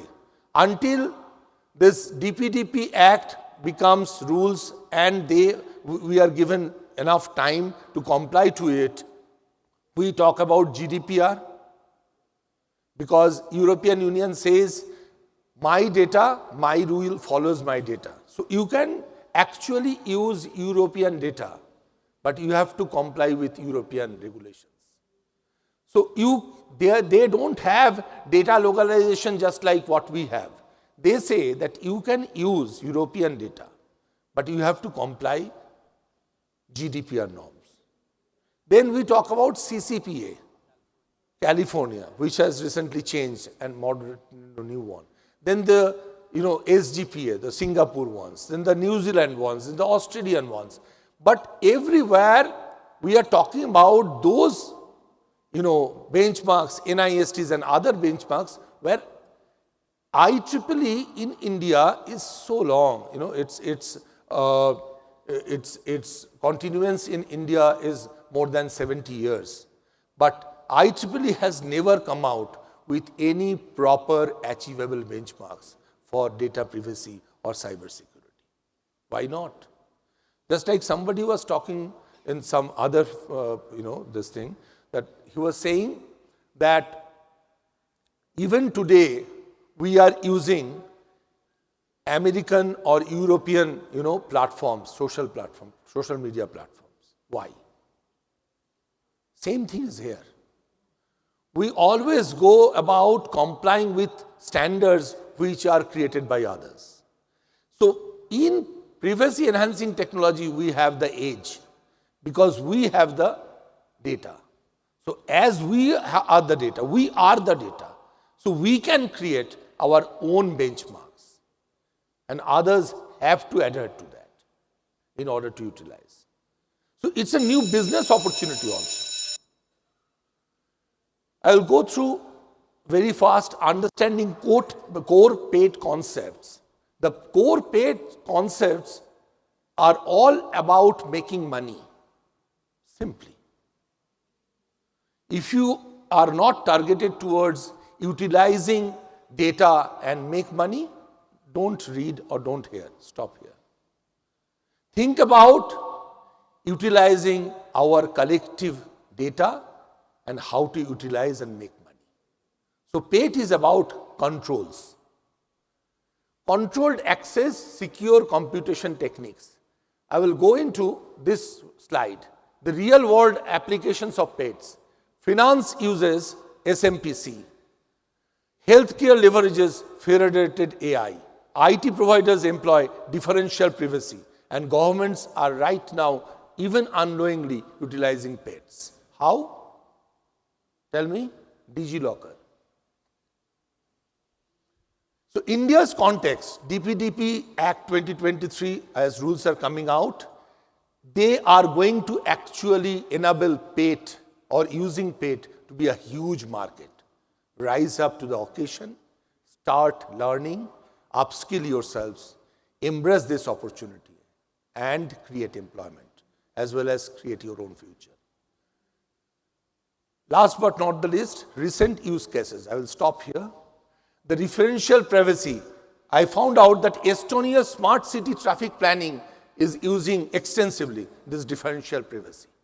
Singapore's congestion reduction via privacy preserving location analytics. Without knowing that our data, CCTV data are being funneled into. Because right now you would see that in Google map, you are seeing that it is green, but it is actually, it might not be green. As soon as you are reaching there, it is becoming amber and then red. So all these things are right now is a collective utilization of CCTV-based, data-based decision making without compromising with privacy.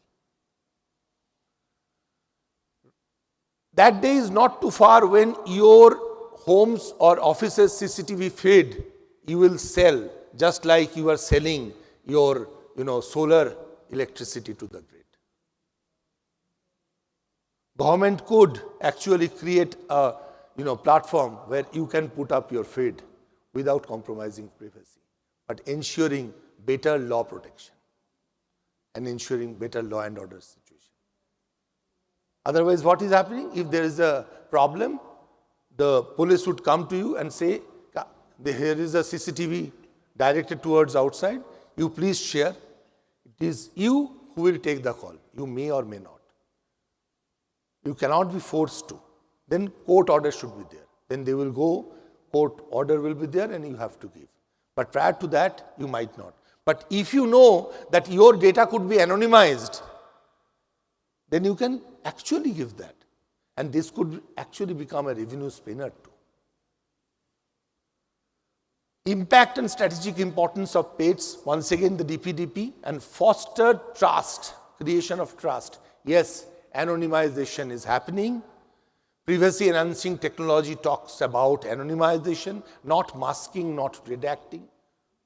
Where complete data anonymization is happening, That means the data is going through a funnel, a strainer, just like a tea strainer. And all those sensitive personal identifiable informations are churned out. And without losing the context, data is shared and analyzed and used for accessible, affordable, and scalable solutions. My dear friends, I would end by telling you that most of our promising startups are suffering from lack of live, personalized, actual data. They are taking them from black market just like dark web and others. So if we talk about sharing data, collaborating data by using PET, privacy enhancing technology, just like I talked about, anonymization, then our future of bringing out better social media platforms or better solutions which are more accessible, more affordable, more scalable than all around the world. That day is not too far. Our future is bright with all your help. Thank you very much. God bless you.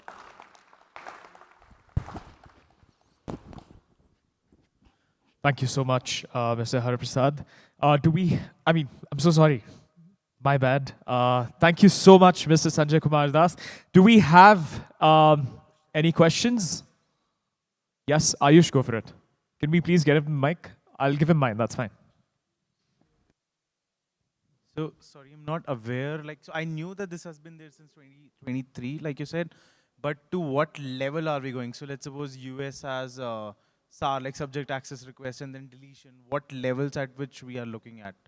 Like for data privacy, and then how much can the citizen ask to the organization? Yes.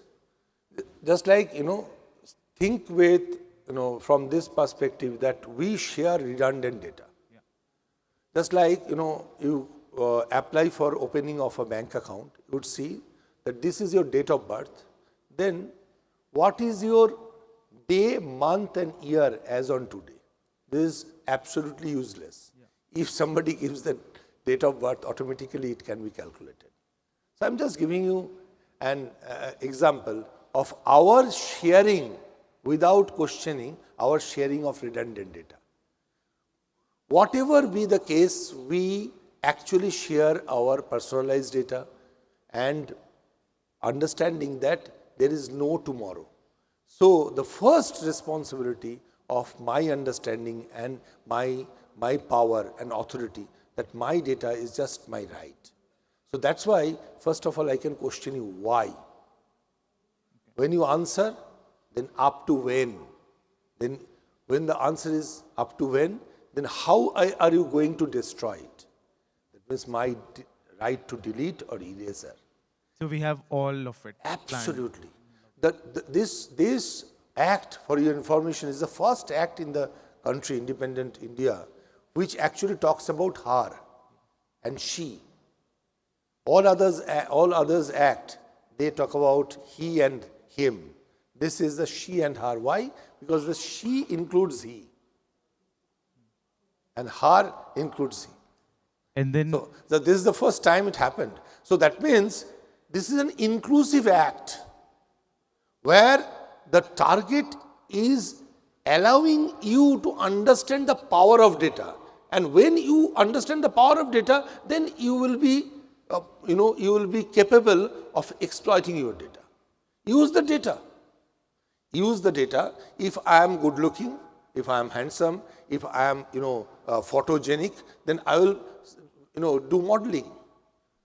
So I know my body could be used for a purpose which can earn me back money. Similarly, my data could be used and exploited to bring me money. But there is an end to it. There was no tomorrow for earlier. Right now, there is absolutely perfect tomorrow. That perfection has to be made with our collective wisdom. We cannot just tell, let my data be preserved by him. I am employing him. I have to generate my own capability. This act is giving me this right. And then is there age-based restrictions like 13 to 18, like under 18? See, first of all, this act is absolutely not about restriction of usage of data. It is enabling usage of data. So it is not about prohibition, it is about regulation. Thank you. Can we please have the mic to this gentleman over here, please?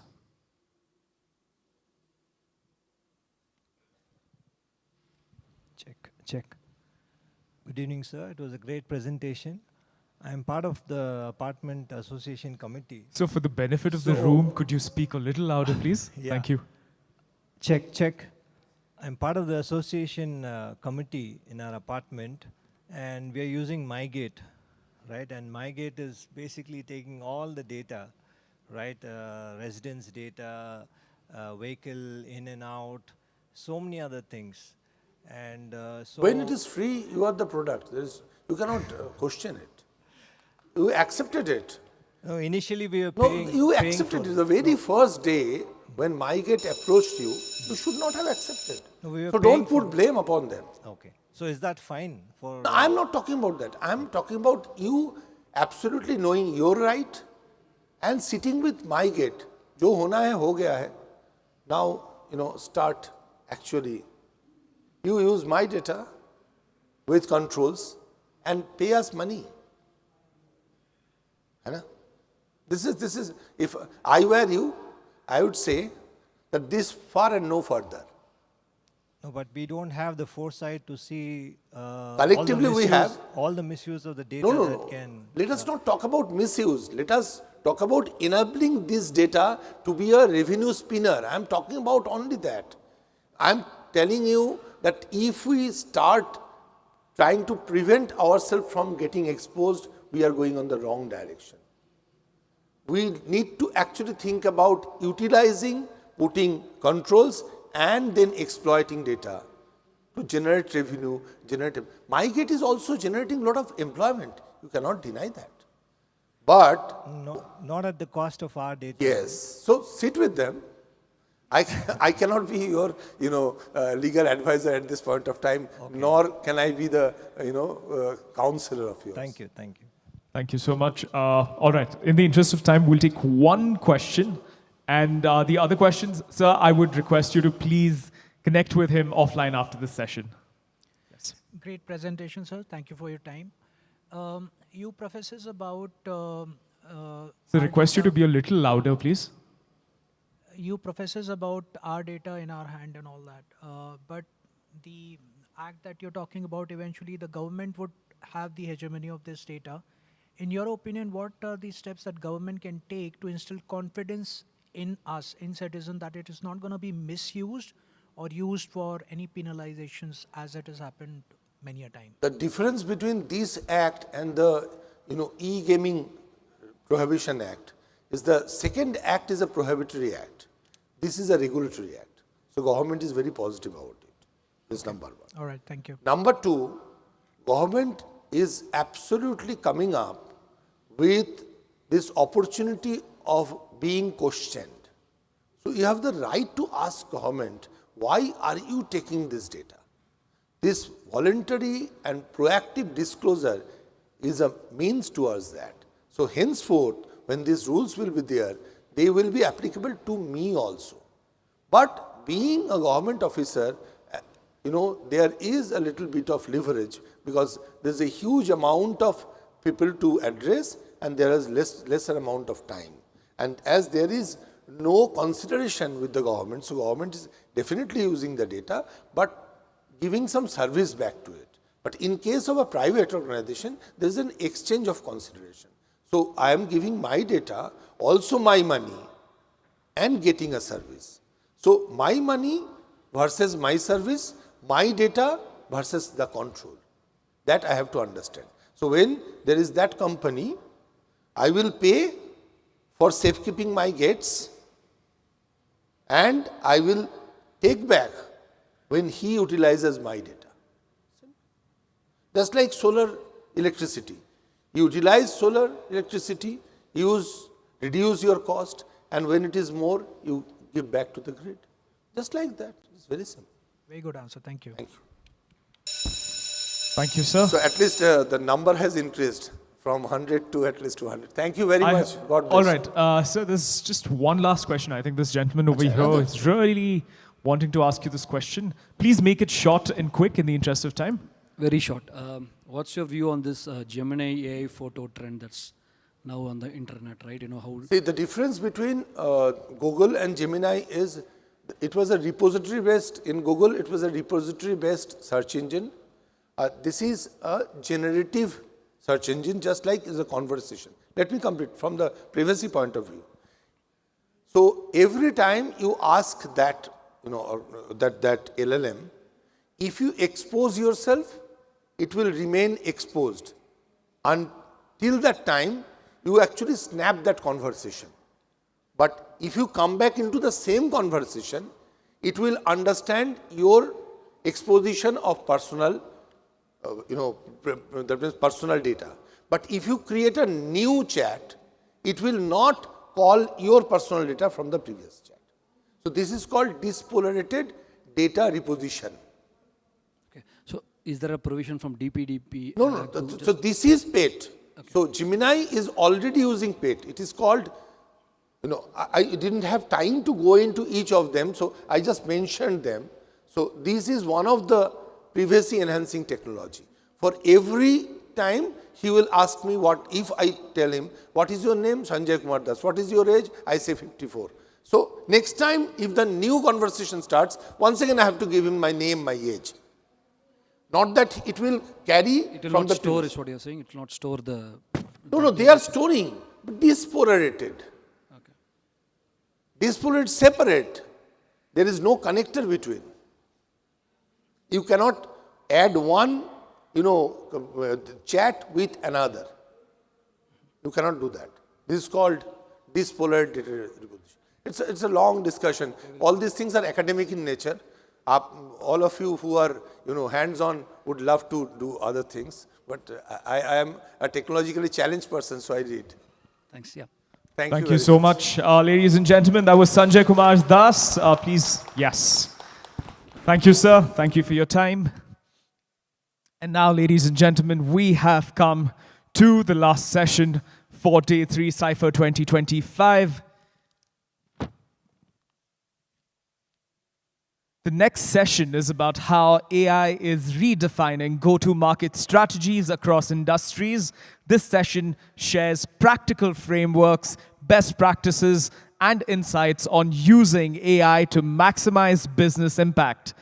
Ladies and gentlemen, please welcome Vedanarayanan Vedantam, or you can, as he likes to be called, Veda, Senior Advisor and Rainmaker Professor, Simon Kucher, IIM, a leading expert in GTM strategy and AI adoption.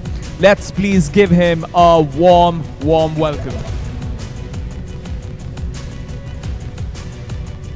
Thank you.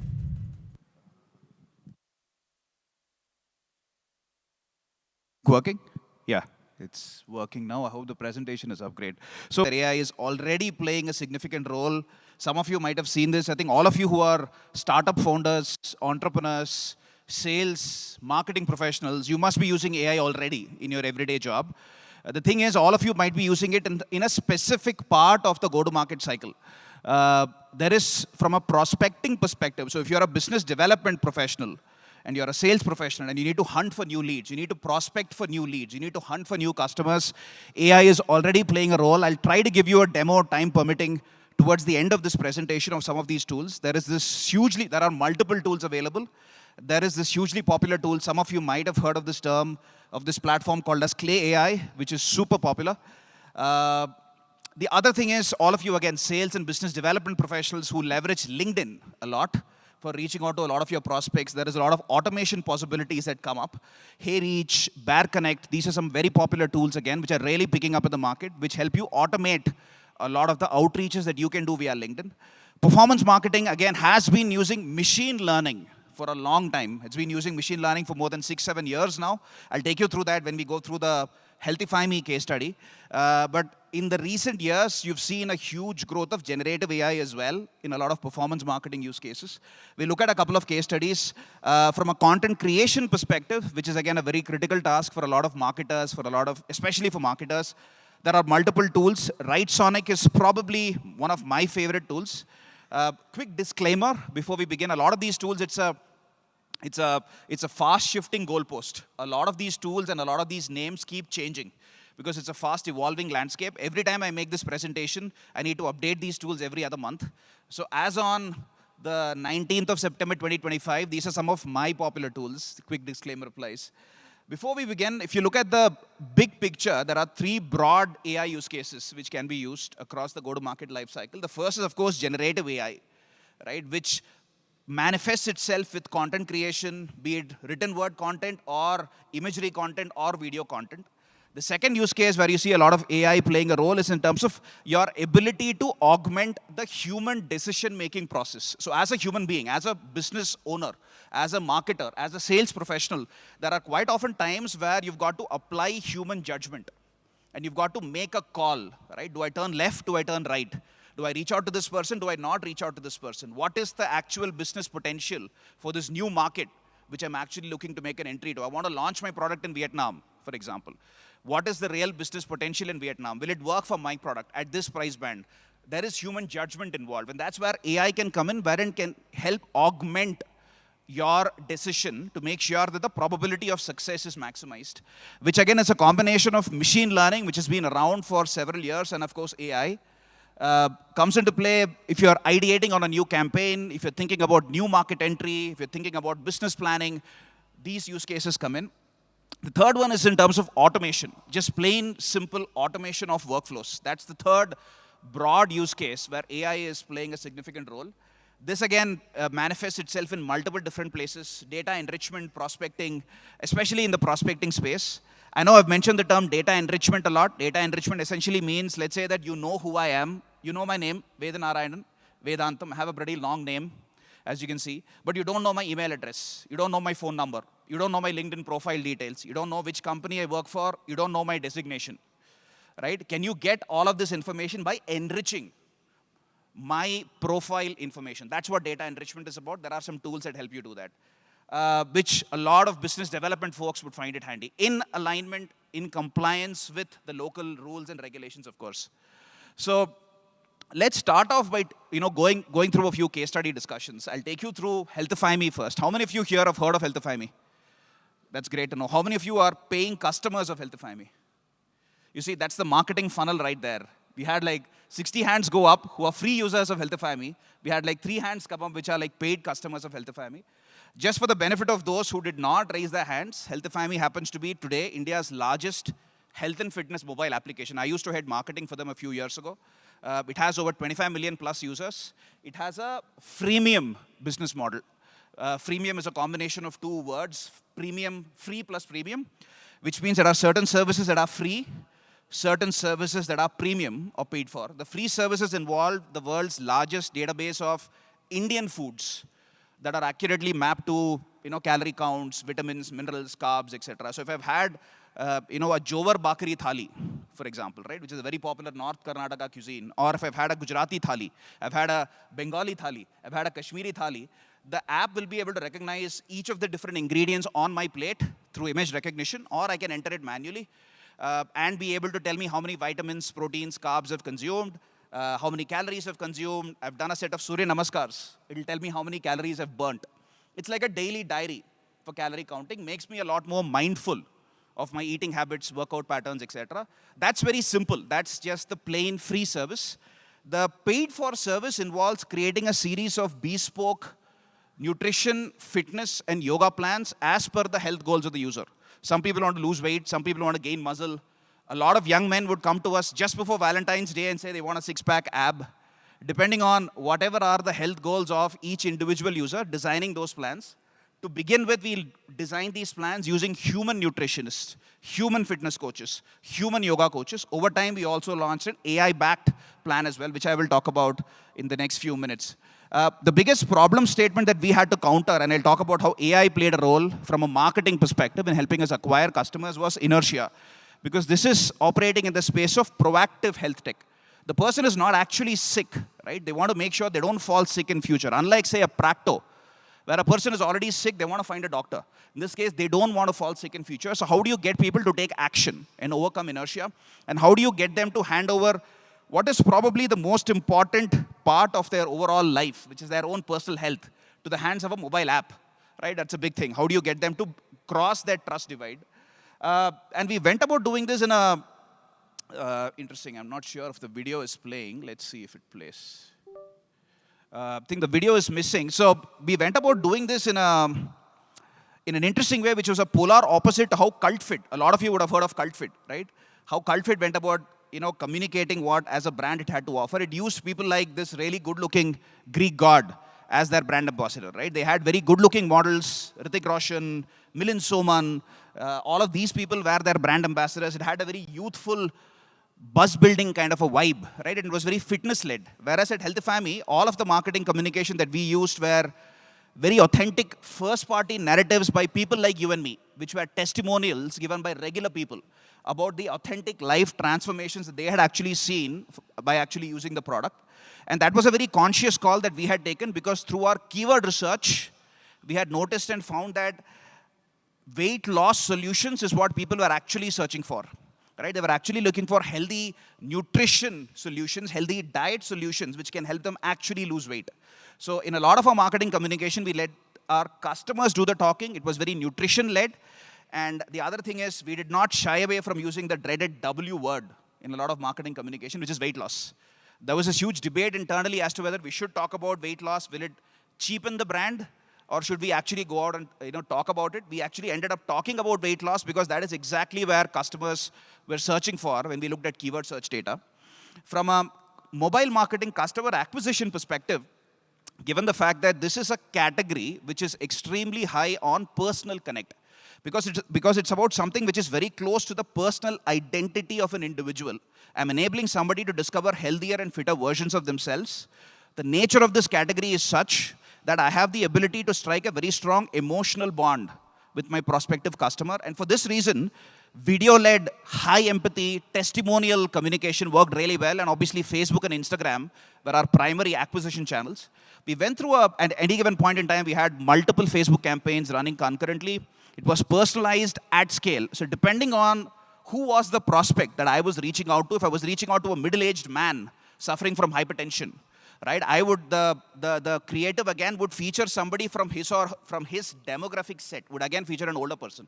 As opposed to if I'm reaching out to a younger woman who's looking for strength and flexibility, right? The creative again would mirror somebody who's from her own demographic bucket. It was personalized at scale depending on who was the person who was actually seeing the ad.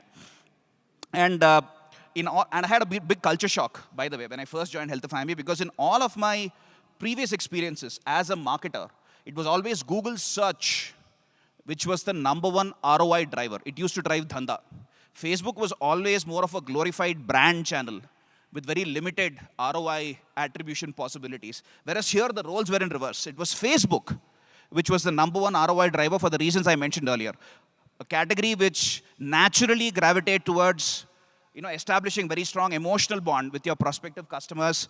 It naturally opens up to the possibilities of a visual form of communication. You can have these high empathy, video, testimonial communications, etc. But we went through a very interesting journey with Google, which is where a lot of AI and ML started coming in from our customer acquisition patterns. Google a few years ago launched something called as UAC campaigns, which is Universal App Campaigns. Some of you might have heard about it. It was one of the earliest attempts made some 6-7 years ago to use machine learning and AI in actually customer acquisition and in digital marketing. When it was first launched, people hated it because you essentially had to give up control. You had to essentially say in Google, Baba, we trust. You had to give Google your creative assets, your apps listing on the Play Store, on the iTunes Store, and Google would decide whom to run the ad to, when and where. As a marketer, you had no control. So you had to give up a lot of control, so everybody hated this. When we first launched or started using UAC campaigns again, the results were pretty underwhelming. They were pretty poor. But what we did was we persisted with it, and we implemented something called as the Google Pixel.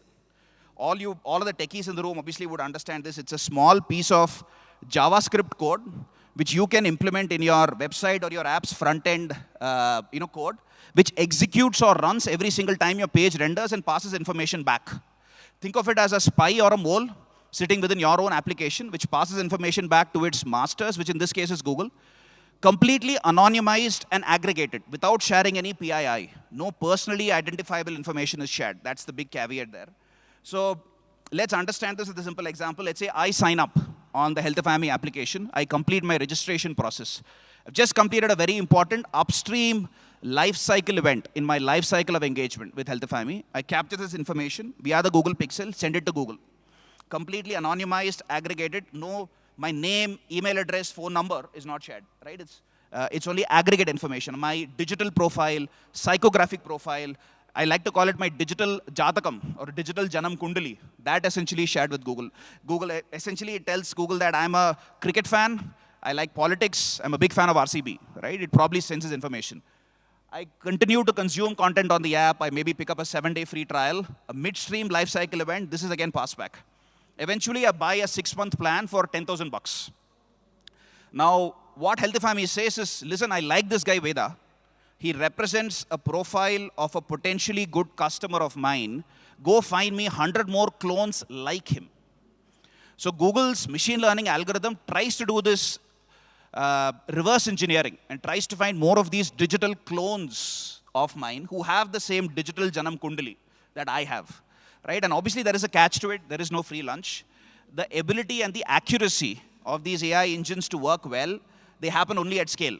So when we were passing in information of one Veda and asking it to find the next 100, the algorithm sucked. And it wasn't able to get accurate clones of the Veda that I actually wanted. It was sending me irrelevant audiences to a certain extent. But we persisted with it. And we fed it more and more information. And as we fed it information of 1,000 Vedas, who are my customers, and asked it to find the next 100,000, it was able to do a more accurate job.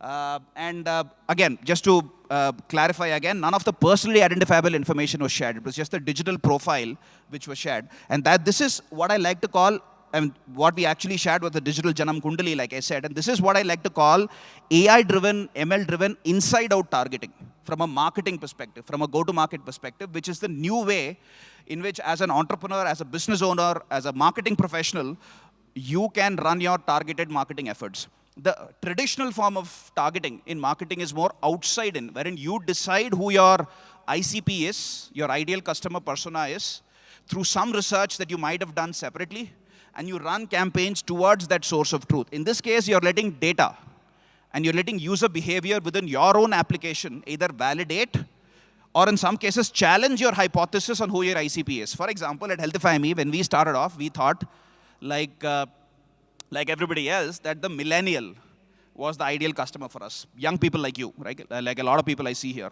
Turns out they were not the ideal customer because the young folks like you, they would often come onto the app and use the app for free without paying for any services. They would rather subscribe for a gym next door, but they wouldn't pay for any of the services on the app. It was only older people from my age group who would actually sign up to become premium customers. Because the older people were less fit, less healthy in general. They were more prone to lifestyle conditions like a hypertension or a diabetes. And more importantly, they had a greater ability to pay.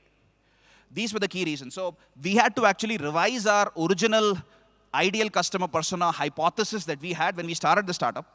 Originally, we thought it was younger people. We had to revise it to say that it is actually older people that we need. Now, if you go back to the creatives, the brand creatives that I showed you at the beginning of a few slides earlier, all of the creatives did not have a very youthful vibe. Generally, in any diverse crowd, if I play both the creatives and I ask them who likes what, the younger people usually raise their hand and say they like the cult ad. The older people generally say, I'm able to relate better with the Health Family communication, and that's fine with us because all of our creatives, we wanted it to specifically resonate with our ICP, which is the older cohort of customers. If the youngsters don't like it, too bad. That's okay because they're not making too much money from them anyway. Right? But we did come out with a solution for that as well, and I'll talk about that in the next few slides. This was one other thing that we did, and after which I'll probably jump over to the demos in the interest of time. We had this problem for the younger cohort of customers, like I said, right? There were two problem statements that the business was faced with. One is, with the youngsters out there, I wasn't making any money. The youngsters would use the app for free, count their calories and leave. They would not buy anything from me, which was a challenge. As a business, we had to solve for it. Second, there was a scalability problem. As I was continuing to grow, as I was continuing to acquire more and more customers, I needed to hire more and more human nutritionists, human fitness coaches, human yoga coaches to service these customers, which was not scalable, right? So we had to solve both of these problems. So what we did was we launched something called as the completely AI-driven smart plan. We launched an AI-backed chat nutritionist. We called her Rhea. We gave her a personality, just like a Siri or a Cortana. And she would give reactive and proactive recommendations to you. She's like your assistant who's sitting within you, embedded within the app, who can give you these recommendations. If, let's say you've not had water since morning, she'll give you a timely reminder. You go to let's say a Punjabi wedding, and there is a lot of food, rich foods laid out in front of you, or a Bengali wedding, sir, and there is a lot of rich foods laid out in front of you, and you're looking to, let's say you're looking to cut down. You can actually take a picture of all of the foods in front of you, and Rhea will tell you which are the foods you can eat, which are the foods you can stay away from, personalized as per your health goals. Now, we had trained Rhea on the billions of food logs that we already had in the system. And the thing with Rhea is she doesn't take a salary, right? So earlier, the starting price point for a human-backed plan, which we were offering, was $7,000 for a 3-month, 6-month plan. Now we were able to offer plans starting at 300 rupees a month, which was the AI-driven smart plan, and I was able to monetize the younger cohort of customers. Now, I would have been really dumb and stupid if I had offered Rhea to my older cohort of customers. If, let's say, sir is already on a 7,000 rupee plan, if I were to offer him a 300 rupee smart plan and he downgrades, I'm cannibalizing my own revenue, right? So what I would specially do is I would offer this to the younger cohort of customers, target this specifically for the younger cohort of customers, this AI-driven plan, so that I'm able to make incremental revenues. I'm anyway making zero from them. That's another example of how we used AI in Rhea to be able to improve conversions and scalability of the business. Hope this works. Yeah, so what I want to quickly do, I think we're down to the last couple of minutes. I want to take you through a couple of different platforms. I want to give you a sense. Hopefully the internet works. The first is this platform called HeyReach. Hope you're able to see my screen. This is, like I said, there are multiple use cases for which you can use AI for across the go-to-market lifecycle. This is a tool which is of a lot of use for business development professionals in particular. So those of you who are BD professionals, sales professionals, you can appreciate this. You do a lot of your prospecting on LinkedIn, wherein you do a lot of hunting to find out the right decision maker. This is a tool that can really help you automate a lot of the LinkedIn outreaches. Let's say that you want to reach and network with chief business officers of companies having employee size more than, say, 1,000. Let's say, I'm just putting it out as a hypothetical problem statement. You can run this query on LinkedIn, paste that particular search link here within this platform, and it'll give you a bunch of profiles, and you can automate and set up. So for example, if I go into this workflow, you can set up automated messages saying that I want to view the profile, 3 hours later, I want to send a connection request. Once it is accepted, I want to send an initial message. Here I've ended the workflow because I wanted to send a manual intervention. I can have a message here which is customized, dynamic message, which is sent to every single person. So this happens in an automated fashion.